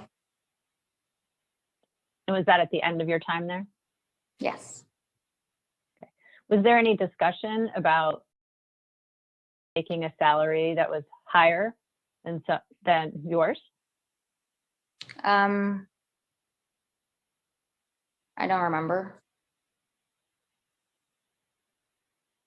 Do you remember any discussion about salary? It was okay for her salary to be higher than other senior members, people who would be more senior than her?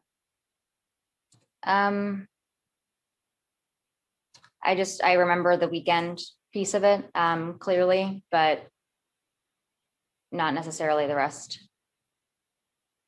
Did it have anything to do with the fact that the governor wanted her to work in the executive chamber?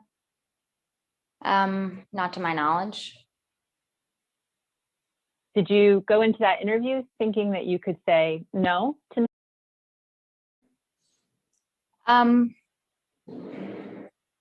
Yeah, I didn't really have a thought either way.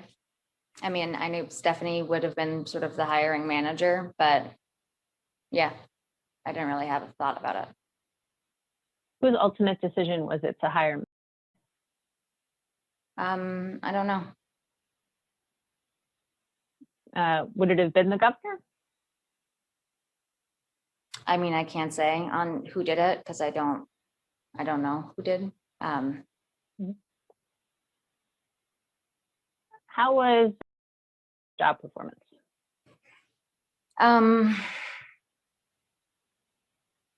I don't think that she ended up liking that job. I don't think that she was suited for it. I think it was a lot of minutia, and I think she thought it would have been, well, I don't want to say what I think she thought, but yeah. What conversations did you have with about her job satisfaction or lack thereof?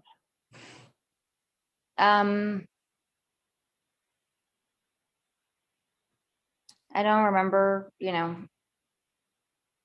a conversation with her I remember a conversation where I told her I was dissatisfied with her job performance. There could have been times where I gave advice or suggested other things or said that, but I don't remember.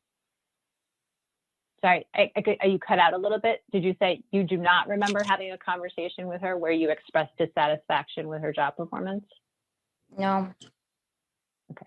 Do you remember the reverse, where she expressed dissatisfaction with her job?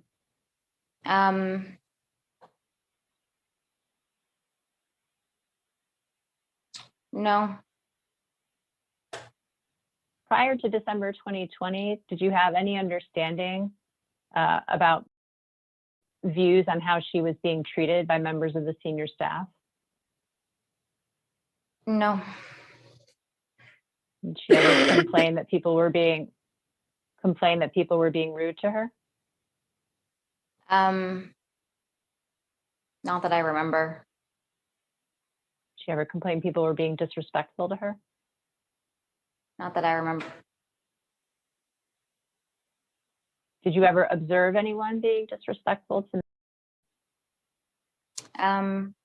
No, I don't think so. I guess I should have exempted calling her sponge, but did you ever observe anyone, for example, ignoring her? No, I don't think so. Is that something that happened in the chamber? that more junior members of the staff would get deliberately ignored? Not to my knowledge.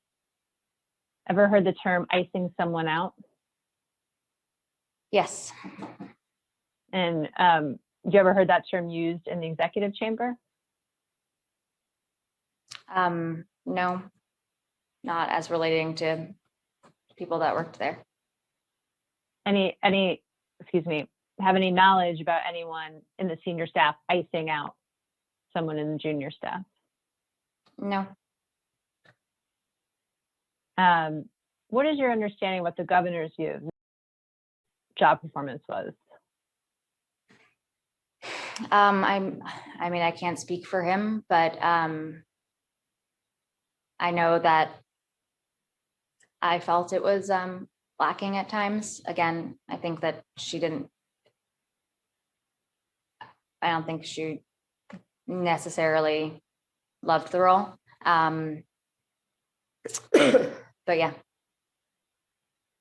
Did the governor ever express any views to you about job performance?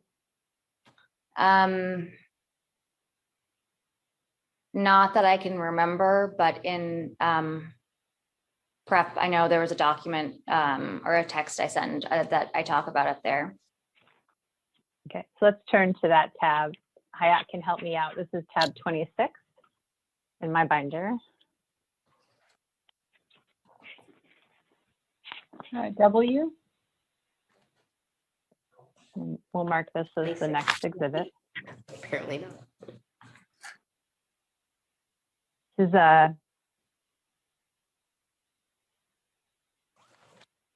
This is a text message from January 29th, 2017 between you and Jill DeRosa. Before we go to the text message, do you remember when you started working in the executive chamber?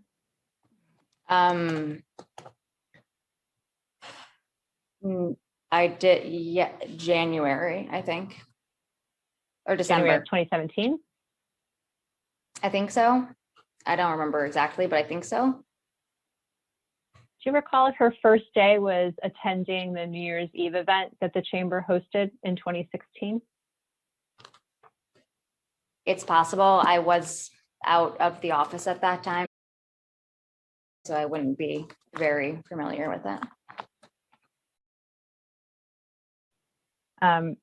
Let's look at the text message. I think this is the one you were referring to, where you write to Ms. DeRosa, I'm also going to add Caitlin to all of the meetings, even though he told us today she was useless because she still doesn't know anything. Is this the text message you were referring to?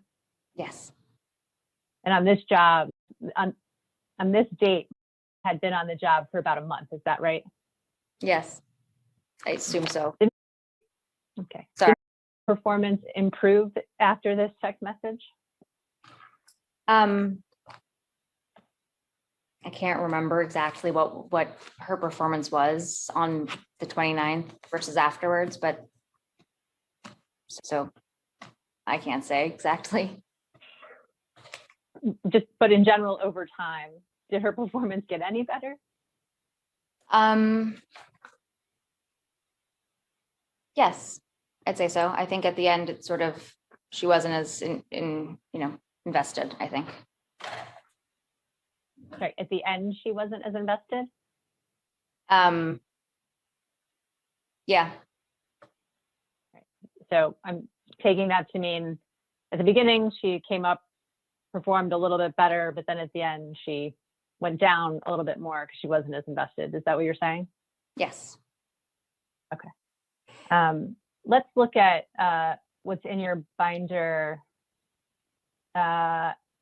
Before, I apologize. Before we go, can I just run to the bathroom very quickly? I was gonna. Of course, let's go off the record. Oh.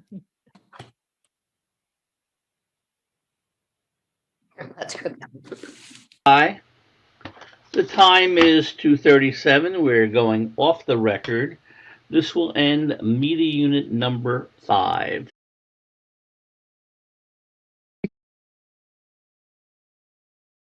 The time is 2:53 p.m. We are back on the record. This will be the start of media unit number 6. And can you please? I was just Please go ahead. There was one thing that I am thinking about, a question that I wanted to clarify in regards to Caitlin's interview. Afterwards, I remember expressing that I didn't think that she was right for the job. To whom I'm not quite certain. I believe it was either Stephanie or Jill, but I can't say for sure. Thank you for the clarification. Why did you not think was the right fit for the job? Because I thought she wanted a sort of a larger, more sort of not political, but a sort of a larger role, and wouldn't be happy with sort of the minutia and smaller sort of EA-like nature of that role. Where was coming from? What was her job before the executive chamber? I believe that she worked for a lobbyist, the name of which is escaping me. Was she an executive assistant at her lobbying firm? I don't remember. So what gave you the impression that she wouldn't be satisfied with the staffing the governor role? It was just when, as she spoke about her experience and sort of as she talked about the role, I didn't think that she would, it just didn't seem like it seemed broader and larger than what the role is. Did you get the impression she didn't want the job?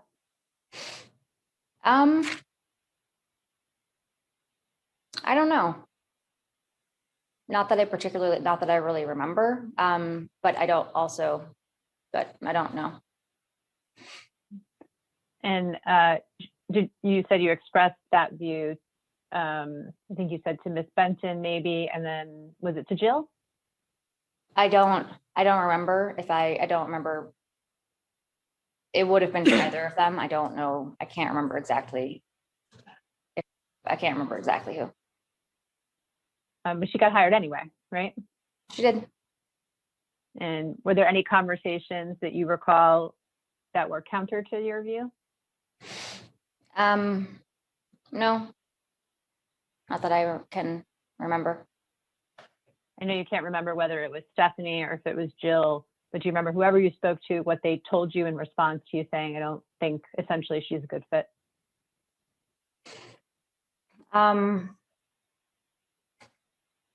No, I don't remember. Okay. Why don't you turn to tab Z in your binder, and we'll mark this as the next exhibit.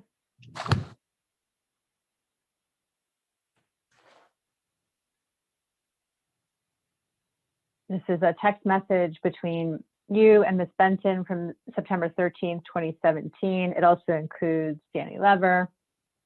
And you write, oh my God, already smiling in response to some image we can't see. And then say, wait, also let's fucking fire Caitlin like 6 months ago. Why did you think Caitlin needed to be fired?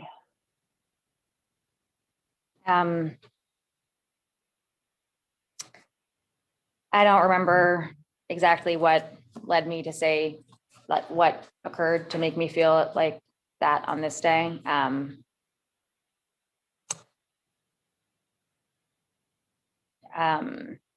But clearly I was blowing off steam. So, but I don't remember exactly what it was at this moment that led me to believe that. Okay. I think that. Separate from this moment, did you want to get fired?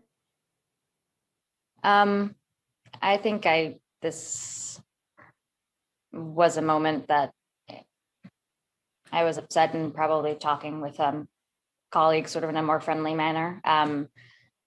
I do know that I didn't believe that she was excelling in the role. Did you ever communicate to me that you did not believe she was excelling in the role? Not that I remember specifically. Did you ever yell at her? Not that I can remember. Were you ever rude to her? Not that I remember. You ever disrespectful to her? No, not that I remember. It says that you were. Is she lying? I understand we're not supposed to object, but that the question is very objectionable. So I You can think go ahead maybe and you answer. could rephrase, please. You can go ahead and answer.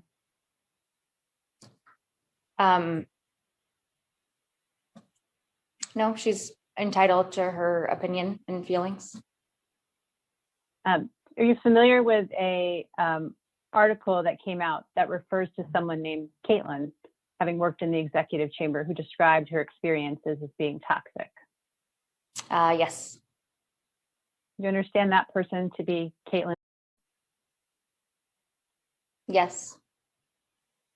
And when you read that article, is there anything that she described about her experience that you thought was false?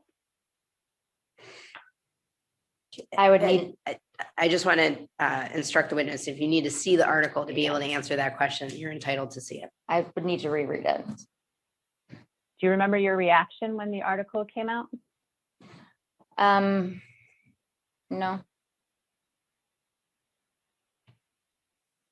You don't remember having any reaction to that article coming out? I'm sure that I did. I think at this point there was quite a bit of things happening, so I can't isolate what that reaction was. Okay, we'll come back to the article. Let's talk about Lindsay Boylan. How do you know Lindsay Boylan? She worked at ESD and then in the governor's office. Okay, did you interact with her? I did. How often?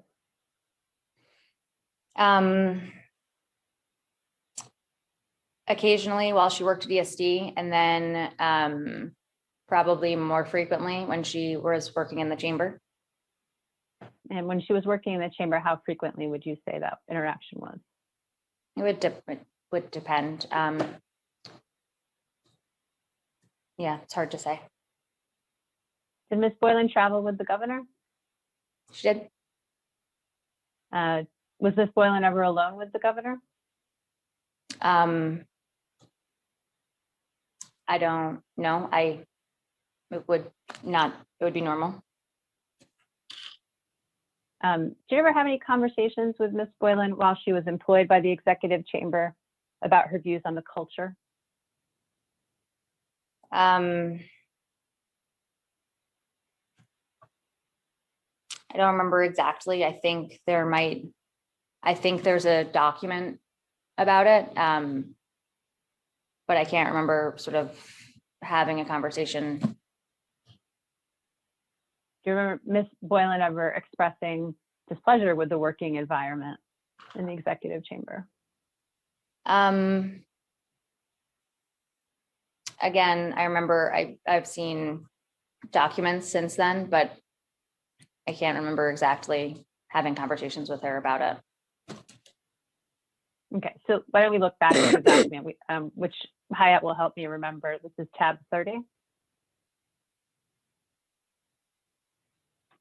Maybe we haven't looked at this before.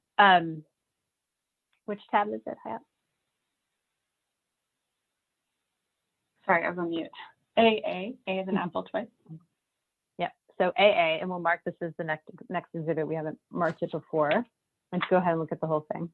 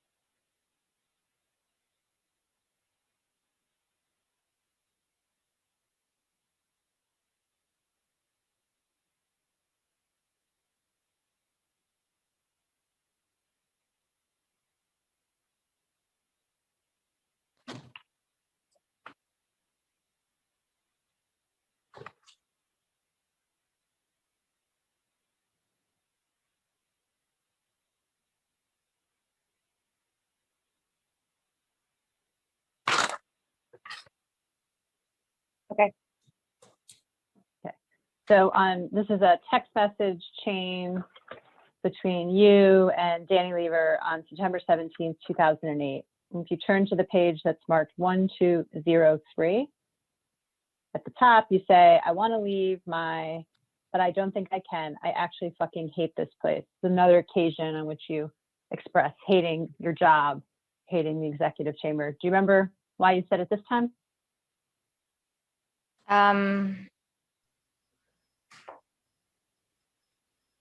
No. I know, I remember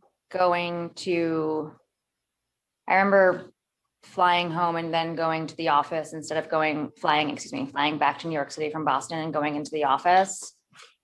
I remember something happening, and there was an event happening, and I remember Melissa telling me to go, asking me to help Jill. So I went over afterwards to the campaign office.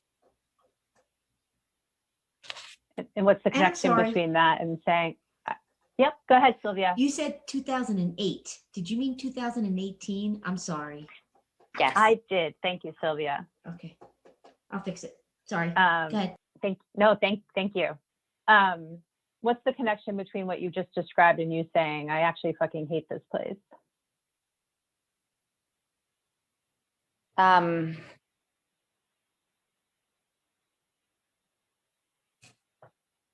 I don't remember exactly. I think I clearly it's like I had anxiety about going back to work anyways. But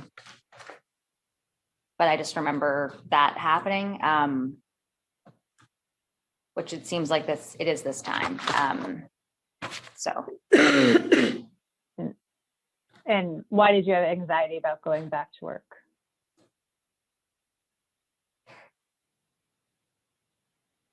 I can't say exactly why. Just what I would characterize as just sort of the regular stress or anxiety about going back to work after being away for a while, especially missing a day. You missed one day? I don't know. But it's that, sorry, from what I'm reading, that's what it feels like to me. And I remember being late this day with this campaign when I went over to help the campaign office with something. So, but I can't say for certain. And then you go on to say, again, actually, nothing, I just hate this place. Remember why you said that? No. Okay. And then you said, I would never agree with Lindsay on anything, but it's fucking toxic. I'm assuming that was supposed to be code for fucking toxic. Is that right? Yes. Okay. And you say, I would never agree with Lindsay on anything. What did you mean by that?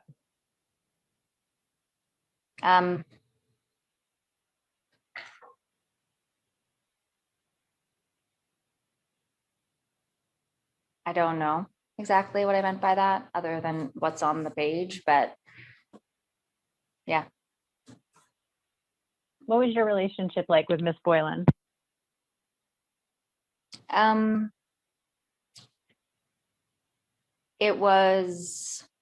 It started off, it was a good working relationship. It sort of petered out towards the end, I'd say. Yeah. And by petered out, what do you mean? We weren't as close at the end. Not that we were relatively very close in the beginning, but yeah, just that we weren't as close. Anything else? As far as my relationship with her goes? Yes. No, I don't think so. No other reason why it petered out? No. It was sort of, I was frustrated with her work product. And yeah, What frustrated you about her work product? she didn't always have, she didn't have a grasp of details. Occasionally on briefing, that on a couple of occasions I can remember that I was frustrating as the policy lead.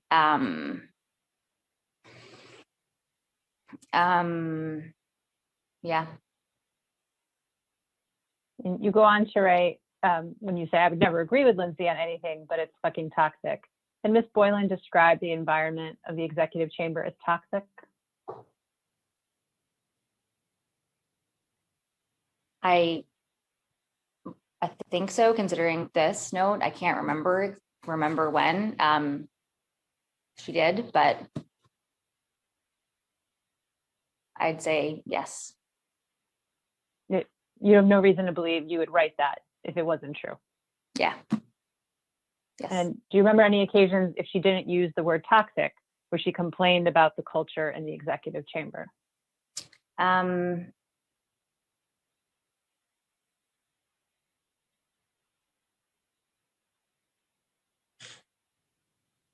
Not specific. Oh, no, sorry. I apologize. Again, and there was another document where she was complaining about Linda Lacewell.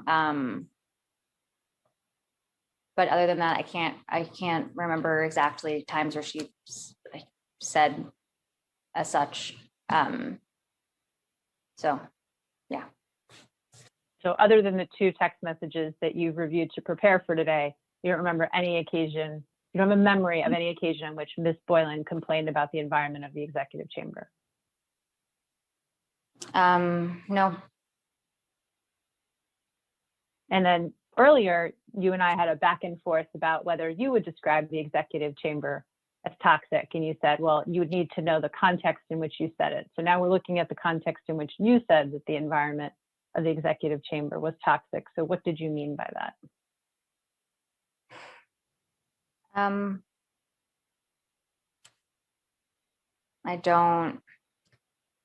I don't know exactly. I was obviously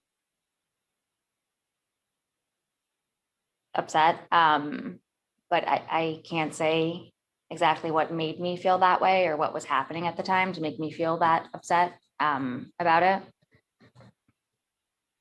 it. We've looked at a number of text messages in which you said you hated your job, you said you wanted to leave, you called the governor, you said you described the environment as toxic, but you can't remember why you used those words on any of those occasions.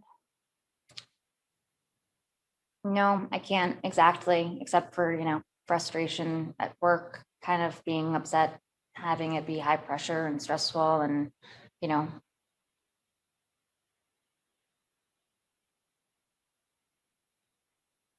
Have you ever seen a set of talking points that were prepared after the allegations of harassment came out against the governor to describe what the environment of the executive chamber was? No. Anyone ever tell you what you should say if asked what the environment of the executive chamber was? No. When you were in the executive chamber, did you ever participate in managing press around a potential article on the culture of the executive chamber? No. Were you aware of any potential articles about the culture of the executive chamber while you were a member of the executive chamber? Not that I remember.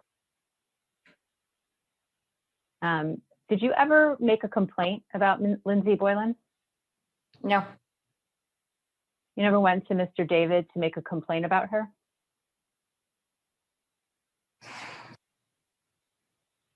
Wait, sorry, counsel. Can you repeat the question so I can figure out whether there's a privilege issue, please? Sure. First I said, did you ever make a complaint about Lindsay Boylan? Okay. And I think she said no. She said no. Okay. What was the next question? Did you ever go to Mr. David about Lindsay Boylan. Can Is he I a, ask a question about these? yeah, so to us or to her? Yeah. So the witness has a question with regard to privilege, so we'd like to go off the record to talk to her.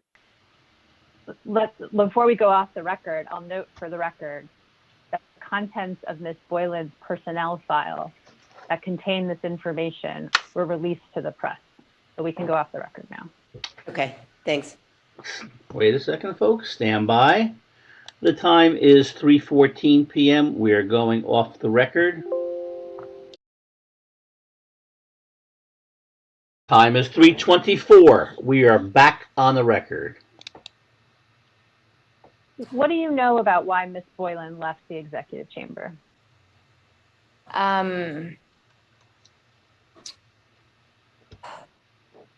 Well, there were two, I remember two times. One time, I know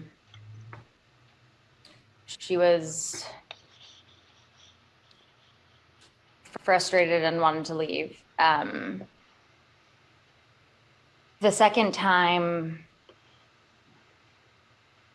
I can't remember exactly, but I think was of a similar nature. But I think she wanted to come back. And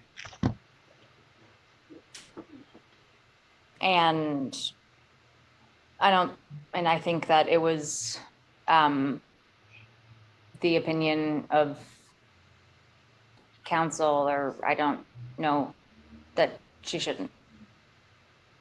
Okay. So on the first occasion where she left, sounds like she didn't actually leave. She came back. Yes. Okay. You said she was frustrated. What was she frustrated? What's your understanding was she frustrated about? More, I don't know, holistically. I don't know. I don't know the specifics. What sort of was the main point of her departure? So yeah. Did you talk to her about why she wanted to leave on that first occasion? We texted about it, but I don't know if we ever spoke on the. I don't know if we spoke on the phone about it. And from that texting, what did you come to understand was the reason she wanted to leave? I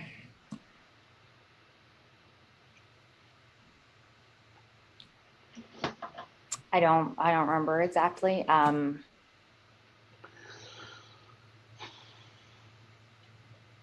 Yeah. Do you remember anything about the texting and what she said? I'm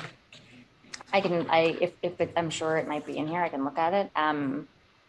But again, I understood it to be sort of generally just frustrated and sort of done working there. Okay. And on the second occasion, you understood that she chose to leave because she was frustrated. That's what you said? I think that's how I remember it. Let's fast forward a little bit to December of 2020. When did you first become aware that Ms. Boylan had tweeted allegations about the work environment of the executive chamber? I don't know. I don't remember exactly how. I don't know if I saw it or somebody sent it to me. Let's mark is the next exhibit. What is tab 41 in my binder? Hayat, what is it in Ms. Walter's binder? JJ.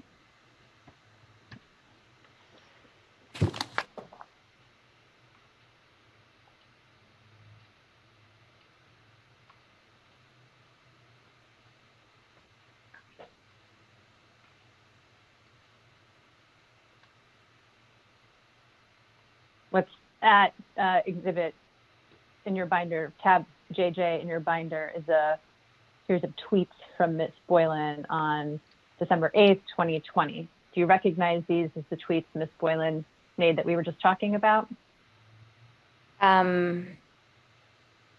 Yes. And after these tweets, did you talk to anybody about the tweets?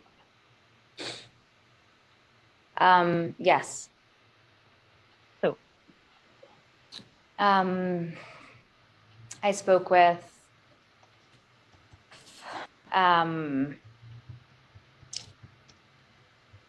Stephanie, Melissa, Danny.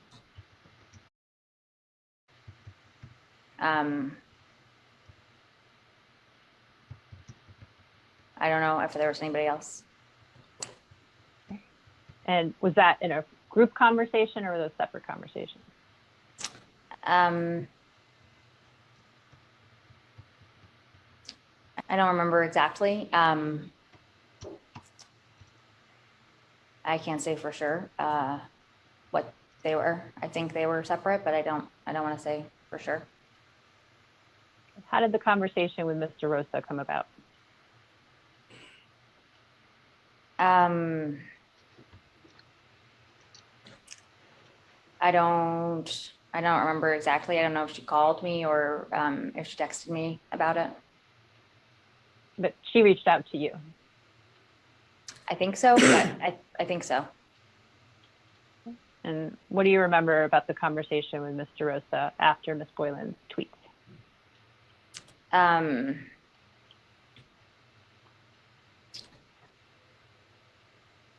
don't remember exactly what we talked about. Yeah. Do you remember generally what you talked about? We had certainly had we had several conversations in December. So it's hard for me to say exactly. Okay. So forget about the date, right? Okay. So just talk to me about your conversations with Melissa DeRosa in December. What do you remember about them?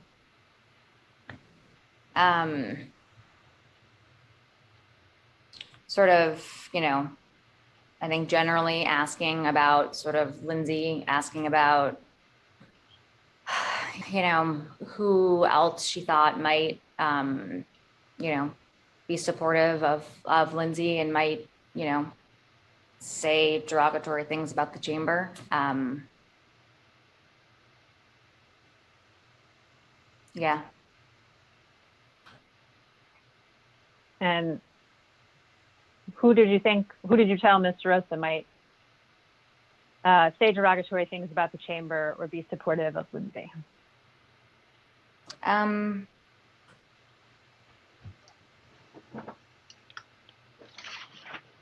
Went through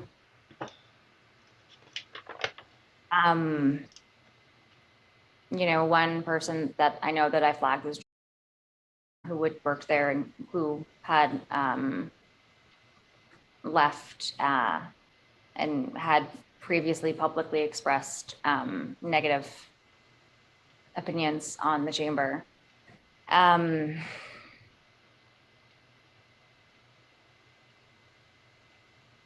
don't know who else exactly. I mean, yeah. You don't remember anybody else you and Ms. DeRosa talked about that might support Ms. Boylan or say derogatory things about the chamber? We went through several names and people. She asked me lots of questions about who people were, sort of what their role was in the chamber, sort of, how long they had worked there, et cetera. But so, yeah. Was there a list you were working off of, two of you?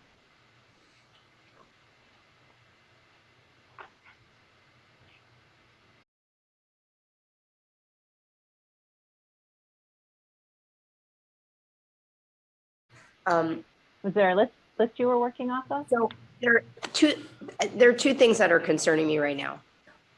One is a privilege issue. The other is, I think, a lack of clarity in this conversation that I want to fix.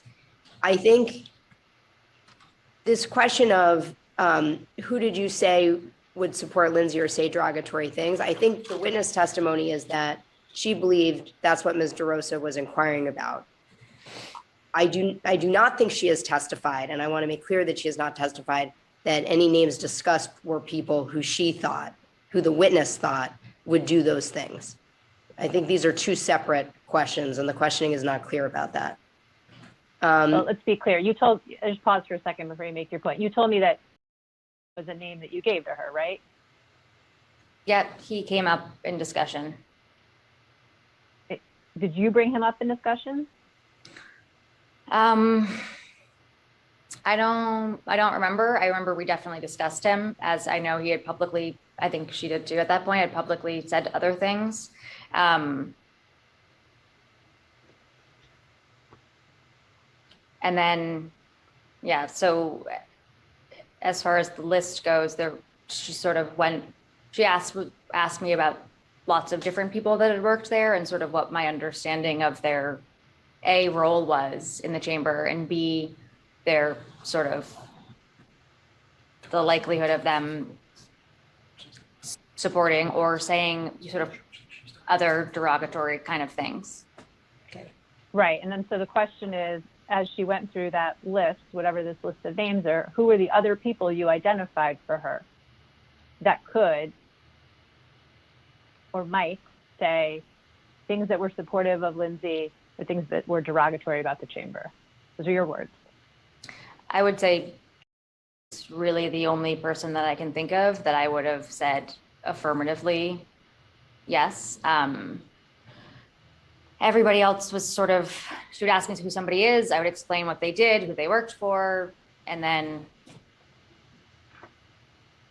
she might ask me sort of what they thought, whether or not she thought that I would say that they would say negative things. Again, I think the one person I can say affirmatively that I would agree to or said to them would be. Did Caitlin come up in your conversations with Ms. DeRosa?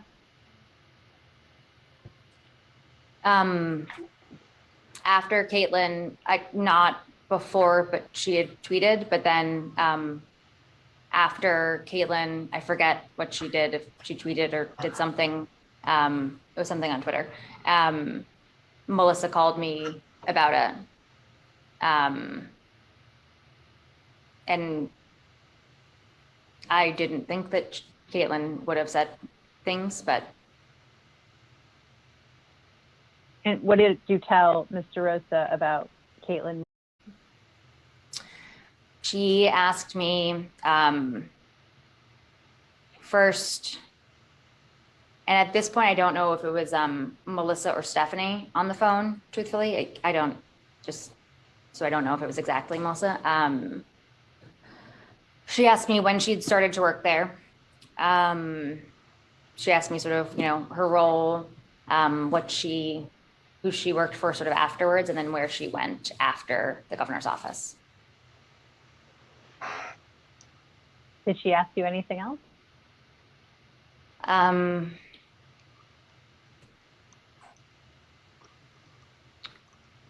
No, I think she asked me if I thought that she left on bad terms, which I said no, I didn't think she did. Excuse me. Did she ask you about Charlotte Bennett? No, I don't think so. Not that I remember. In your conversations with Ms. DeRosa in December, you said there were multiple conversations with her. Did Ms. Bennett ever come up?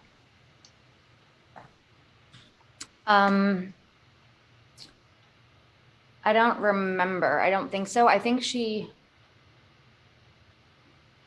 no, I think I'm getting it confused in my head. I think somebody had tweeted something like, keep talking, Lindsay.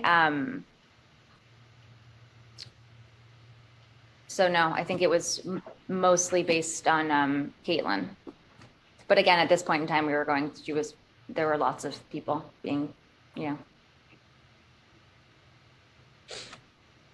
And let's look at what's marked as tab 42 in my binder. Hayat, it is what tab in Ms. Walsh's binder?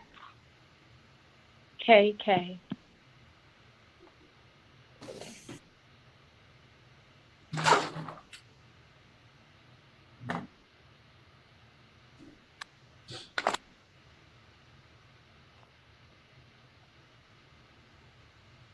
So the list of people you told me you communicated with about Ms. Boylan was Ms. Benton, Ms. DeRosa, Ms. Lever, and this is a text message on December 8th, 2020 between you and, did you communicate with about Lindsay Boylan?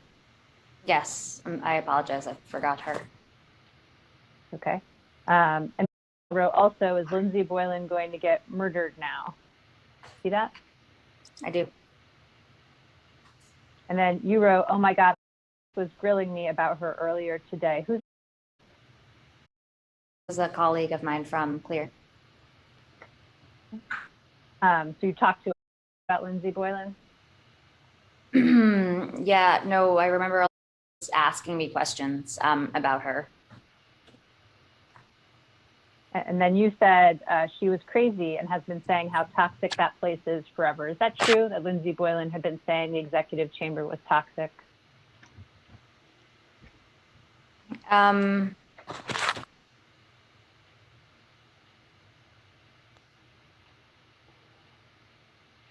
don't remember exactly if that's what she said, but I've now referenced it twice. So yeah, I think so. Sorry. Any reason to believe you weren't telling the truth to? No. I'm just trying to, I'm trying to remember the exact time when Lindsay said it was toxic to me, and I can't remember it off the top of my head. But yes, I agree with that. She said it more than once to you, right? I think so. I think so.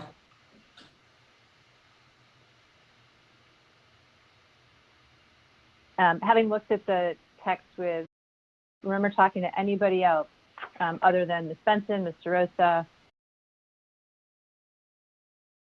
Ms. Lever, about Lindsay Boylan's tweets on December 8th?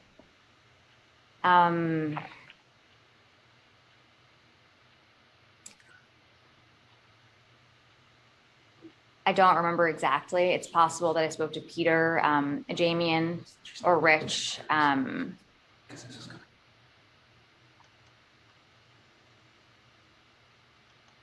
But I can't remember anybody else. You said you spoke to Ms. Benton. What did you discuss with Ms. Benton about Ms. Boylan's tweets? I'm sorry, counsel. Can we just pause for 1 second? I need to consult with Mr. Delaney for 1 second. Sure. Yep. You should mute. Yeah. Oh, I should. Okay. Thank you. You guys should mute. Staying on the record.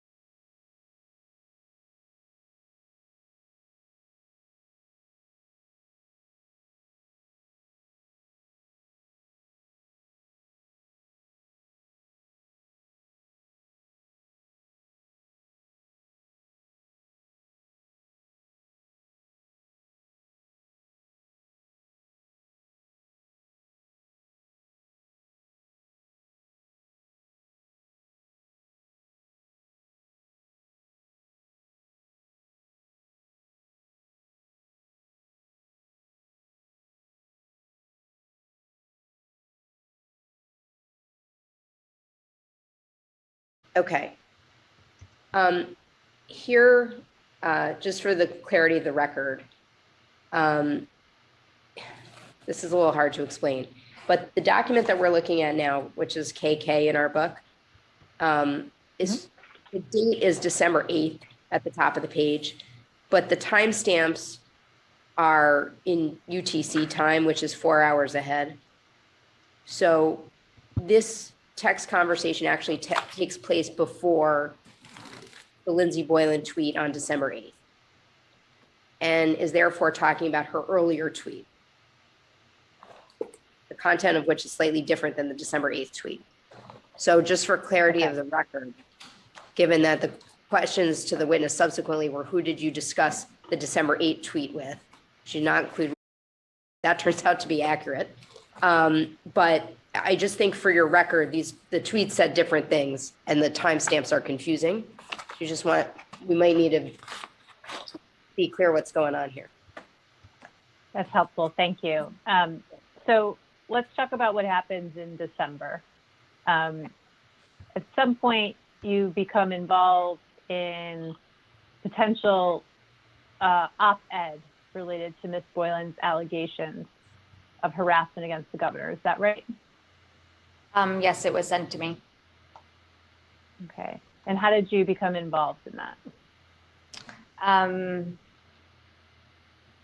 I don't remember if it was Melissa or Stephanie, but one of them had reached out and called me and asked me to sign on to this op-ed. And what did either Ms. Benton or Ms. DeRosa tell you was the purpose of the op-ed? At the time, it was to sort of counteract the claims that Lindsay had made. Did they tell you anything else about what they were doing with the op-ed? No, I'd asked to see it before I, signed and I put my name to anything. Okay. Why don't we go to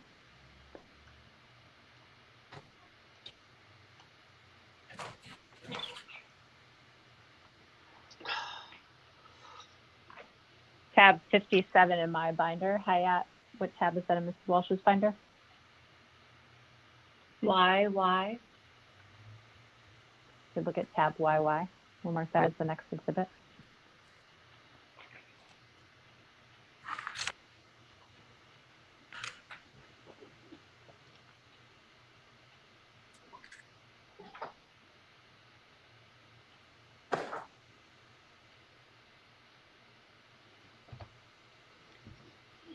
This is a text message from December 16th, 2020, to group text between you, Ms. Benton, Ms. DeRosa, and Ms. Lever. And Ms. DeRosa says, just sent you guys current op-ed. Is that the op-ed that you were just referring to? Yes. And has agreed to do so. Who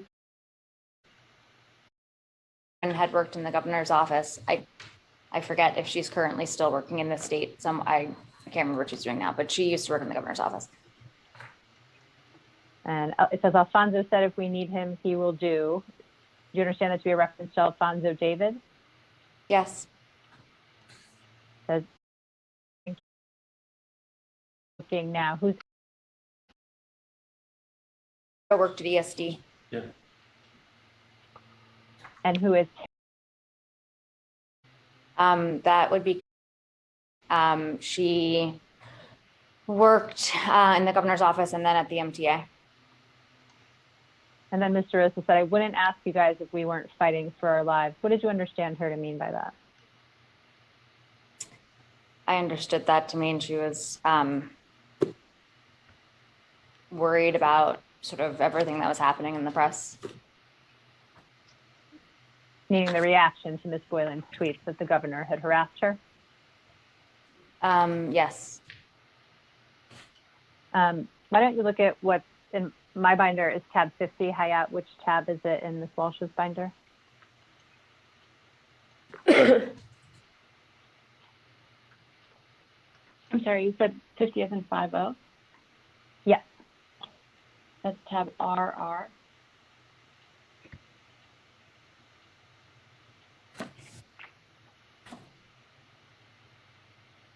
Oh, whoops.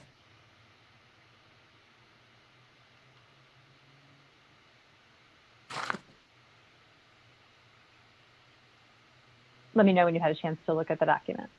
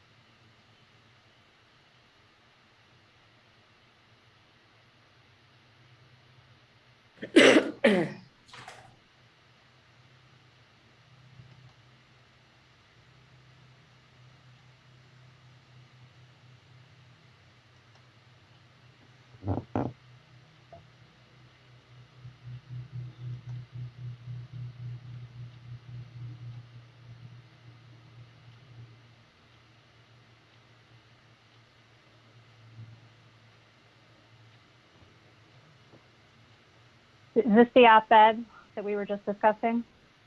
Yes. And after you received it, what was your reaction? I sent back some edits. I advised them not to run it. Why did you have a view that they shouldn't run it? In my response, I thought it was attacking and castigating in nature of Lindsay. I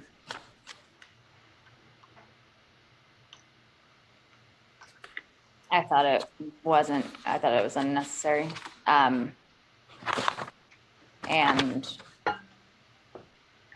yeah. Did you do anything to fact check it?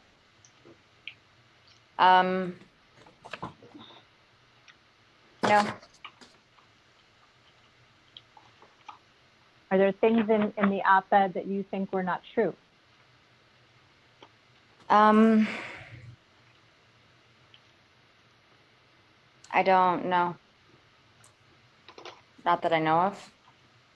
I suggested instead, you know, at the time, I don't know that I would have done it later, but at the time it was only, this was the only allegation, and I had suggested to do a different, if they wanted to do anything at all, to do a different approach. Yep. We'll come to that suggestion, and then I just want to focus on this op-ed for now. Did you have personal knowledge of any of the allegations that were made against Ms. Boylan in this op-ed?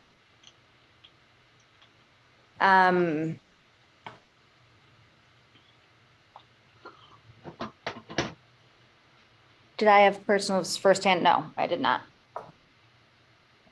There's a sentence on page 2 of the op-ed that says, "It is likely that almost every interaction between the governor and Ms. Boylan took place either in our presence or the presence of another senior staff member." Is that true?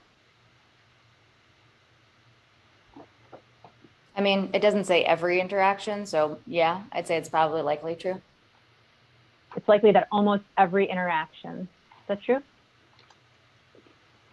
Yeah, I mean, I can't say for sure. I think could have been times where they were alone in his office for sure. I also would say that the majority of the time they were together was probably with other people. Right, but earlier you told me it was normal for people like Lindsay Boylan to be alone with the governor. Do you remember that? I do. Okay, and you still think this sentence is true? It might be exaggeration a bit, but yeah. And on the third page, was that it? Yeah, it might be exaggeration. Is that what you just said? Yeah. Yes. On the third page, it says, this is ironic because we know Miss Boylan referred to the governor as handsome. Did you ever hear Miss Boylan refer to the governor as handsome? Not that I can remember. And that she said she loves the governor to staff. Did you ever hear Miss Boylan say that? Again, nothing I can not that I can remember. And the next line says, which we do believe were inappropriate comments. Someone referred to the governor as handsome. Did you think that was inappropriate? No. Again, depending And on then the it says, context. Sorry. oh, sorry, I didn't mean to I cut would you say off. depending on the What was your- context. No. It says, as professional women, we also know her behavior to be inappropriately intimate with her coworkers in public, in the presence of other coworkers. Do you have any personal knowledge about that? No. Counsel, you're not After you suggesting that Ms. Walsh wrote this or that she signed it, are you? I have never suggested that she wrote it. She just told me Melissa DeRosa sent it to her. So Okay, I just want you got the to draft- be clear about that. Thanks. After you got the draft op-ed, who did you talk to about it?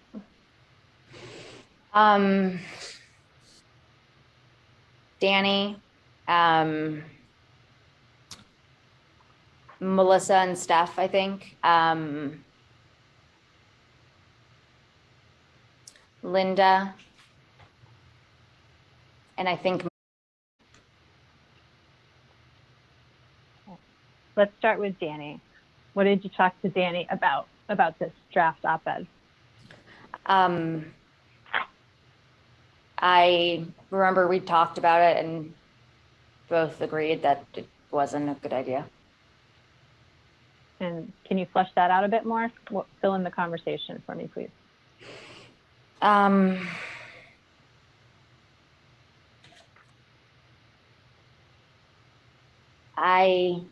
I can't remember. I'm sorry, I can't remember exactly, but I know that we both discussed it and talked about how we didn't think it was a good idea and weren't going to sign it. We talked also about how we talked to our corporate counsels about putting our names on something publicly. Yeah. What were the reasons you and Ms. Lever discussed it was not a good idea to put this op-ed out? I don't know that we got into I can't remember the exact details, except that it just didn't seem like a good idea. I mean, yeah. Did you discuss with Ms. Lever whether this could be viewed as retaliation? No, I don't think so. I think we both had, well, I can't speak for Danny because I don't exactly remember, but I know that I thought it sounded like it was attacking her. Yeah. Did you think that there might be legal concerns for putting out this draft op-ed? No, I didn't think about that. And tell us about your conversations about the draft op-ed. It was similar to what I discussed with Danny. Any difference between those conversations?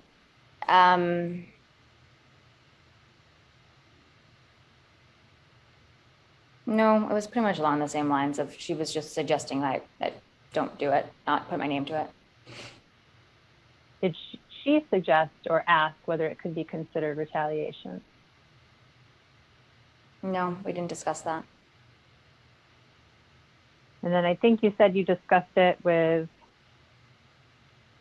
I wrote down Linda Lacewell. Did you say Linda Lacewell? I did, but I can't remember if she called me in relation to this. She had called me at some point regarding a statement, but I can't remember if it was this exactly. Yeah, and here I'll just ask the witness to take this slowly because I believe Linda is counsel. Yeah. Okay.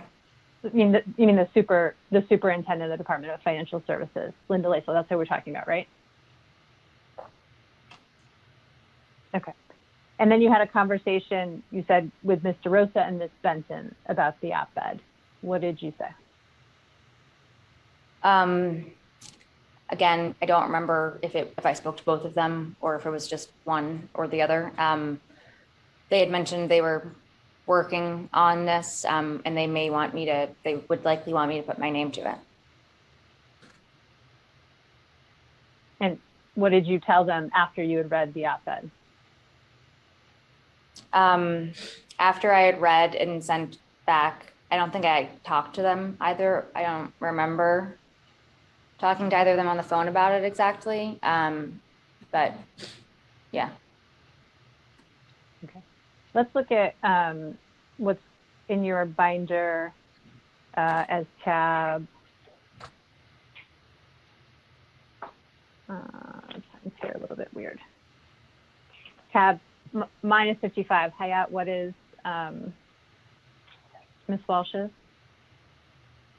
WW.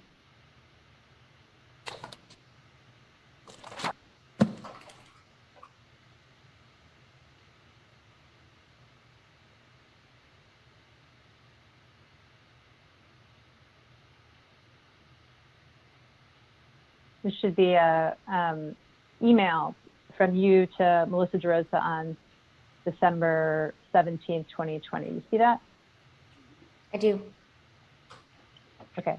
It begins by saying, below is the Tom Brokaw letter. Did you have a conversation with Ms. DeRosa about a Tom Brokaw letter before this email? Maybe. I mean, it seems like it from this. I don't remember it exactly. But maybe. And so explain to us, what was your proposal? At this point in time, I thought, again, without anything else having happened yet, I thought that if they really felt the need to respond, that it should be something more along these lines instead of what the op-ed did. And what was the difference between what you were proposing and the op-ed in your mind? It was, instead of sort of going on the offensive against Lindsay, it was instead talking about what people knew to be true or felt about the governor. Felt like a better thing to do, if anything. And in this email you write, I think that there are many, many people who would sign onto a letter talking about how incredible he is and how empowered they felt by him, etc. I really think that this is a much more powerful message that people would be legally and otherwise okay signing on to. What did you mean by people would be legally and otherwise okay signing on to? I mean, sort of as far as putting your name on a letter, no longer working in the chamber, sort of as a representative of a different company or entity that you've moved on to, you're likely feel more comfortable sort of putting your name to something like that instead of the original proposed op-ed. So that reference to legal had nothing to do with whether it would be considered retaliation to release that op-ed? No.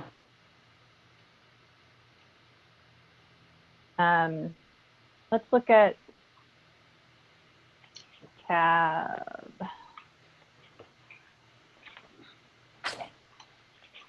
Hi, it's my tab 53. You.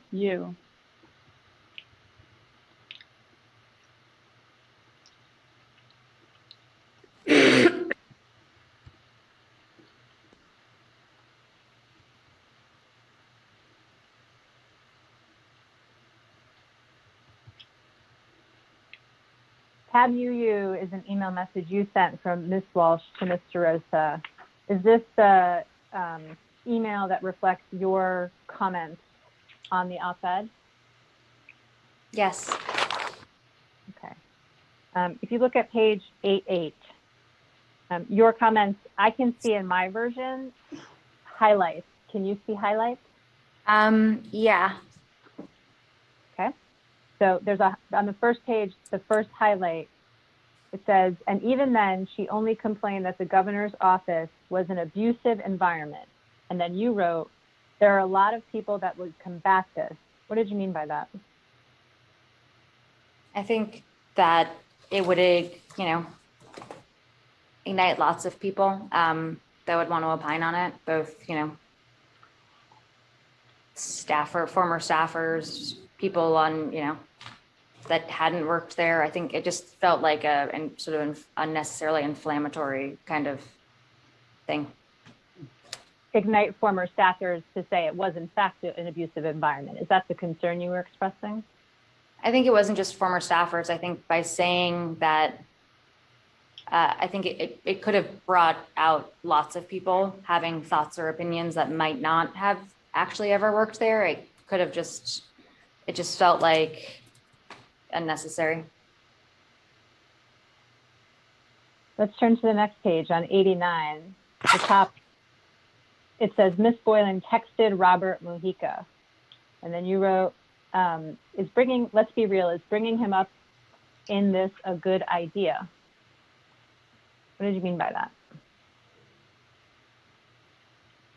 And wasn't, again, necessary to either A, quote a text from him, and B, bring in another person that could draw fire, another sort of target that people could opine on.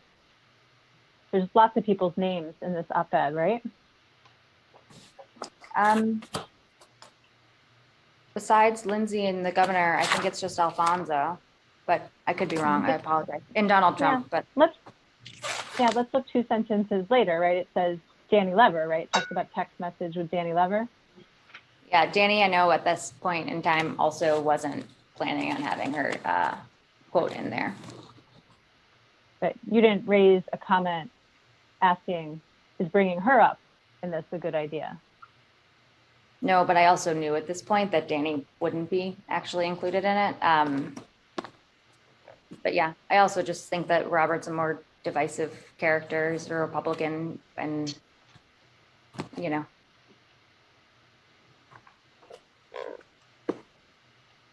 In the next paragraph that's highlighted, there's a discussion about Donald Trump and sources for Ms. Boylan's campaign funding. And you wrote, if I was running, I would be, in all caps, psyched to have this and talk about bachelor party. What did you mean by that? I mean, it's just sort of an absurd thing, but that wasn't your question. I'm sorry.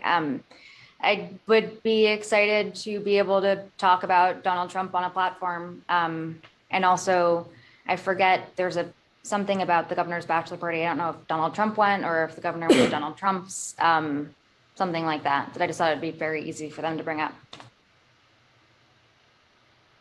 And let's go to the last paragraph on this page, on 89. It says, unfortunately, we are also aware that during Ms. Boylan's relatively brief tenure, and you wrote 2 years is not that brief. What did you mean by that? I mean, I meant just that I don't think 2 years was that brief of a time there for them to. Because I think you told. Stated. I just think that it didn't make sense to say, relatively brief. 2 years is not necessarily a brief amount of time. So it just seemed like it didn't really make sense. In fact, I think you told me earlier there were a number of people in the chamber that were there for less than a year. Is that right? I think that was about, staffing the governor, but I don't, not everybody stays for years and years and years. So, I would say that 2 years is not necessarily a brief amount of time. And in that same paragraph, it says, we are not here to castigate. And you wrote, this entire thing is castigating her. Was that your view of this op-ed? Yeah, for the most part. What did you think about the fact that this op-ed, which castigated Ms. Boylan, was being circulated to a number of people?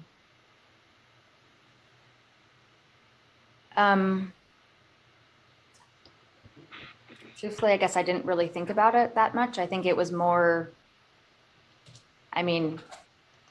most people I would imagine, wouldn't put their name to something without reading it. So I assume they were only sending it to people that wanted, that they would like to have signed on to it. There are things that are in this op-ed that you didn't know about Ms. Boylan's time in the chamber, right?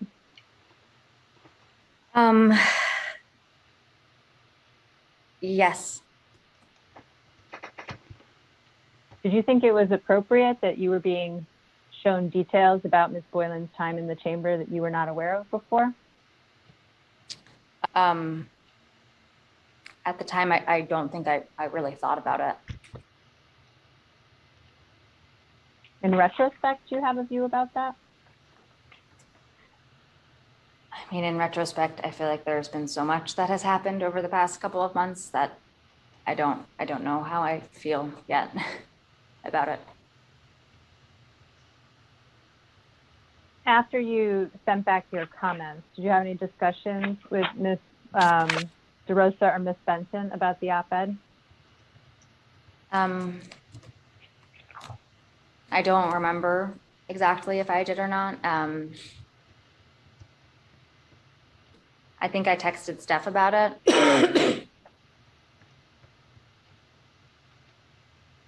Aside from the text messages, were you on any phone calls with them?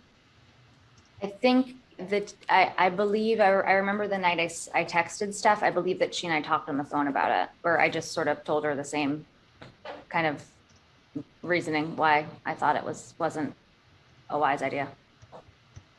What happens with your Tom Brokaw idea? Nothing, I don't think. There wasn't a draft letter of support prepared? I don't think so. But I don't know for sure. They could have, if they had one there. Did you reach out to anybody to ask if they would sign on to this op-ed? No. Did you reach out to anybody to ask if they would sign some sort of letter of support or email of support for the governor? Not that I remember. Okay. In December, did you start talking to other former members of the executive chamber? In December, I reached out to. Is that the only former executive member, staff member that you reached out to? Yes. And why did you reach out to them? The chamber wanted to know if there were other people that were going to support Lindsay and sort of come out and say things about the governor's office, and mostly get, be outreach to by press about stories and stuff. So someone from the chamber asked you to reach out to them, is that right? That is correct. And why did you do that?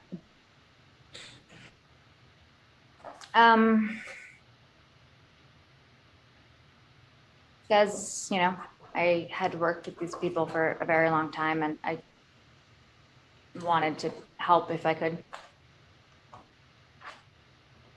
Did you understand that other individuals were reaching out to people other than about whether they were going to potentially support Ms. Boylan or say similar things to her?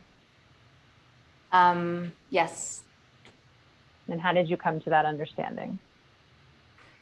Well,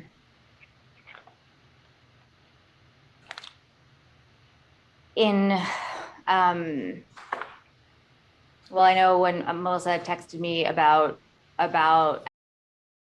she had ball on there too about somebody else. So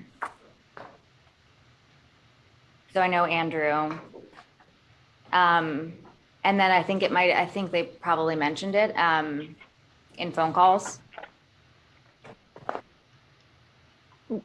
And so this is the group of people, you told me earlier you were talking to Melissa and Stephanie about trying to identify people that might support Lindsay Boylan or say something derogatory about the chamber. Was that the consequence of that exercise, that people started reaching out to those individuals? I think that objection misstates prior testimony.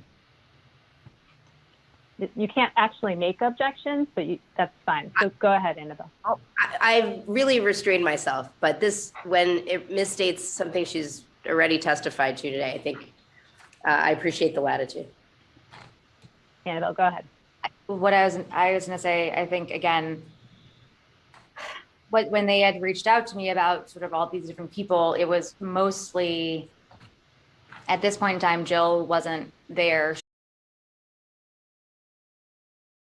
So a lot of that was identifying who people were, what they did, et cetera. But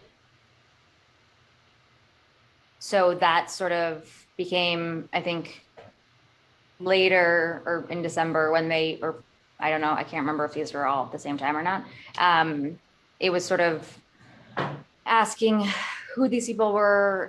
It was kind of more of the same as they were asking me, as they were kind of, I think, working, talking to people, asking me sort of who they were, who they had worked with.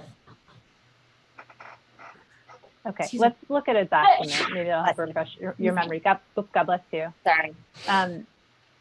Hayat, in my binder, it's tab 60. Need a tissue? Yeah, thank you.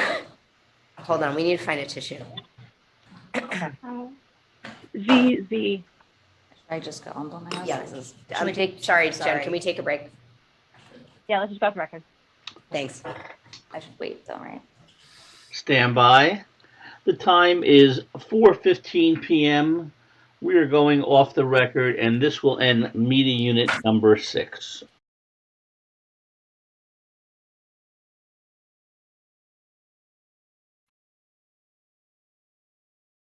The time is 4:31 p.m. We are back on the record. This will be the start of media unit number 6.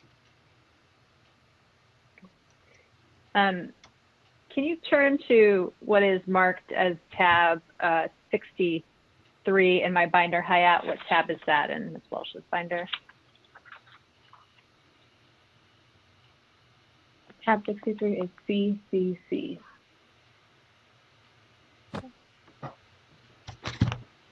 CCC. So this is a text message chain on December 23, 2020, a group text between you, Ms. DeRosa, Mr. Ball, and Ms. Benton. And if you look at it and then turn to the second page, you know when you're ready.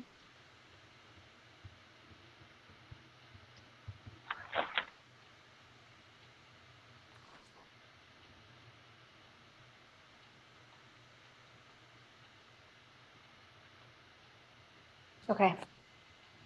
On the second page, Ms. DeRosa texts you, anime, shut down. What did you understand that to mean? I understood that to mean to connect with her. You took shut down to mean connect with her. Yeah. Yes. You didn't take that to mean anything about convincing me or telling me that she shouldn't talk to reporters about the allegations against the governor? No. Have you ever told someone to, when you were employed in the executive chamber, to shut down a story? No, I don't think so. You ever hear Melissa DeRosa, when you were in the executive chamber, use the word shut down to describe a story? I mean, I can't remember exactly, but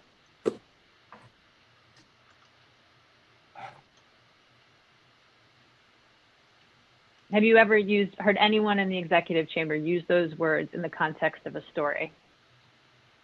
I'm sure that I had at some point, yes. And when those words were used, what did you understand them to mean? Again, depending on the context, it depends. Like, close out a story. It's hard to say without exactly knowing which one we're talking about. So yeah, it could be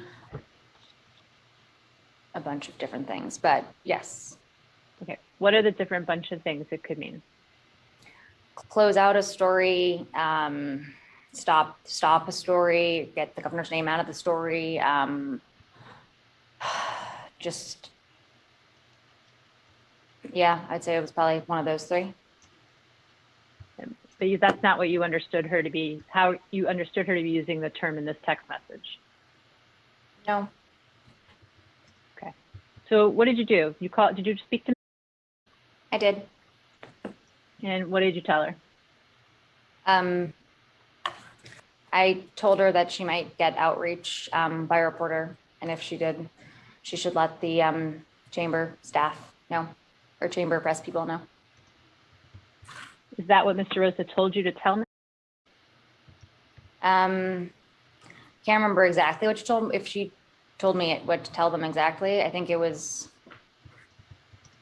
I think she told me to reach out to. And that was sort of how I felt comfortable reaching out to her. Did Mr. Rosa tell you anything else about what she wanted to get out of your communication with? I think not just press, but also if she'd been reached out to by Lindsay, and if she sort of supported Lindsay, if she thought that, you know, I guess her thoughts on it. And what did you say in that conversation? She said, no, she hadn't been reached out to by press. If she did, she would let somebody in the chamber's press team know. Yeah. Did she say anything else?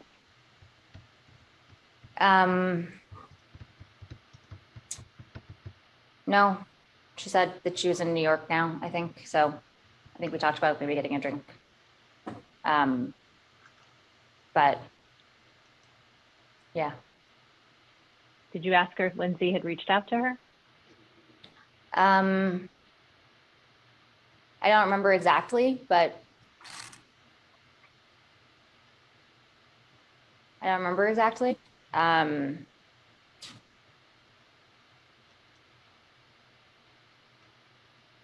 Yeah. Do you remember talking about Lindsay Boylan at all in that conversation? Yeah, I think when I asked her about, you know, that press might reach out about sort of everything happening, she said, she referenced like all the Lindsay stuff. But I can't remember if I said it first or if she did. So, yeah. Did you report back on your conversation with Mr. Rosa? I did. And what did you tell her? I'm looking at the next page. That she had exactly that she hadn't been reached out to. Hadn't heard from her and anyone and thought it was crazy. Thought what was crazy?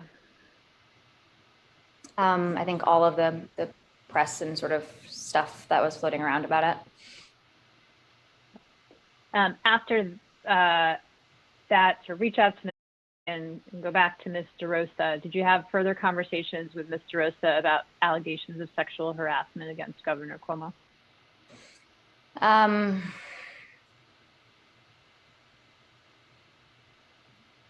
don't remember. I don't know. I can't remember exactly. I feel like after the end of December, I think our correspondence fell off a bit, but I can't remember exactly. Did it pick back up anytime in February or March? I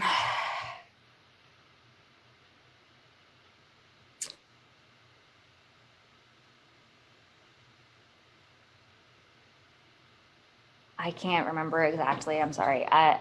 Maybe I don't remember exactly. I think I would have to see. It's all sort of a blur. Yeah. After, you know that Ms. Boylan made a Medium post detailing her allegations against the governor, right? Yes. Yes. Sorry. Yes. After that came out, did you speak to anybody in the executive chamber about the allegations Ms. Boylan had made?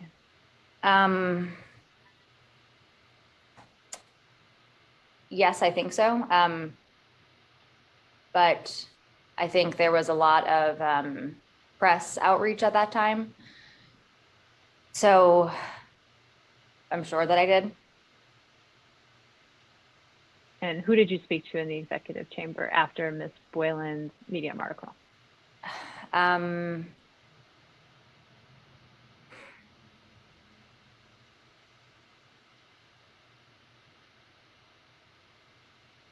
can't remember. I would imagine it would have been either, Melissa, Steph, or, Peter, A. Rich. They certainly let me know about stories that were happening that might have included me. Were you on any group calls with Ms. DeRosa, Ms. Benton, and other members of the executive chamber about strategizing the response to these stories? No, I was on one call where I was returning, I can't remember whose phone call, about a heads up about Ronan Farrow likely reaching out to me. So I was on with them. They had suggested that I speak with Ronan to get a better sense of the story. But other than that, no, I wasn't on strategy calls about response. Did you speak to Mr. Farrow to get a better sense of his story? No, I just texted him to try and sort of understand what my piece of the story was. So your sole communications with Mr. Farrow were by text message? Yes. I mean, he LinkedIn messaged me, but I didn't answer it there. Okay. I should have asked you this before, but I'm sorry. I think I misspoke. I think that he and I spoke on the phone once. But again, it was brief. And then I did all of sort of like my response was via text. I think we spoke once and then I tried to call him and it just rang. But yeah, so I apologize. I do think I spoke on the phone with him. Okay. I should have asked you this before, but the conversation you had with me in December, did anyone ask you to record it? No. Did you record it? No. Were you in any conversations with Ms. DeRosa or Ms. Benton in which phone conversations were discussed? No. Okay. After the Medium article came out with Ms. Boylan, I'm going to try to do this efficiently given time. There's a reference in that Medium post to Ms. Boylan claiming that she was told by you that she had to fly in a helicopter with the governor and Maria I'm going to butcher her name. Yeah, Bartiromo. Bartiromo. Do you remember that part of the Medium post? I do. Do you have a recollection about those events? I didn't have a strong recollection about it until the documents about it. I remember Maria flying. I remember difficulty around that. But yeah. So let's look at what in my binder is marked as tab 19. Hayat, what is this in Ms. Walsh's binder?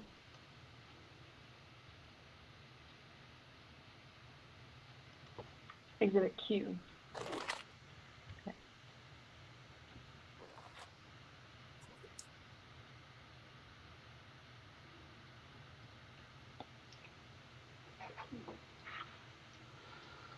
Sorry, 1 second. Sorry, did you say Q? Q is in Queen. Mm-hmm.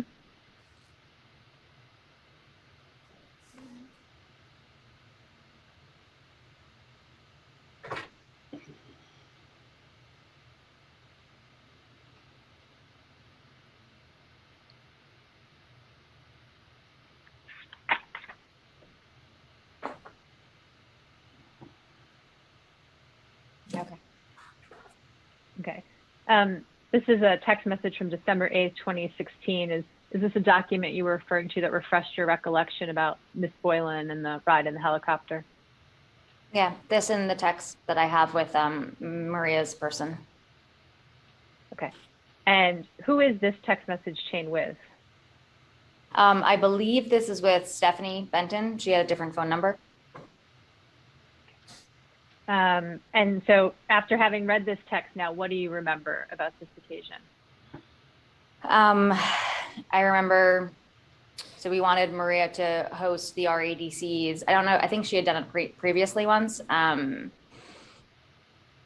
But I don't know if the governor had been planning on returning back to New York City, returning to New York City or staying in Albany.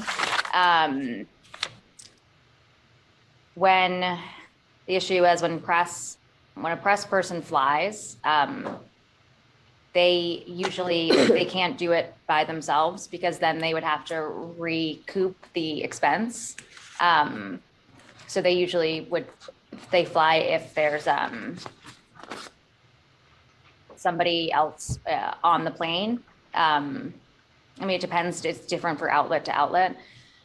But I remember Maria's team, or Maria's person only wanting to fly if there was somebody from the state on the plane or on the helicopter. I can't remember which one it was. And so is it accurate that Miss Boylan was a person you asked to fly with Maria? Yes, I believe so. Why'd you ask Lindsay? She would have been the policy lead for the RADCs. Okay. And looking at the text message, it begins with Miss Benton. I mean, now we know this is Miss Benton, saying, also, Sandra is asking me about the schedule for tomorrow, and I'm scared. Do I put him as flying down with Maria? You see that? I do. Is that a reference to Sandra Lee? Yes.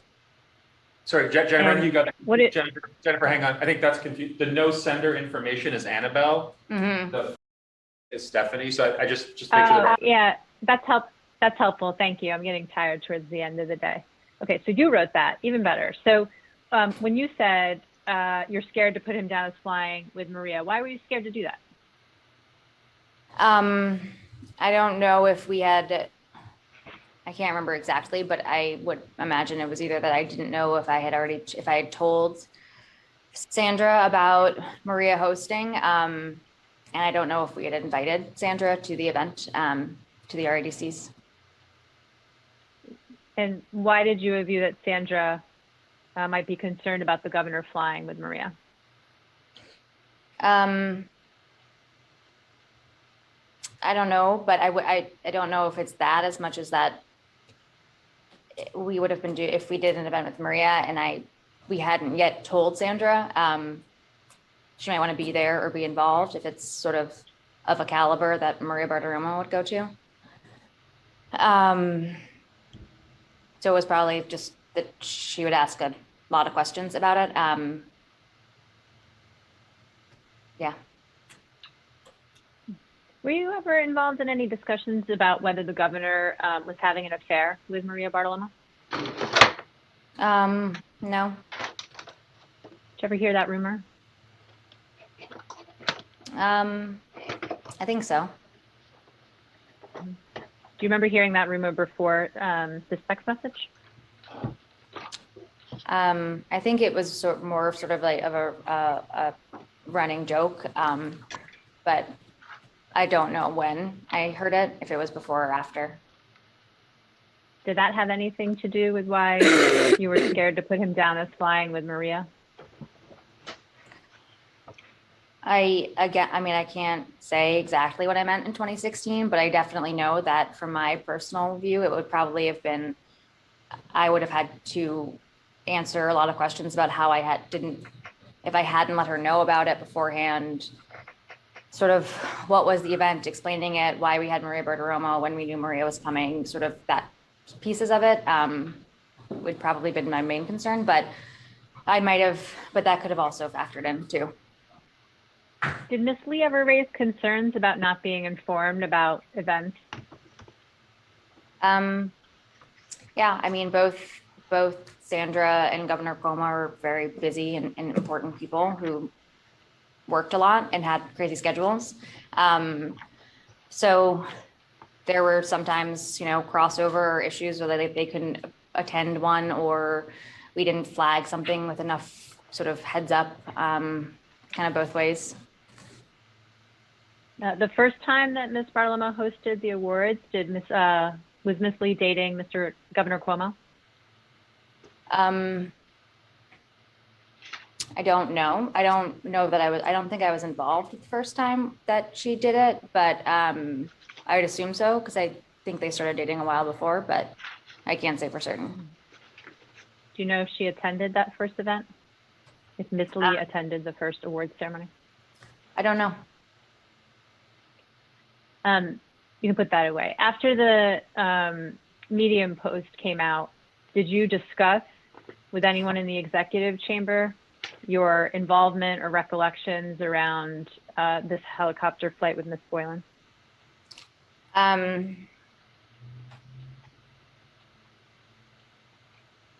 don't know. I might have. I remember talking to them about it as far as the Ronan piece went, but I don't remember talking about it exactly with them. Maybe, but I can't say for sure. Yeah. Did you have these text messages prior to producing them to us? Had you reviewed them and speaking to the executive chamber? No. Let's look at what's at tab 22 in your binder.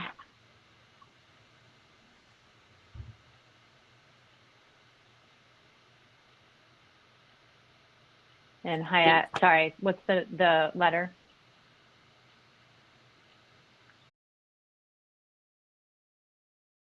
Tab 22 is F, like in Sam.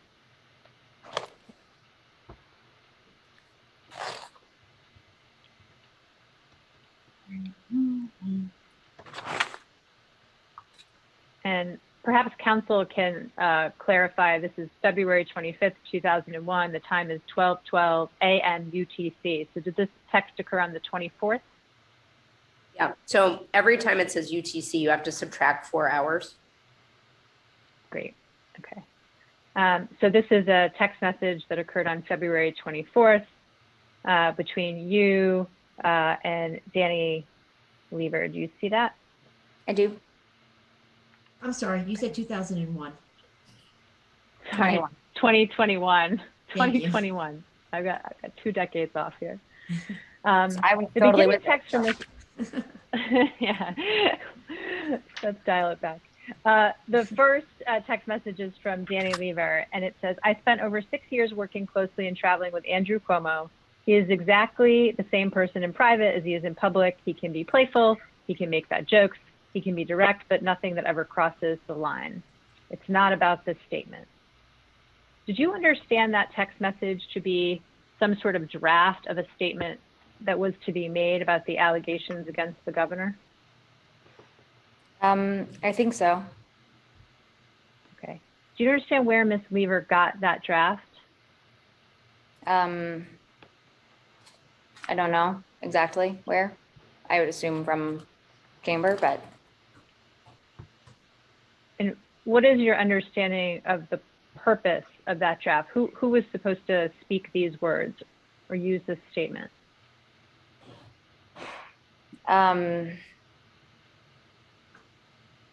I don't know. I mean, it looks like they have, when they said they got to do it. So, yeah. But Were I you don't ever think. asked to make a were you ever asked by the chamber to make a statement along these lines? No, I don't think this would have been me anyways, because I was like 7.5 years. Sure. Taking out the years, were you ever asked by the chamber to make a statement along these lines about your time in the executive chamber?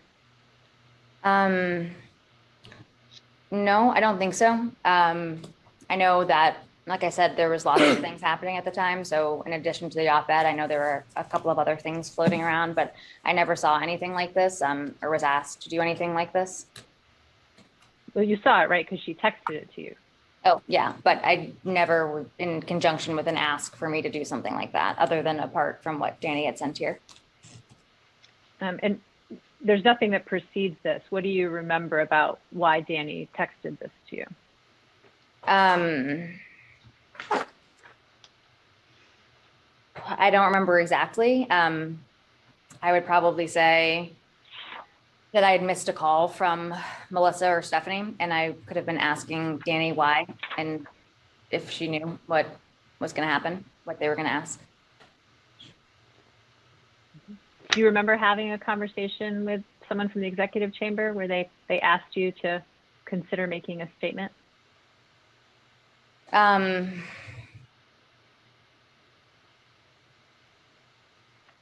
I think so, because I think that the way the op-ed started was originally, it was sort of, they were saying it was a statement. And remember I'd mentioned that Linda had called me about something once. I think she referred to it as a statement, but nothing was ever sent to me to like sort of look at or approve, or a direct ask other than the op-ed. And this goes on, you talk about your, talking about discussions with, and on the second page, 1223, you write, he said, we need to get our story straight, and was grilling me, and I told him, if I screw it up, I'll ruin my career. What did you mean by getting stories straight? That's not the right read. That's right. No. That's right. He said we need to get our story straight and was grilling me and told me if I screw it up, I'll ruin my career. Okay, so what did you understand to mean when he told you you needed to get our stories straight?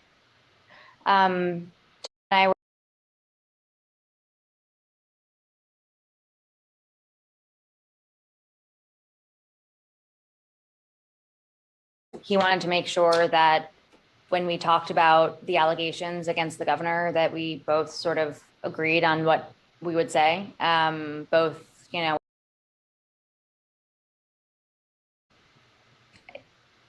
he was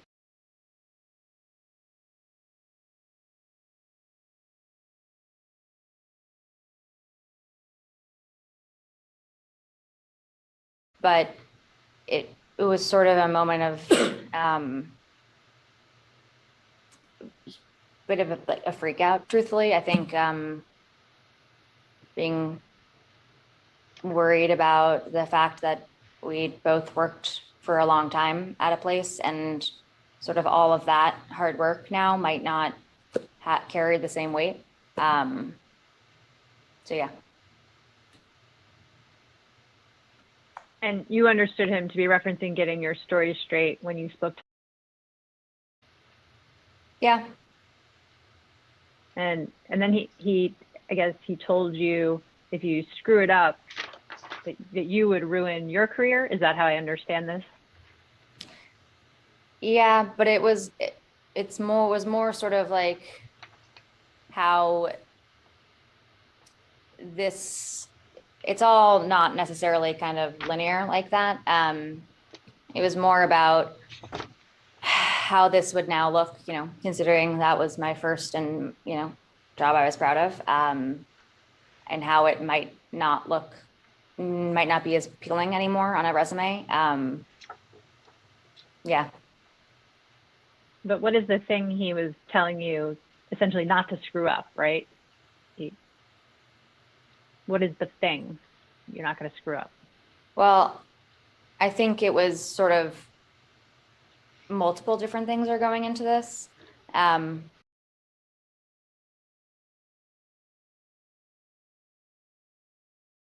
Then the screwing up and sort of ruining of my careers was more so kind of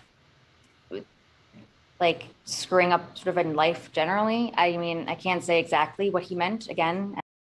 You know, he could speak to it better, but it was more the concern for me, considering that was sort of my main and only job before this. And now it might not hold the same gravitas that it might have. And did you have any control over that? No.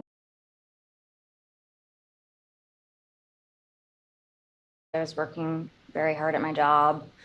There was a lot, you know, a lot went into that.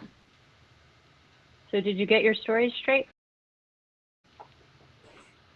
I don't think that we necessarily kind of needed to. I think he kind of netted out there too. Yeah. Sorry, I didn't understand. He kind of, did you say knitted out there? Netted, I think he netted out there too. I think after a breath, it was sort of, this is fine that we can both talk about this. Okay.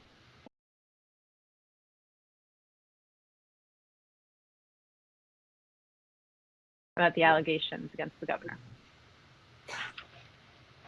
I'm sorry. I feel like at this point, we've really crossed the line into topics that are not just irrelevant, but extremely personally invasive.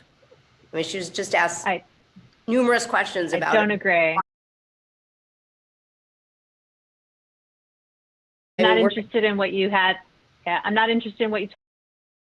I'm interested in how you got your story straight and whether you told the same thing. So what did you tell about the allegations against the governor? I think, you know, as I said, we both sort of netted out that there was no need for us to get our stories straight, and we didn't need to say the same thing. I can't remember exactly what he said as far as what his thoughts were on it. I'm trying to remember what I said.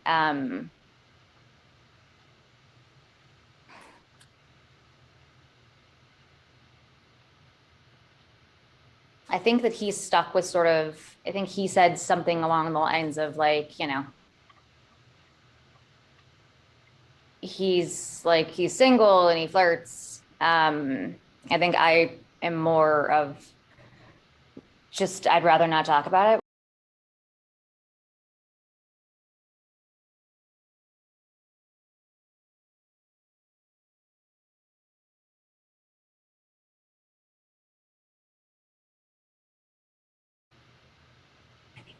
So said something along the lines of what's reflected in the text message on page 1224, where you wrote, he's like jumping ship on him because he talked to ?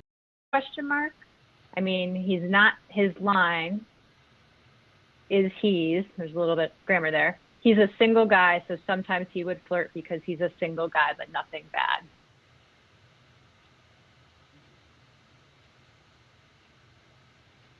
Is it along the lines of that? What? Yeah. And in that part of the text message, you said he's like jumping ship on him. Is the him a reference to the governor? Yes. And what did you mean by he's like jumping ship on the governor? He had a conversation with about leaving at that moment, his own frustration with the governor about everything. Similar to what I said of sort of working hard for a long time, and now it might not be seen as sort of, it might not be seen as highly, you know, your time there. So yeah.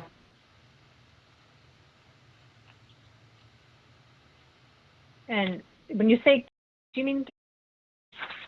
I do. Okay.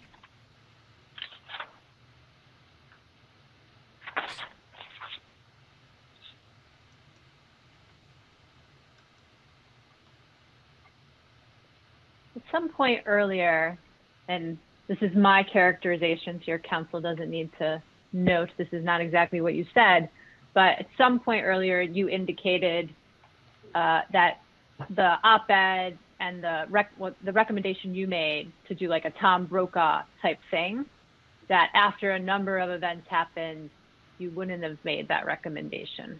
That's what you intimated. Could you explain to me what you were trying to say then? I think that I wouldn't have the same suggestion today as I did then. And why not? Because I don't think it's the same climate. I don't think it would make sense to do that now. And would it make sense to do something different? I don't know. Did anyone ask you for your views from the executive chamber? Ask you for your views on how to respond to? Sorry, how to respond to Ms. Bennett's allegations? No.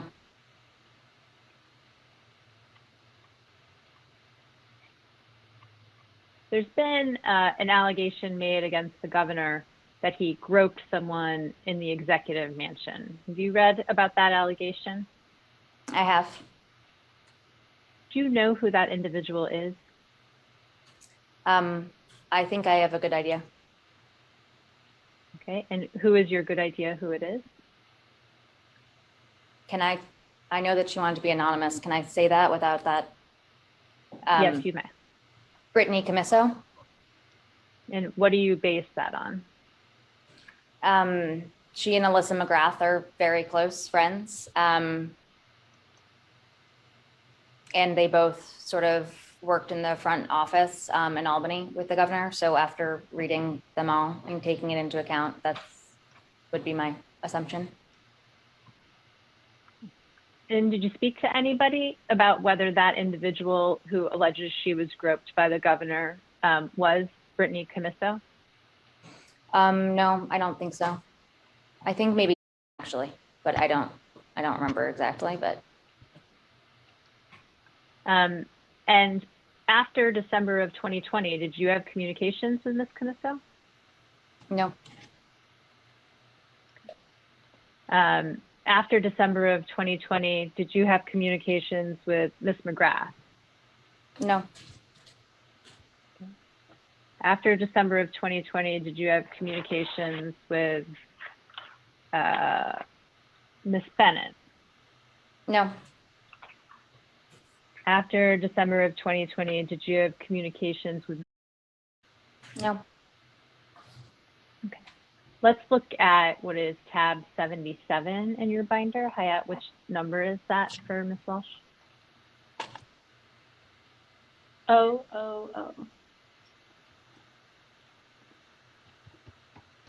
lot of those.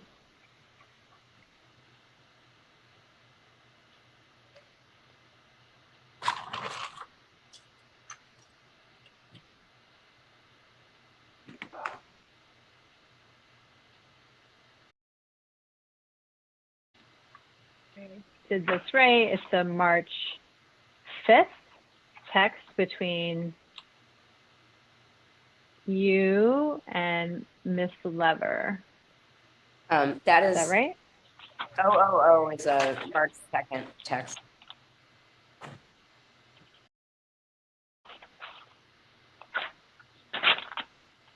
In 1 second.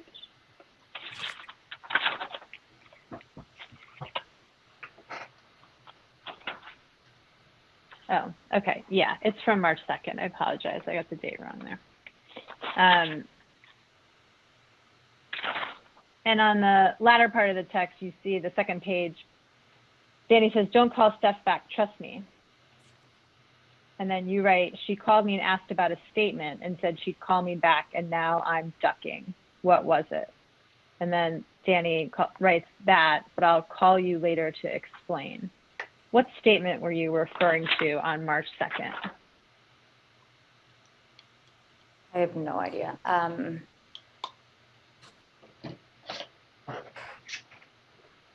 don't remember. I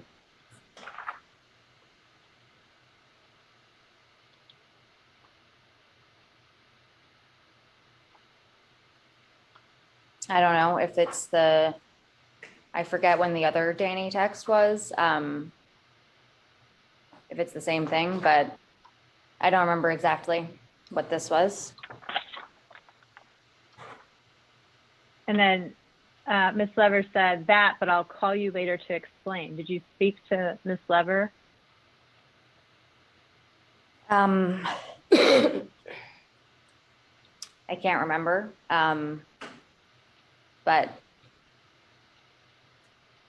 yeah, I don't know for sure, but likely. Okay, so during this March time period, the allegations against against the governor by Ms. Boylan in the Medium Post have come out. The allegations against the governor by Ms. Bennett have come out. And can you recall what conversations you had with Ms. Lever about those allegations or about a response from the executive chamber to those allegations? I don't, I'm sure that I did. I can't, again, say exactly what the conversation would be. I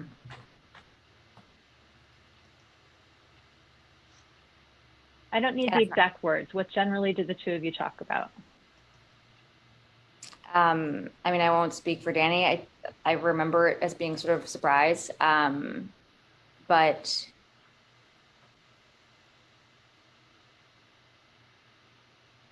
that's how I would categorize it generally. I mean, yeah.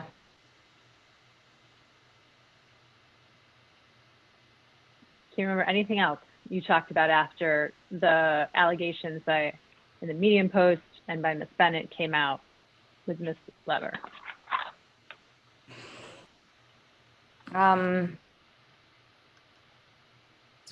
No, not really. I mean, the surprise. Lindsay had texted me and had texted Danny. So we talked about that. And she also sent us an email, a joint email that we talked about. But again, I can't say if it was at this point, it was after this call, or I can't remember exactly when it falls in the whole timeline. But we talked about that.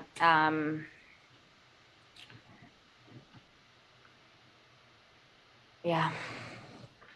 Did the statement that Ms. Lever was referring to and that you said Ms. Benton had spoken to you about on or around March 2nd have anything to do with the Ms. Boylan's correspondence with you? I don't know. I don't remember. I don't know. I think at some point in time, somebody had said, I don't think so. I can't remember truthfully. Sorry. Yeah. Let's look at what. There's about 25 minutes left. So if you want to ask Ms. Walsh about this memo and the attachment, then we should break to talk to her about that. I'm going to ask a few more questions before we do that, just to finish this out. Sure. Can turn to what's in my binder is tab 80. Hayat, can you tell Ms. Walsh what tab it is in her binder? We'll mark as the next exhibit. RRR.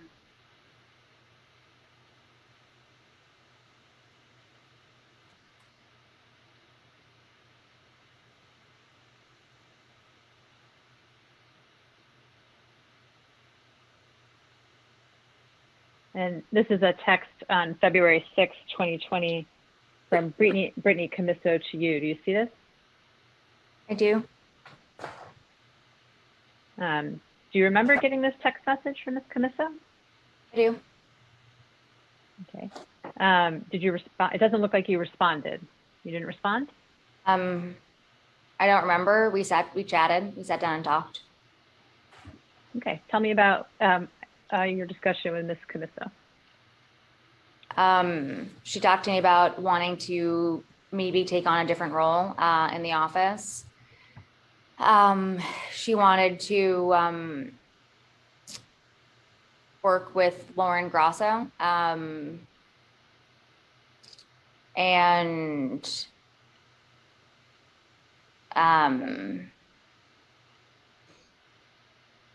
I remember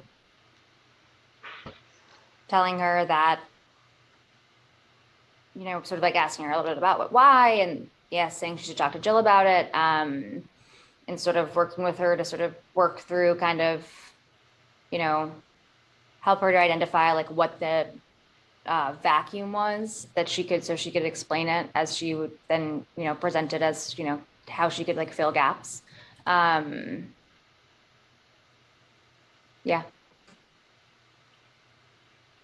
Why don't we go ahead and take that break? Why don't we go off the record? Stand by. Time is 5:15 p.m. Eastern Standard Time. We are going off the record.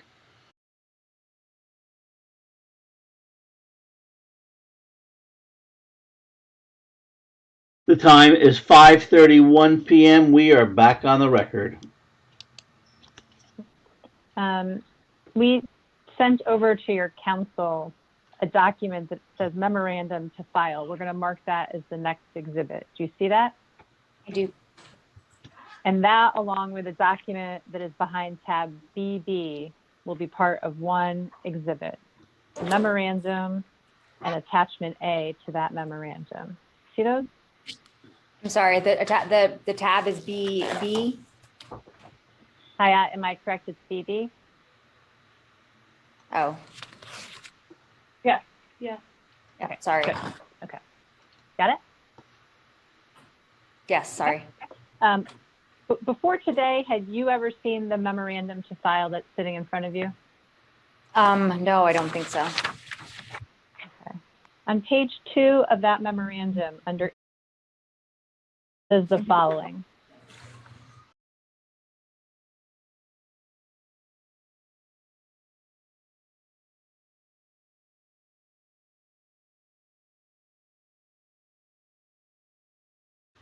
You see that? I do. Is that statement correct, that you had made a complaint to Mr. David about Ms. Boylan's behavior? I remember talking to Alfonso after this email exchange. I remember talking to him with, I don't know that I thought that was a complaint, I guess. But I remember having a conversation with him about it. Yeah. Okay. What did you tell Mr. David about the email that is in this memo? Oof. I don't remember exactly. I just remember walking. I know that I remember walking over with at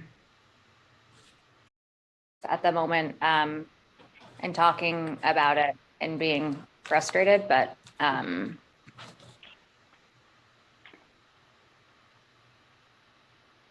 don't remember exactly what I said. I don't need your exact words, but what was the thrust of what you told him?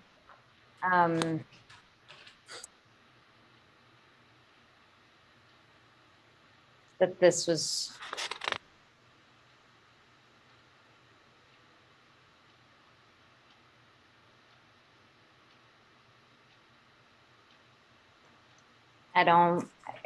I guess just sort of talking about this email. She's not, I just want to remind the witness who is beginning her answers with, I guess, she doesn't want you to speculate. So just tell her what you remember. I remember I was mad and frustrated, and then we went over and we talked about this with Alfonso. I don't have a recollection of exactly what we said. And again, like I said, I didn't realize, I guess I didn't realize that that's how a complaint, didn't really think of it as the same as a formal complaint. But I don't know. Did Mr. David ask you if you wanted to make a complaint against Ms. Boylan? I also don't, I have no idea what the scope of their privilege waiver is on this document. So I can't really, and we haven't been able to get in touch with Chamber Counsel to ask that question, though we have tried. So I don't really see how she could testify to her conversations. Man, I can't imagine the executive chamber is going to take the position that there hasn't been a subject matter waiver as to this. but if Yeah. you're directing her not to answer, okay. I just don't know. I mean, this is not my privilege and I don't know what to do with it. Okay, so if I ask her if she told Mr. David that she found Ms. Boylan's email to be rude, will you direct her not to answer? You can ask her that. Okay. Did you tell Mr. David that you found the email to be rude?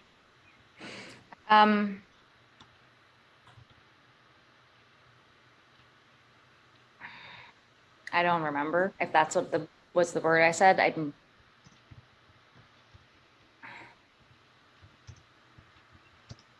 don't remember. I mean, rereading this email, I find it frustrating.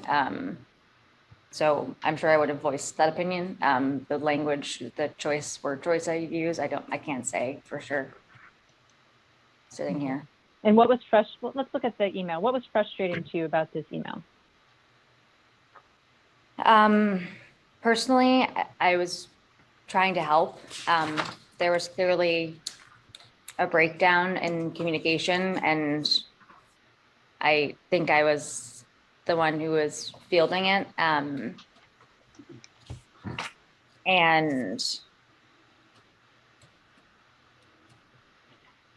I don't think I didn't feel like I was trying to question her work ethic.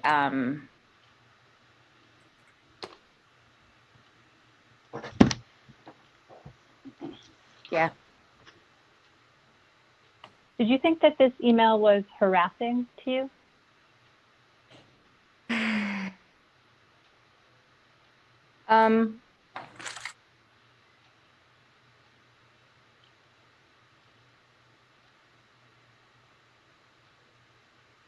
No, reading it today, I don't find it to be harassing. Reading it today, do you find it to be disrespectful to you?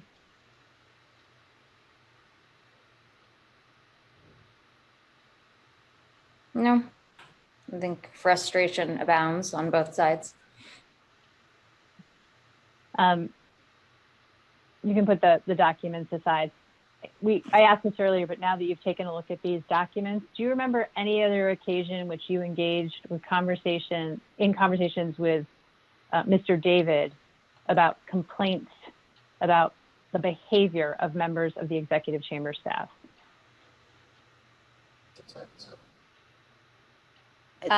Wait, I'm sorry, can you just repeat the question? Sure, and try it and probably come out different, but do you remember any occasions other than this on which you were involved in discussions with Mr. David about complaints about the behavior of members of the executive chamber staff? Yeah, I think that would be privileged.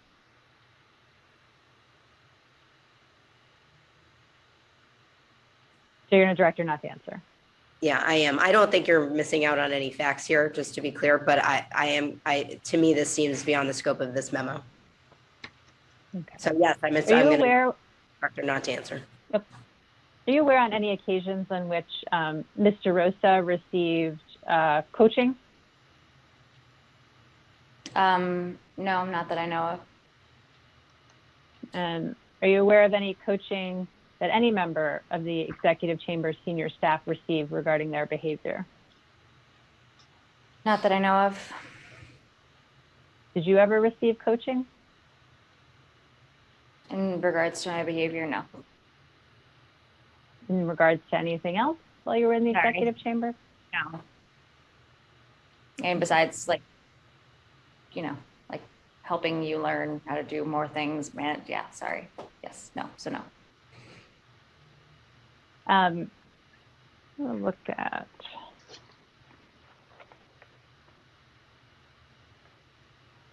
Let's look at what in my binder is tab, you can put those away, tab 85, which should be the last document in your binder, the last tab in your binder. Yes. www.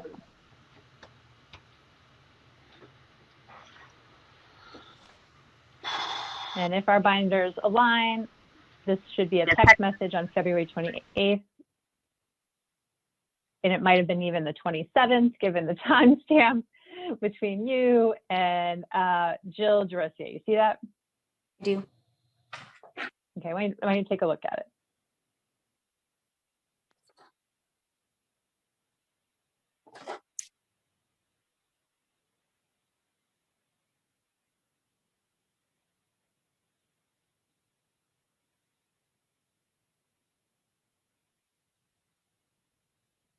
Okay. So earlier I asked you which members of the executive chamber staff you had spoken to about allegations against the governor after the Medium post by Ms. Boylan and the article about Ms. Bennett, and you didn't list Ms. DeRosa. Do you now remember that you had communications with Ms. DeRosa in the wake of those articles? Yes. And tell us what you remember about the communications with Ms. DeRosa.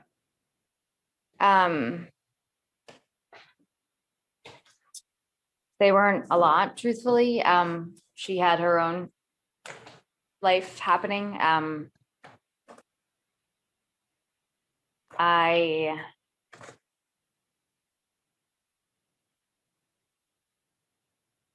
can't remember really, truthfully.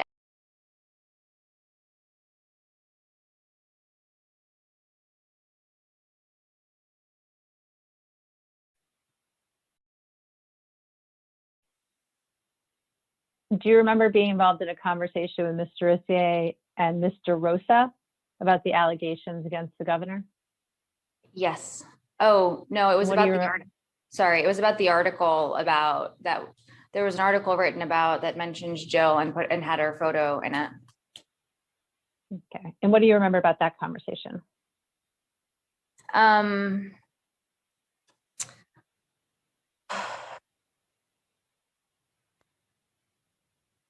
I think it was I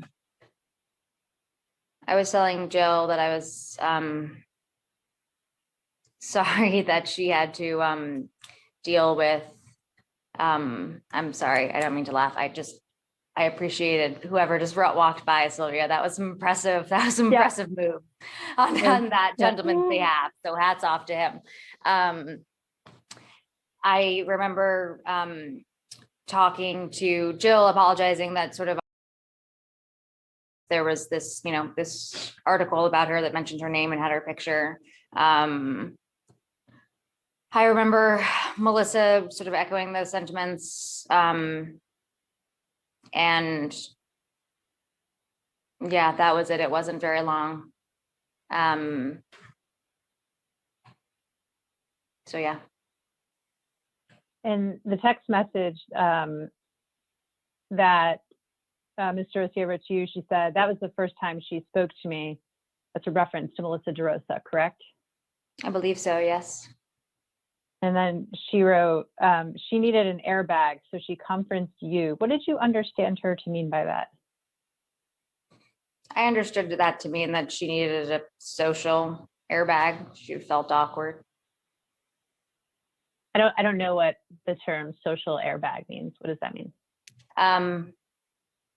That she didn't want to talk to her one-on-one, so she needed somebody else on the phone to be less awkward. And is there any reason you would understand that Ms. DeRosa would not want to talk one-on-one with Ms. DeRosa? No, I can't speak for why she didn't want to. Do you know if Ms. DeRosa had reached out to Ms. DeRosa since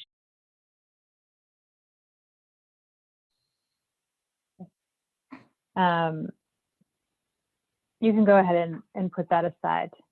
I apologize if I asked you this before. As I mentioned, I don't have a real-time transcript I can see. So I just want to be clear that we were talking about rumors that you had had a sexual relationship of some sort with the governor. What is your response to those rumors? No, I did not have a sexual relationship with the governor. And do you have any knowledge at all about whether the governor has sexual interactions or relationships with any members of the executive chamber staff? No, I do not have knowledge of that. We're ready to close out, but I offer your counsel an opportunity to take a break in case there are things you'd like to discuss potentially clarifying? Yeah, we appreciate that. We'd like to take a break. Okay, so we'll take a break and we'll just wait till you guys come back. We can go off the record. Thank you. Stand by. Time is 5:46. We are going off the record. Time is 6:07 p.m. We are back on the record. Ms. Walsh, is there anything you would like to add or any answers you wish to clarify before we conclude your testimony today? I would like to take this opportunity to make a statement. For 8 years, as a member of the executive chamber, I served the people of New York State. I'm enormously proud that I worked my way up from an executive assistant position to be the director of scheduling, hopefully demonstrating to others what is possible. I'm enormously proud of how hard I worked, how much I accomplished, and how I brought my energy, dedication, and intellect to my public service position every day. The testimony I've been asked to give today does not remotely do justice to my hard work, my accomplishments, my professionalism, or my intelligence. I've been asked invasive and personal questions, including being asked to respond to unsubstantiated rumors that are false, demeaning, and insulting. As a professional woman, I found that disappointing and unfortunate. I have done my best to assist in this investigation and do request that if any of my testimony is made public, it is done so anonymously, because to do otherwise would only serve to perpetuate these unsubstantiated rumors and embarrass me publicly without basis. That would not be consistent with the goal, which I share, of supporting women in the workplace. I strongly believe that any woman and any person has the right to share their own experience on their own terms. Thank you. Ms. Walsh, would you have preferred if we not asked you about the rumors and did not give you an opportunity to address them on the record? I think that the 7 hours is up and that Ms. Walsh has made her statement. I will leave it to her discretion whether she'd like to answer, but otherwise, I just have one small thing I want to say before we end. Okay. Yeah, the record's still open. And so, Ms. Walsh, you can respond to the question. I'm sorry, the 7 hours is over. She's no longer has to respond. And I think she was told earlier by counsel that she could make a statement of her own, and she's done so. One statement from me that I'd like to make. No, we're not. No. We don't agree. We don't agree. Okay. So we can bring her back to answer the question, and nor did we say that we wouldn't ask her questions in response to her sworn statement. She's been on the record for 7 hours per our agreement, and we're done. I mean, we are done. There was no agreement. We can resubpoena her then. We'll resubpoena her if you'd like us to. I can't really imagine you would do that. I think she said all she's going to say, and that you invited her to do it, so she did. Ms. Walsh, would you like to respond to that question? Can you repeat the question? I'm sorry. Sure. The question was, would you have preferred if we didn't give you an opportunity to address on the record the rumors about you? I'd rather not answer, but am I glad that I got to clear up rumors about me? Yes. Was it unfortunate to have to go through false rumors about myself for the past quite some time? Yeah. Thank you. Counsel, do you have something you want to add? Yeah, I do. We just want to note that in the event this transcript is ever used in either an adjudicatory or an evidentiary proceeding, we have been asked for the purposes today, by and large, not to make objections, but we do not waive any of our objections to form, relevance, foundation, or any other evidentiary objections that we would have otherwise made.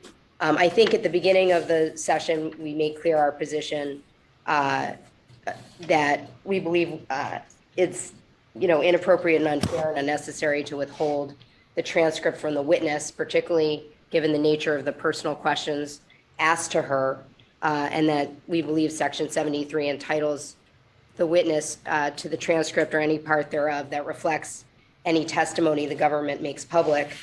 But we would respectfully ask that the government grant the request that Ms. Walsh just made on her own behalf, that if any testimony is made public, that it's done so anonymously. And that's all we have. We'll take your request under advisement, and I will again request that if you have any authority to support your position, that your witness is entitled to a transcript, you should send us that authority. Thank you. We appreciate that. Ms. Walsh, is there anything else you'd wish to clarify or add today? No, thank you.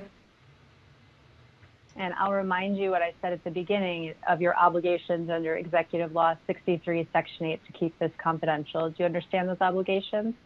I do. Great, thank you. We can go off the record now. Stand by. This concludes today's deposition of our witness. The number of media units used is 7. They will be retained by Veritex Legal Solutions. We are going off the record at 6:12 p.m. Eastern Standard Time.